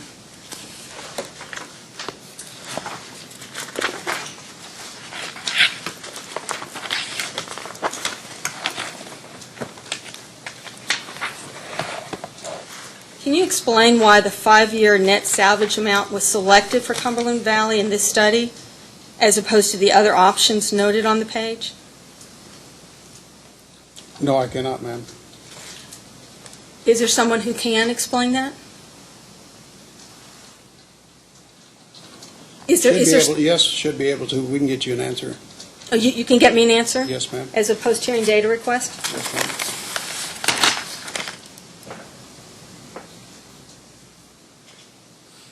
And so council, just to make sure, you want to know why the 5-year average was the one that was employed as to the exclusion of the others? Yes, sir. All right.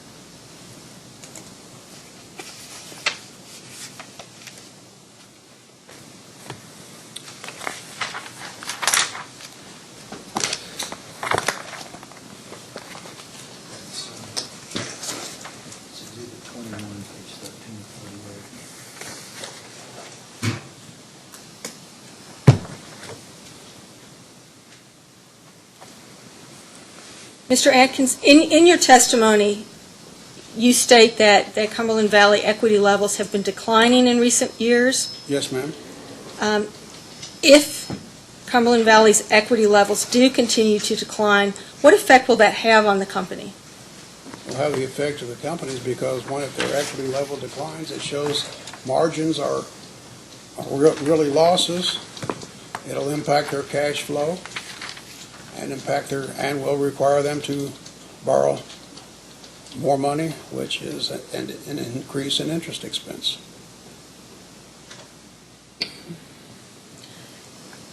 What is the equity level that Cumberland Valley is trying to achieve? Is there one? I would say in approximately the neighborhood we're talking about equity capitalization, excluding East Kentucky Power GTCCs, in the neighborhood of 30 to 40%, with a target of 35% would be what I recommend.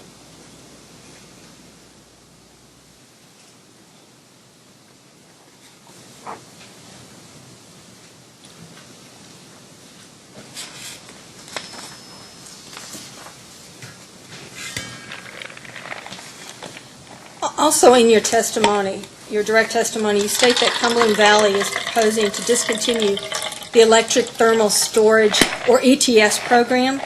Yes, ma'am. Can you explain to the Commission the reasons why Cumberland Valley is proposing to discontinue the ETS rate? They're proposing to discontinue the ETS rates for several reasons. One, the program has declined in activity. The separate meters and clocks are utilized, and Cumberland Valley is not exactly sure of if they're working adequately.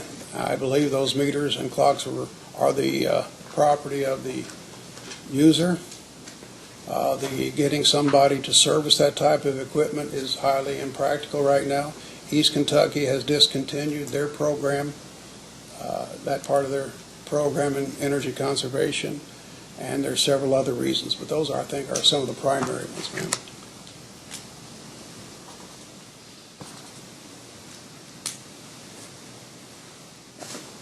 Even though Cumberland Valley is proposing a new time of day residential rate, Yes, ma'am. is there any harm to Cumberland Valley in retaining the ETS rate within the regular residential tariff?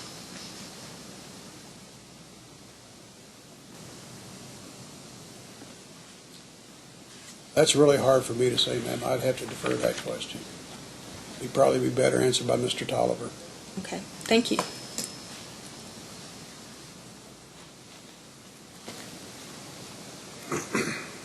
Do you know the number of kilowatt hours the average ETS customer is billed at the ETS rate each month of the test period? It's in the application, but I don't recall off the top of my head, ma'am. I was going to say, wondered where in the application, but why don't we make this a post-hearing data request? If you don't recall where it is in the application? At our next break, can I develop it? Fair enough. Yes.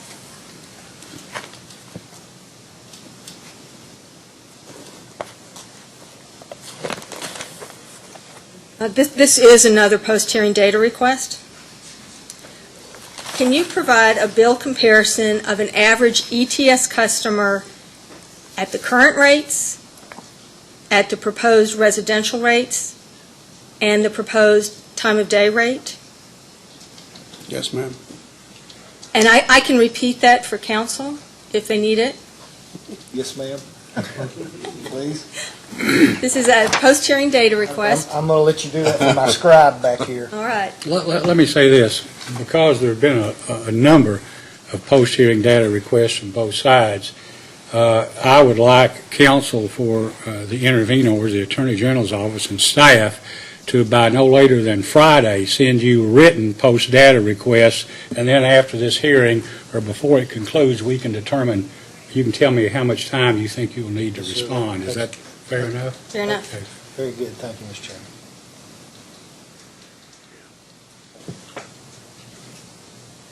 This is a bill comparison of an average ETS customer at the current rate,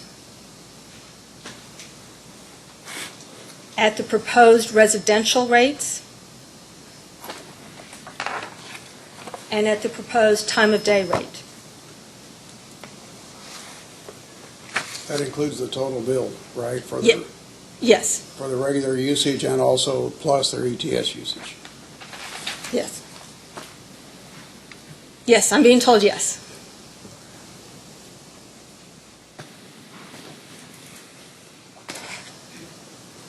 And Mr. Atkins, in your testimony on page 17, you included a table.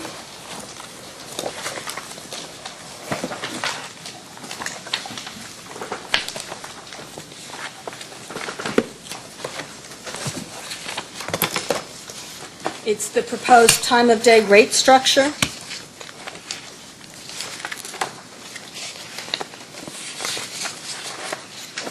What page was that again, please?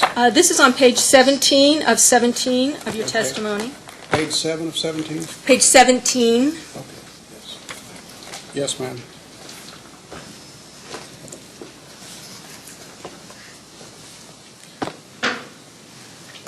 We would like to have this information updated with, make sure I get this right, with the proposed revenues shown in revised Exhibit J. I believe that there was a data request that covered this, but it appears that the tables do not match up. Okay. Yes, ma'am. So if you'll give us a revised, This revised table on page 17 of 17. yes, and revised with the revenues from revised Exhibit J. Yes, ma'am.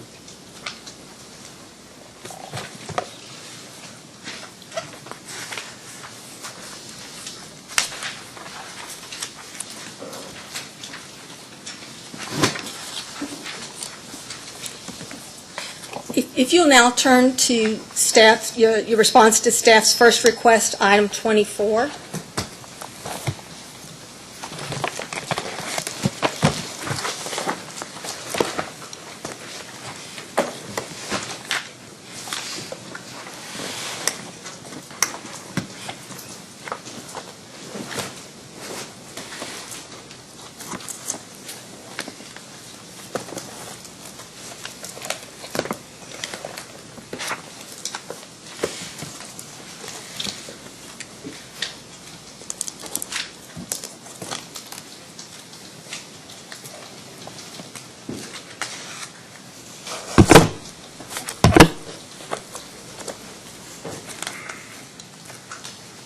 Yes, ma'am? And our question really is the amount of 49,153. Can you confirm that that amount was not included in Cumberland Valley's application? Which page are you on now? On page 3 of 6. Okay. I apologize. We're looking at the property tax adjustments.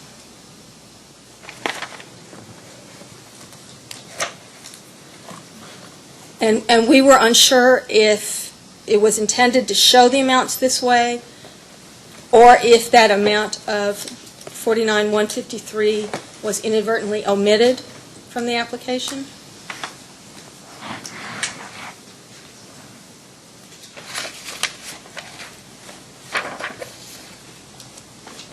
I would have to say that was overtly inadmitted,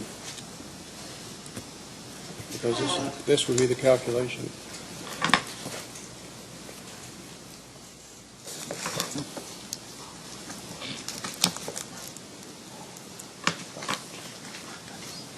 Okay. We just want to confirm that this is the correct amount of the adjustment. To for the best of property. my knowledge, yes, ma'am.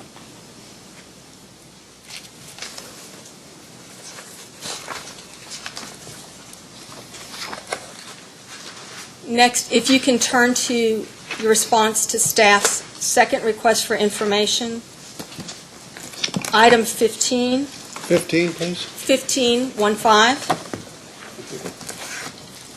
and it will be page 5. But I will walk you through that citation. 215, page 5. 215, page 5. Yes.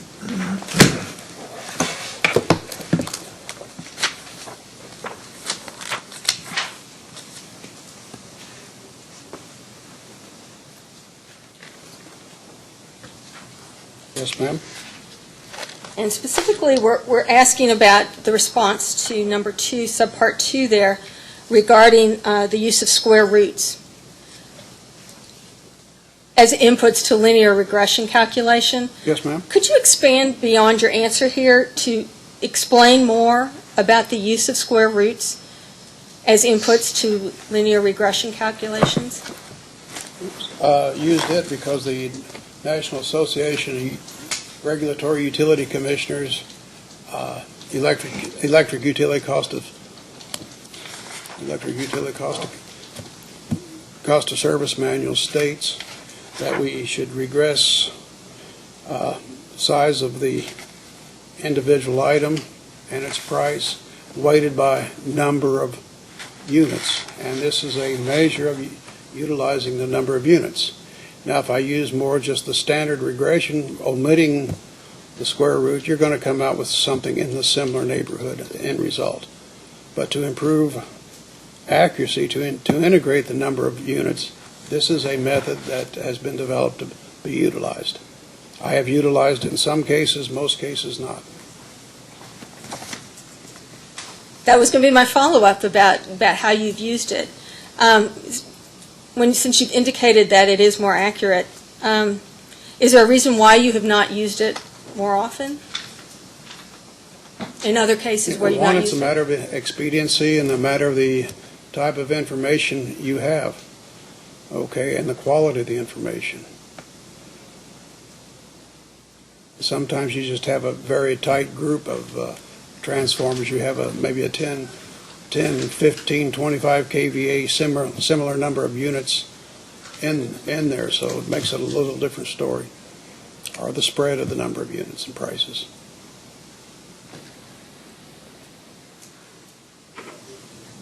And to follow up on an answer you gave to the Attorney General about the tier, that the correct tier being requested by Cumberland Valley is 2.26. Yes, ma'am.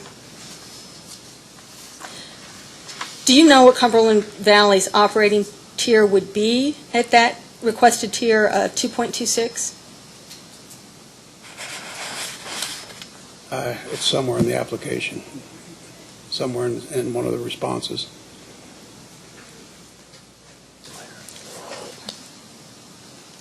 At a break, can we also ask for you to give us I that will information? try, I will look for that. The ETS average usage, I believe I can give you Okay, more than that. okay. I will do both, ma'am.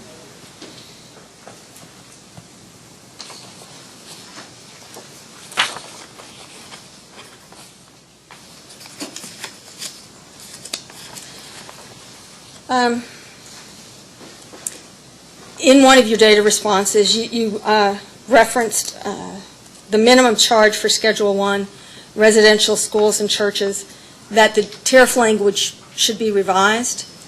As a post-hearing data request, can we get a revised version? Revised what? Let me back up. Let's go look at staff response to staff's third request of information, item 4.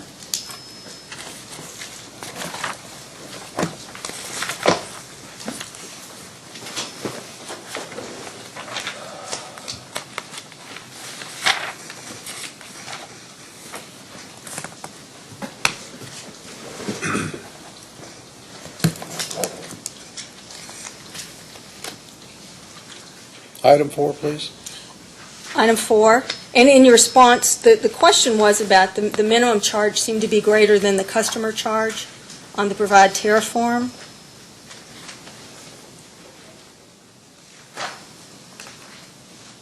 Yes, ma'am, go ahead. And that Cumberland Valley believed that the tariff language should be revised. Yes, ma'am. As a post-hearing data request, we would like to get a revised tariff for Schedule I residential schools and churches. I understand now, thank you.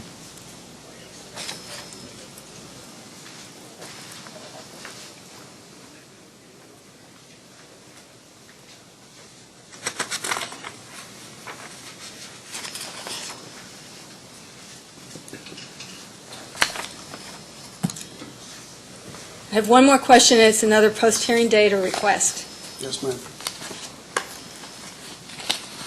Let's turn to, still in your responses to Commission staff's third request for information, Yes, ma'am. item 5.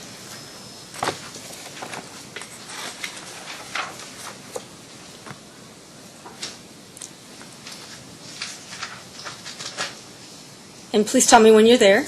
I'm there, ma'am, yes. For this table, which shows commercial 1,000 kVA and over, we would like to get this same information, but company-wide,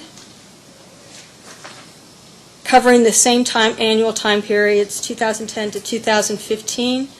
Are you speaking for the revenue? This is the table on page 2 of the response Yes, to ma'am. item 5. I'm on the table, yes. Yes. We would like this table revised to reflect company-wide information for the same time, I'm not sure I know what you mean by company-wide. all rate classes. All rate Broken classes. down by rate class, Yes. the expenses will remain the same, and the margins will remain the same. It's just on the revenue side, we're broken down by rate class. Is that correct? Yes. Thank you. But also add in through June 30th, 2016. So You want 2,000 what? adding it from 2010 to 2015, but also include 2016 through June 30th of Through 2013. June 30th? Yes. Okay.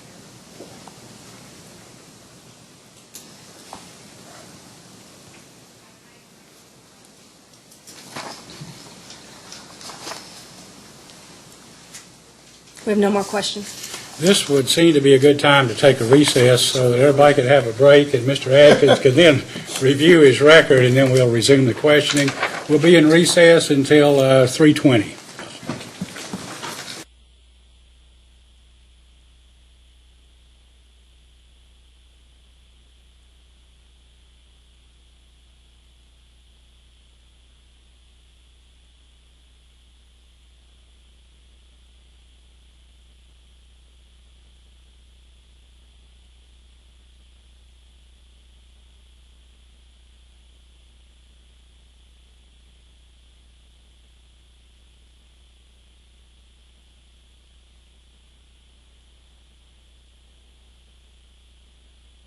Back on the record. Counsel, would you like to complete your cross-examination of Mr. Atkins? Yes, Mr. Atkins, at the break, you were going to check on the average ETS customer rate and also on the O tier at a Yes, ma'am. tier of 2.26. Yes, for the ETS customers, the average usage is 953 kWh per month. Or the amount, what the requested increase would be a tier 2.26, and you wanted an O tier, it'd be 2.02.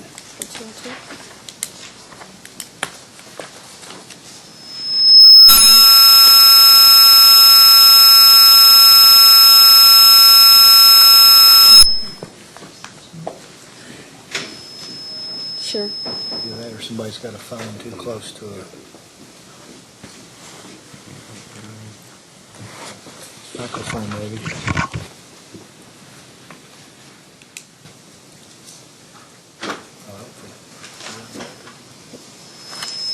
With,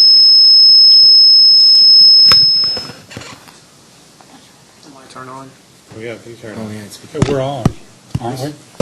I turned it on. It's on, but it's not on. It's on. Yeah, It's on. Now we're on. Just he probably needs to repeat his answer then. I was going to ask if I you don't know, there could, must be an electrical. The switch was on, but I guess I think she had to do something. I think she just turned it on. Mr. Atkins, if you could provide the number of kilowatt hours the average ETS customer was billed? 900, and the average ETS customer is 953 kWh per month. And is that just for the ETS, or is that for the entire bill? I believe that's for the ETS. And can you tell, this was in the application, can you tell me where it was located? It's in the revised application on the notice. Because you have to have average usage there, and it's under marketing rate. Thank you. And if Cumberland Valley gets the requested tier of 2.26, what is the O tier? The O tier would be 2.2.02.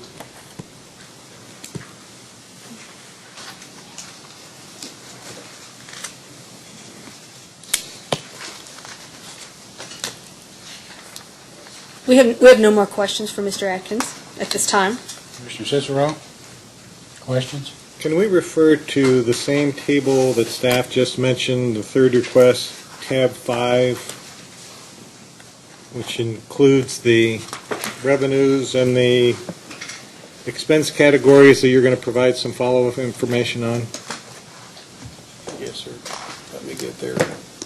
I'd just like some clarification of what the table includes. It shows commercial 1,000 kVA and over for revenue, which I presume is the only revenue in there to show the decline in that base. Yes, sir. So I'd like to see the revenue for those periods, including through June 30th, for all the rate classes, as you discussed, Yes, sir. so that it comes up to the total revenue. And then I'd like you to confirm what is included in the major expense categories. Is what's shown here for the company, or is this just for expenses that were allocated somehow to the commercial group? This is for the company, sir. So this is total expenses listed under there. Total distribution expenses does not include purchased power from East Kentucky. This is just distribution incurred expenses, sir. Can you include the, Can include the purchased power, sir, yes. okay, and then you're going to include the column for June, through June 30th, 2016? That's all I have. Commissioner Logston? Nope, we covered I it. have none. Mr. Goss, would you like to? Just a couple, redirect? Mr. Chairman. Mr. Adkins, I want to go back to a question Mr. Chandler asked you, and that had to do with a cooperative trying to keep a tier at or near the minimum financial metrics in order to meet your ROS borrowing mortgage requirements. Is it financially prudent for utilities such as Cumberland Valley or any other cooperative for that matter to ask for a tier at or near the minimum financial metrics Absolutely. contained in the RUS mortgage requirements? Absolutely not, sir. Why is that, sir? Well, you're operating at the bare minimum, and it doesn't ensure that you will have enough cash for operations. You will not be paying any capital credits, more than likely. You will have minimal margins, and you're always operating on the edge. Plus, you will be probably borrowing more over the years and increasing interest expense. Now, okay, thank you, sir. Typically, or I don't know if it's an average, but typically nowadays distribution cooperatives ask the commission, and the commission has typically awarded revenues sufficient to achieve a 2.0 times tier. Is that generally a correct statement? That's generally a correct statement for today. In previous years, the Commission has authorized tiers for distribution cooperative up to a 2.50.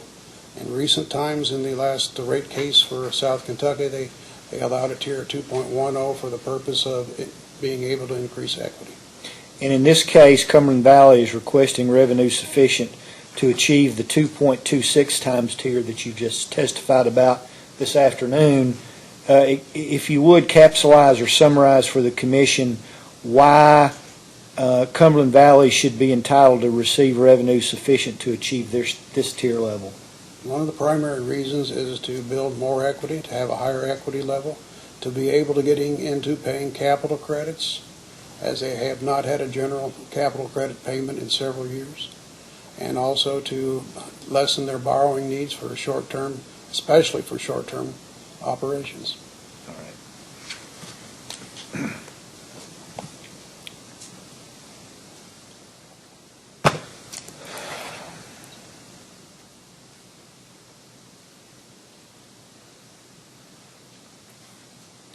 Now,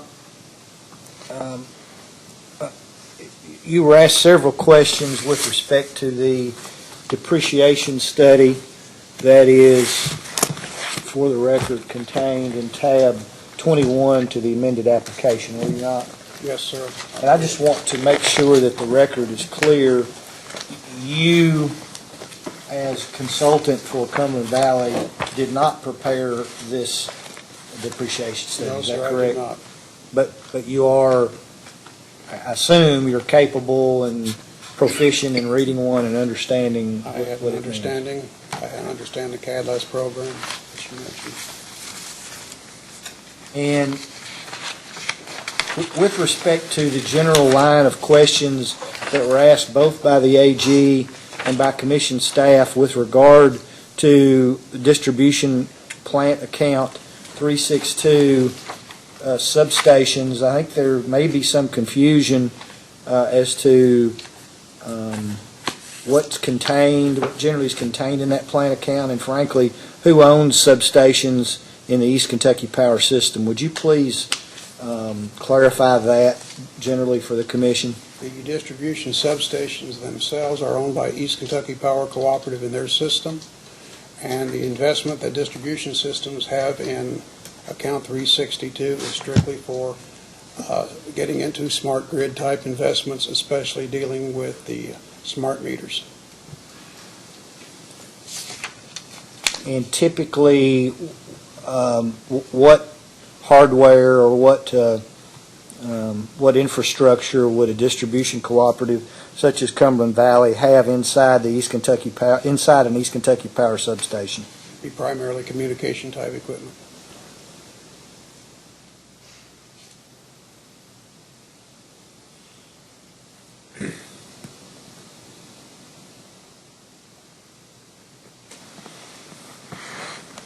Now, I think that Cumberland Valley is asking for an increase in the customer charge on Schedule 1 residential from $8.73 where it is currently to the amount of $14 and a dime. Is that correct? Yes, sir, it is. And is that consistent with the results of the cost of service study that was performed in this case? Yes, sir. It's moving in the proper direction.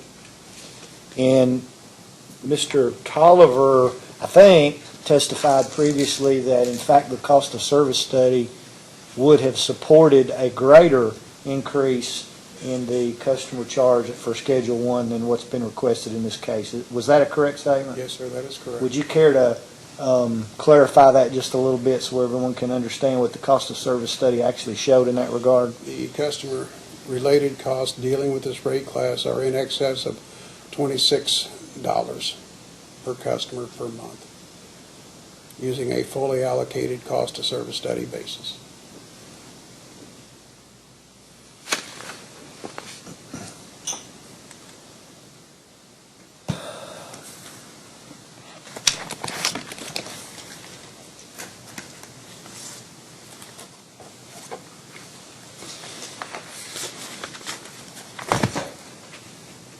Counsel for the staff, Ms. Vinsel, I believe, asked you questions concerning revised Exhibit I to the application, which has to do with the average bill for residential rate class Schedule 1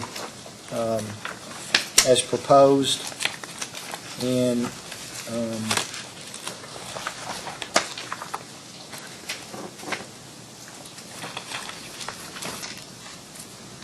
There was a suggestion that the customer charge proposed unfairly penalizes low-income residential customers. Do you remember that? Yes, sir, I discussion? remember that discussion.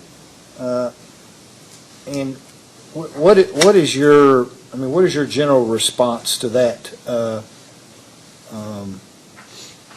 guess hypothetical or that position. As I said in my response there, the low-income users, on the average, are higher than average energy users. So in this circumstance, the percentage increase in their bill would be less than the average percentage for the rate class as a whole. And so, let's take a typical LIHEAP customer. What would the typical KWH per month usage be for a LIHEAP customer for Cumberland Valley? For Cumberland Valley, I believe it's going to be in excess of 1,500 KWH per month. All right. And what is it for the typical Cumberland Valley residential customer, non-low income, non-LIHEAP? They're going to be in the neighborhood of less than 1,200. And so if that's the case, tell the commission what the increase for the typical customer would be versus the increase for the typical LIHEAP customer. The typical customer would be in the neighborhood of 5.6%, and for the LIHEAP customer, the low-income customer, would be 4.7%.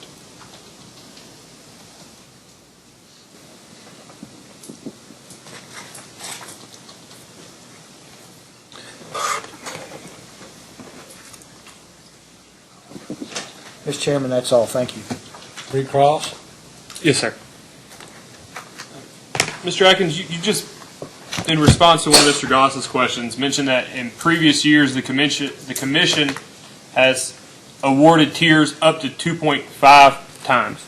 Yes, sir.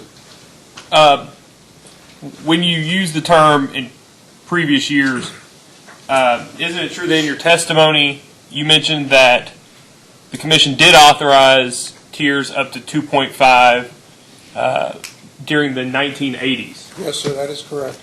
Okay.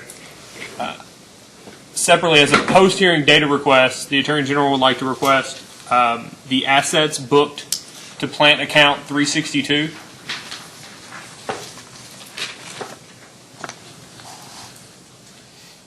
Yes, sir. And you just mentioned, again, in response to Mr. Goss, that you were referencing some document that low-income customers are higher users. Yes, sir. What is it? What document are you getting that information from? This is from Cumberland Valley's listing of their low-income customers and their average usages. This information they have provided. In what portion of the record? It is for the test year, I believe, sir. Where in the record is that located? I am not sure that it's in the record. So as another post-hearing data request, we would like to have a copy of that Yes, Cumberland sir. Valley study with, I believe, what was it phrased, low-income? Low-income users and their average usage for during the test year versus the regular customer, residential.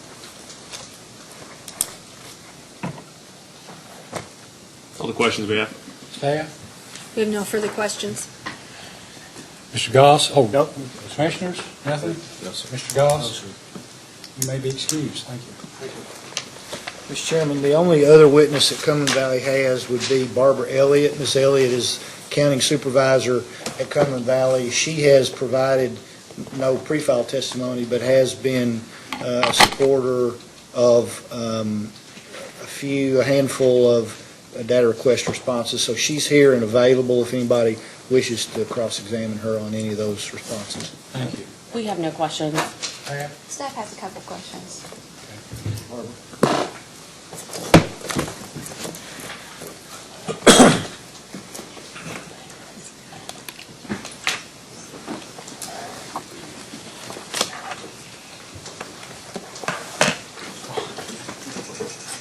Do you solemnly swear the testimony you're about to give will be the truth, the whole truth, and nothing but the truth? Yes. Please be seated. You may ask. Thank you, Mr. Chairman. Ms. Elliott, would you please state your full name for the record? Barbara Ann Elliott, And by whom are you employed, and what is your job title? Cumberland Valley Electric. I'm the accounting supervisor. And how long have you been the accounting supervisor? 11 years. And what is your education? I have a accounting degree and a CPA.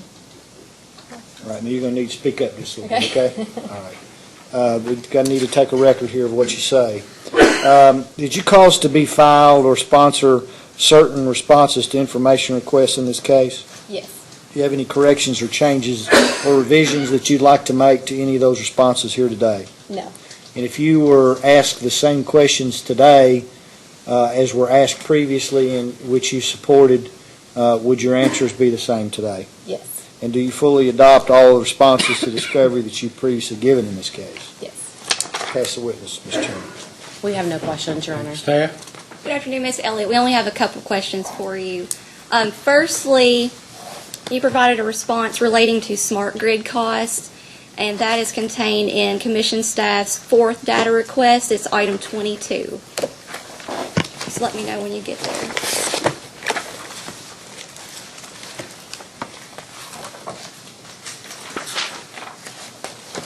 Okay.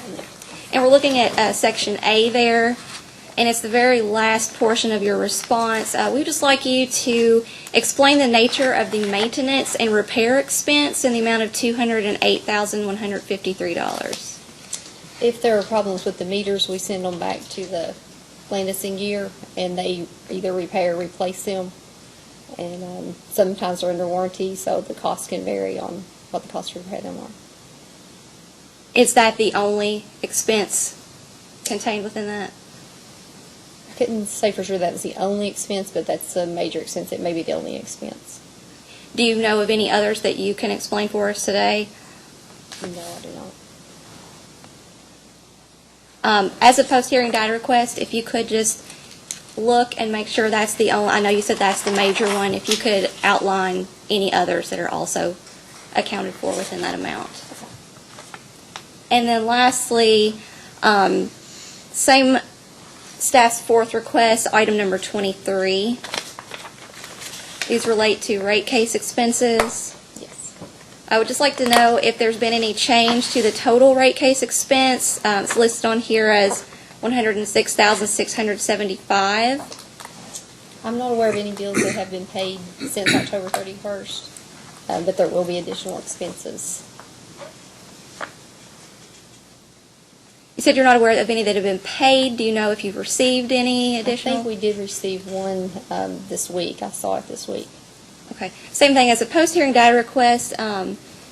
If you could provide those and an updated estimate as well as the total rate case expense as of today's hearing date. And then lastly, also if you could describe the estimated additional $45,000 of rate case expenses says to be incurred after October 31st of 2016. That's just additional preparation for the attorneys and the rate consultant, their appearance here, meetings we've had since October 31st, and then additional work, to close out the case.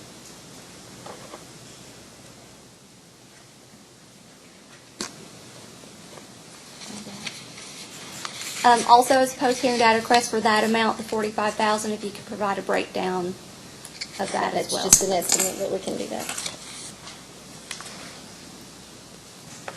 Those are the only questions staff has at this time. Mr. Cicero? Miss Elliott, your degree, an undergraduate degree in accounting, and you have a CPA? Yes. And were you recruited from within the Cumberland Valley area when you went to work for Cumberland Valley? I do not live in the service territory. I'm from Corbin, and I worked for a CPA firm at the time I was recruited. So you were with the CPA firm in Corbin? Yes. That's the only question I have. No, sir. Ms. Elliott, how long have you been employed by Cumberland Valley? 11 years. And during any of the 11 years that you've been employed by Cumberland Valley, have you ever had a written employment contract with the company? No. Do you know of any management employee of Cumberland Valley who has a written employment contract? No, I do not. No further questions. Nothing, Your Honor. We would like to call, I think, Mr. Tolliver. Someone had one question of Mr. Tolliver. Thank you. What you got? Pass the trigger.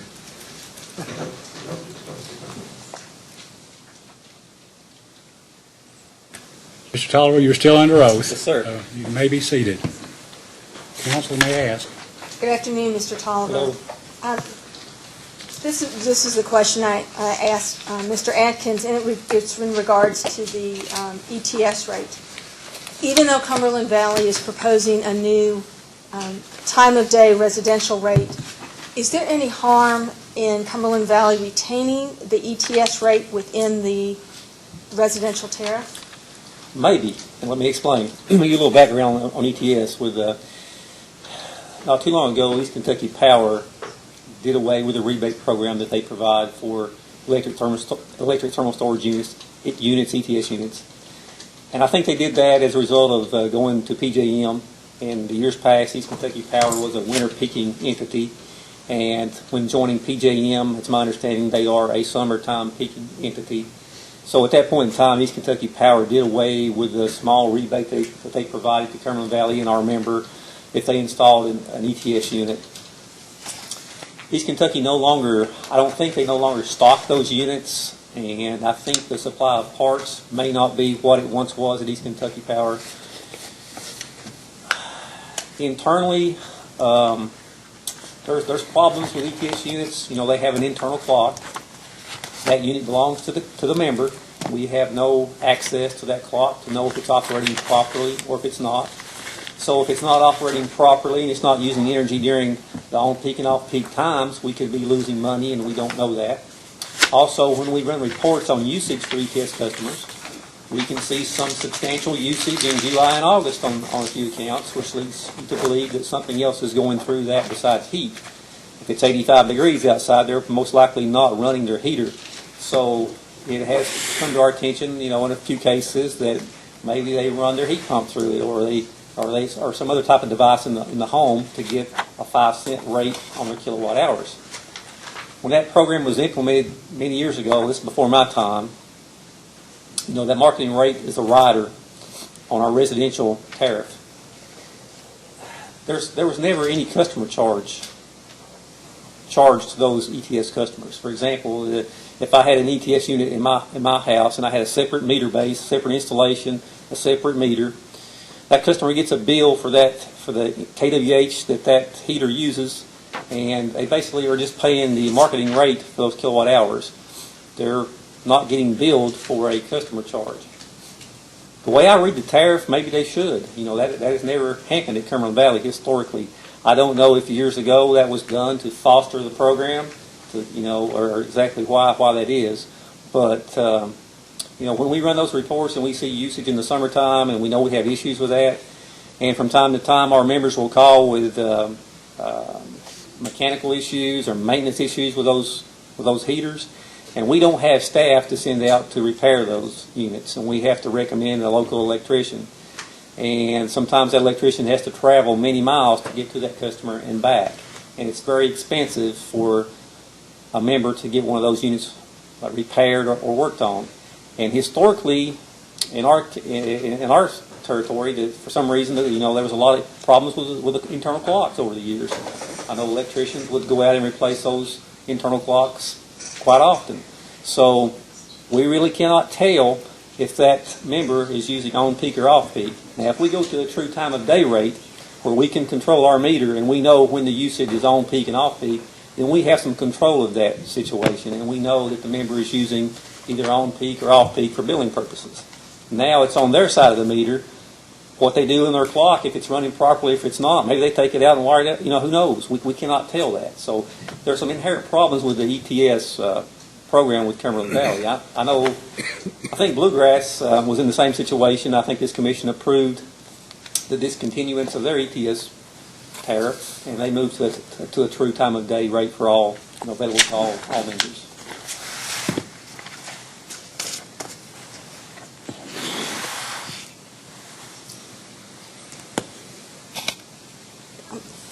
Currently, all the ETS customers are charged a customer charge because they do pay a residential rate. On a different meter. They get two separate bills. You've got two meters on your house, one for your normal R1 rate. You have another meter base, another installation with a meter specifically for the ETS unit. So you get two separate billings. They're not in any way related.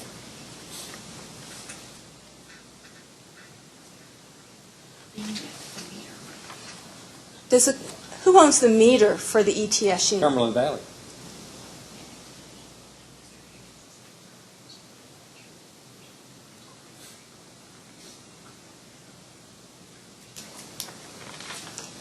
And Mr. Adkins had said earlier that perhaps those meters were not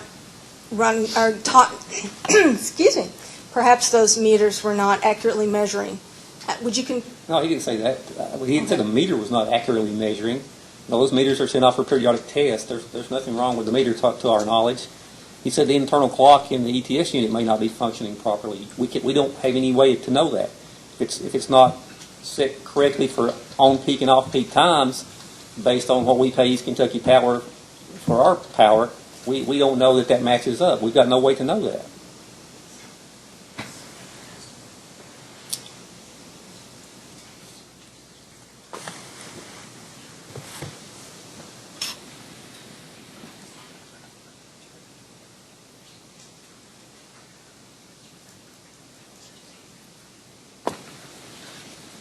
If the customer opts to go to the time of day, what will happen to the meter? Will it remain there? One moment, let me clarify something.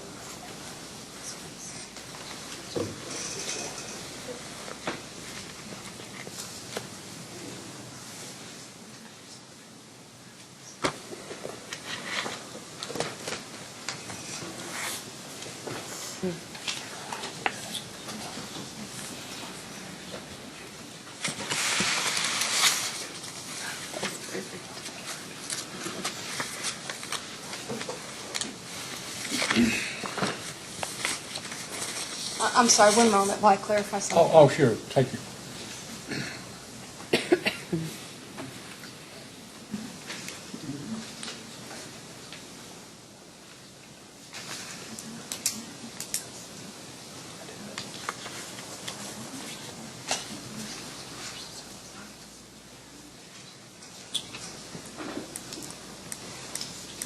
So the units that are being used right now, they'll continue to be used with the time of day. If the member chooses to retain that unit and to utilize it, then it will be up to him to make sure that he's using his energy at the appropriate time of day. It won't be, Cumberland Valley will know for sure that no matter what kilowatt hours we bill them, that it's on peak and off peak is correct based on our meter.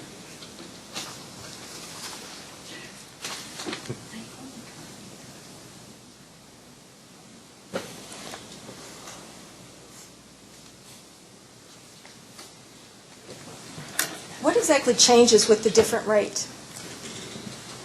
Given that the meters could still be used, or these units could still be in use? Can you clarify that question, please? One moment.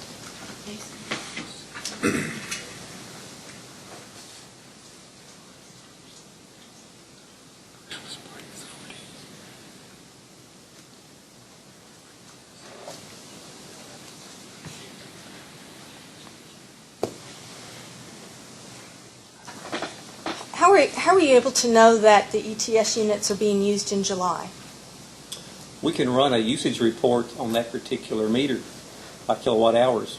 We can look at any time frame we want to, by month, for example.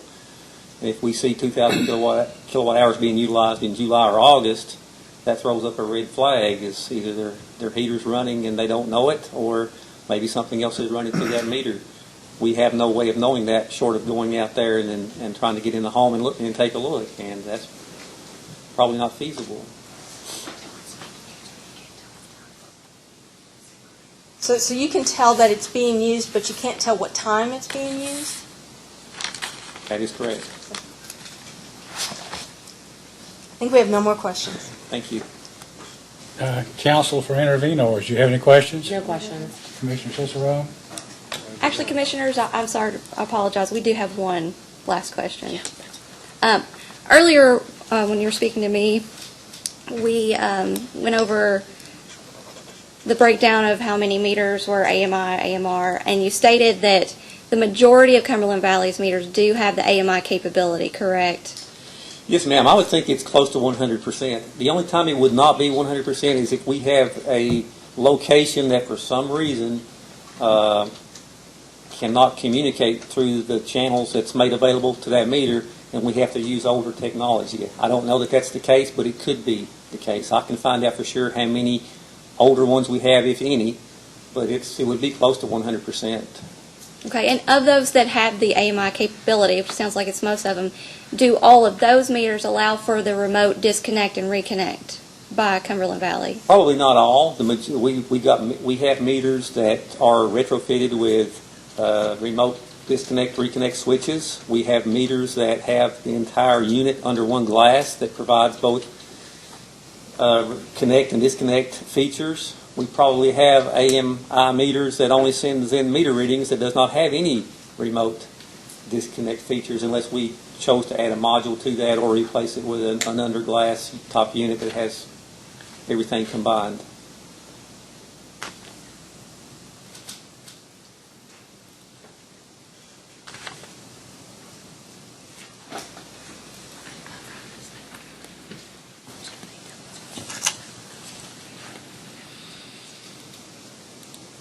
In connection with our earlier post-hearing data request as to the breakdown of AMI versus AMR meters, when you provide that, could you also provide with that how many of those do have the remote disconnect and reconnect capability?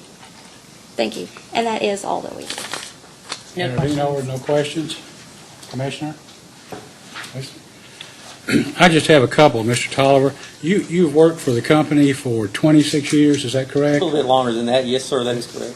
During the entire time that you've worked for Cumberland Valley, have you ever had a written employment contract with the company? No, sir. Do you know of any management employees who have at present or who have had in the past a written employment contract? I do not know of any.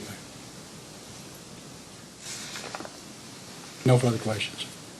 No, sir, thank you. Does Cumberland Valley have any other witnesses? No, Your Honor, that's it. The intervenor, would you like to call anyone else? We do not. Staff? One question I would like to ask Mr. Goss is will Cumberland Valley stipulate that none of its employees currently have or had an employment contract since January the 1st, 2012? Let me ask, ma'am, wait a second. If not, if it can't, then I'd make a data request for that. We're able to stipulate that, Your Honor. Okay, thank you. Okay, at this time, does any counsel for any of the parties have any motions you'd like to make? No, Your Honor, we don't have any motions to make. No, Your Honor. No, Your Honor. Okay, I guess the parties who've made post-hearing data requests, Attorney General's office and the staff, should file those in the record and serve Mr. Goss and all counsel of record for Cumberland Valley by 5 o'clock on Friday, December 2nd. Is that acceptable? Can you get that done by that time? Mr. Goss, if you receive those by the end of the business day on Friday the 2nd, how much time do you think you and your client will need to file responses? 14 days, Your Honor. That would put us to Friday, the end of the day, 5 o'clock on December 16th. Yes, sir. All right. So if you get your data request or responses filed by that time, does any party, would any party like to file a brief or anything on any written memoranda on any issue that's been raised or discussed here today or in the past? We don't necessarily wish to file a brief, Your Honor. We think the record is pretty clear as to what the situation is. I think the data request maybe will illuminate a thing or two, but we would like to, obviously, with the Christmas holidays and 26 or 27 data requests, we would like to have, and would respectfully ask the commission to enter an order at its earliest convenience, which at this point we all recognize will be sometime after the first of the year. Frankly, we think that a brief probably would be somewhat redundant and would cut into that time, so we don't necessarily desire to do that unless one of the other parties does. The Attorney General's office would reserve the right to file a brief after reviewing the post-hearing data responses. Staff, do you have any preference one way or the other? We have no preference. Let's do this. If after the post-hearing data request will be filed by 5 o'clock p.m. on Friday, December 16th, if any party, the staff, Mr. Goss, Attorney General's office, desires to file a brief, any such brief will be due by no later than Friday, December 30th. Right? And all those would be filed electronically. So that would give you 10 business days to file a brief if you chose. If you look at the materials and decide that you do not wish to file a brief, it'd be appreciated if you would allow the parties to know that. Because if you filed a brief, I would be inclined, well, I will say at this time that Mr. Goff would have 10 business days or until beginning the first business day after January 1st, so I'd say January 2nd, 10, at least January 15th to file a response. Thank you, Your Honor. Is that sufficient? Yes, yeah, more than sufficient, Your Honor, yes. Thank you.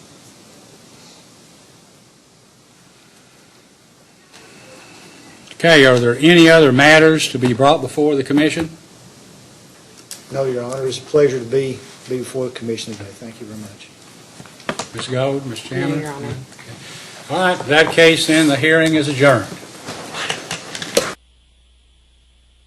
Wait, one thing I want to make clear, there weren't any other objections to the AG's Exhibits 1 through 5, so let them stand admitted of record into evidence. Okay. Thank you, that's all. Thank you.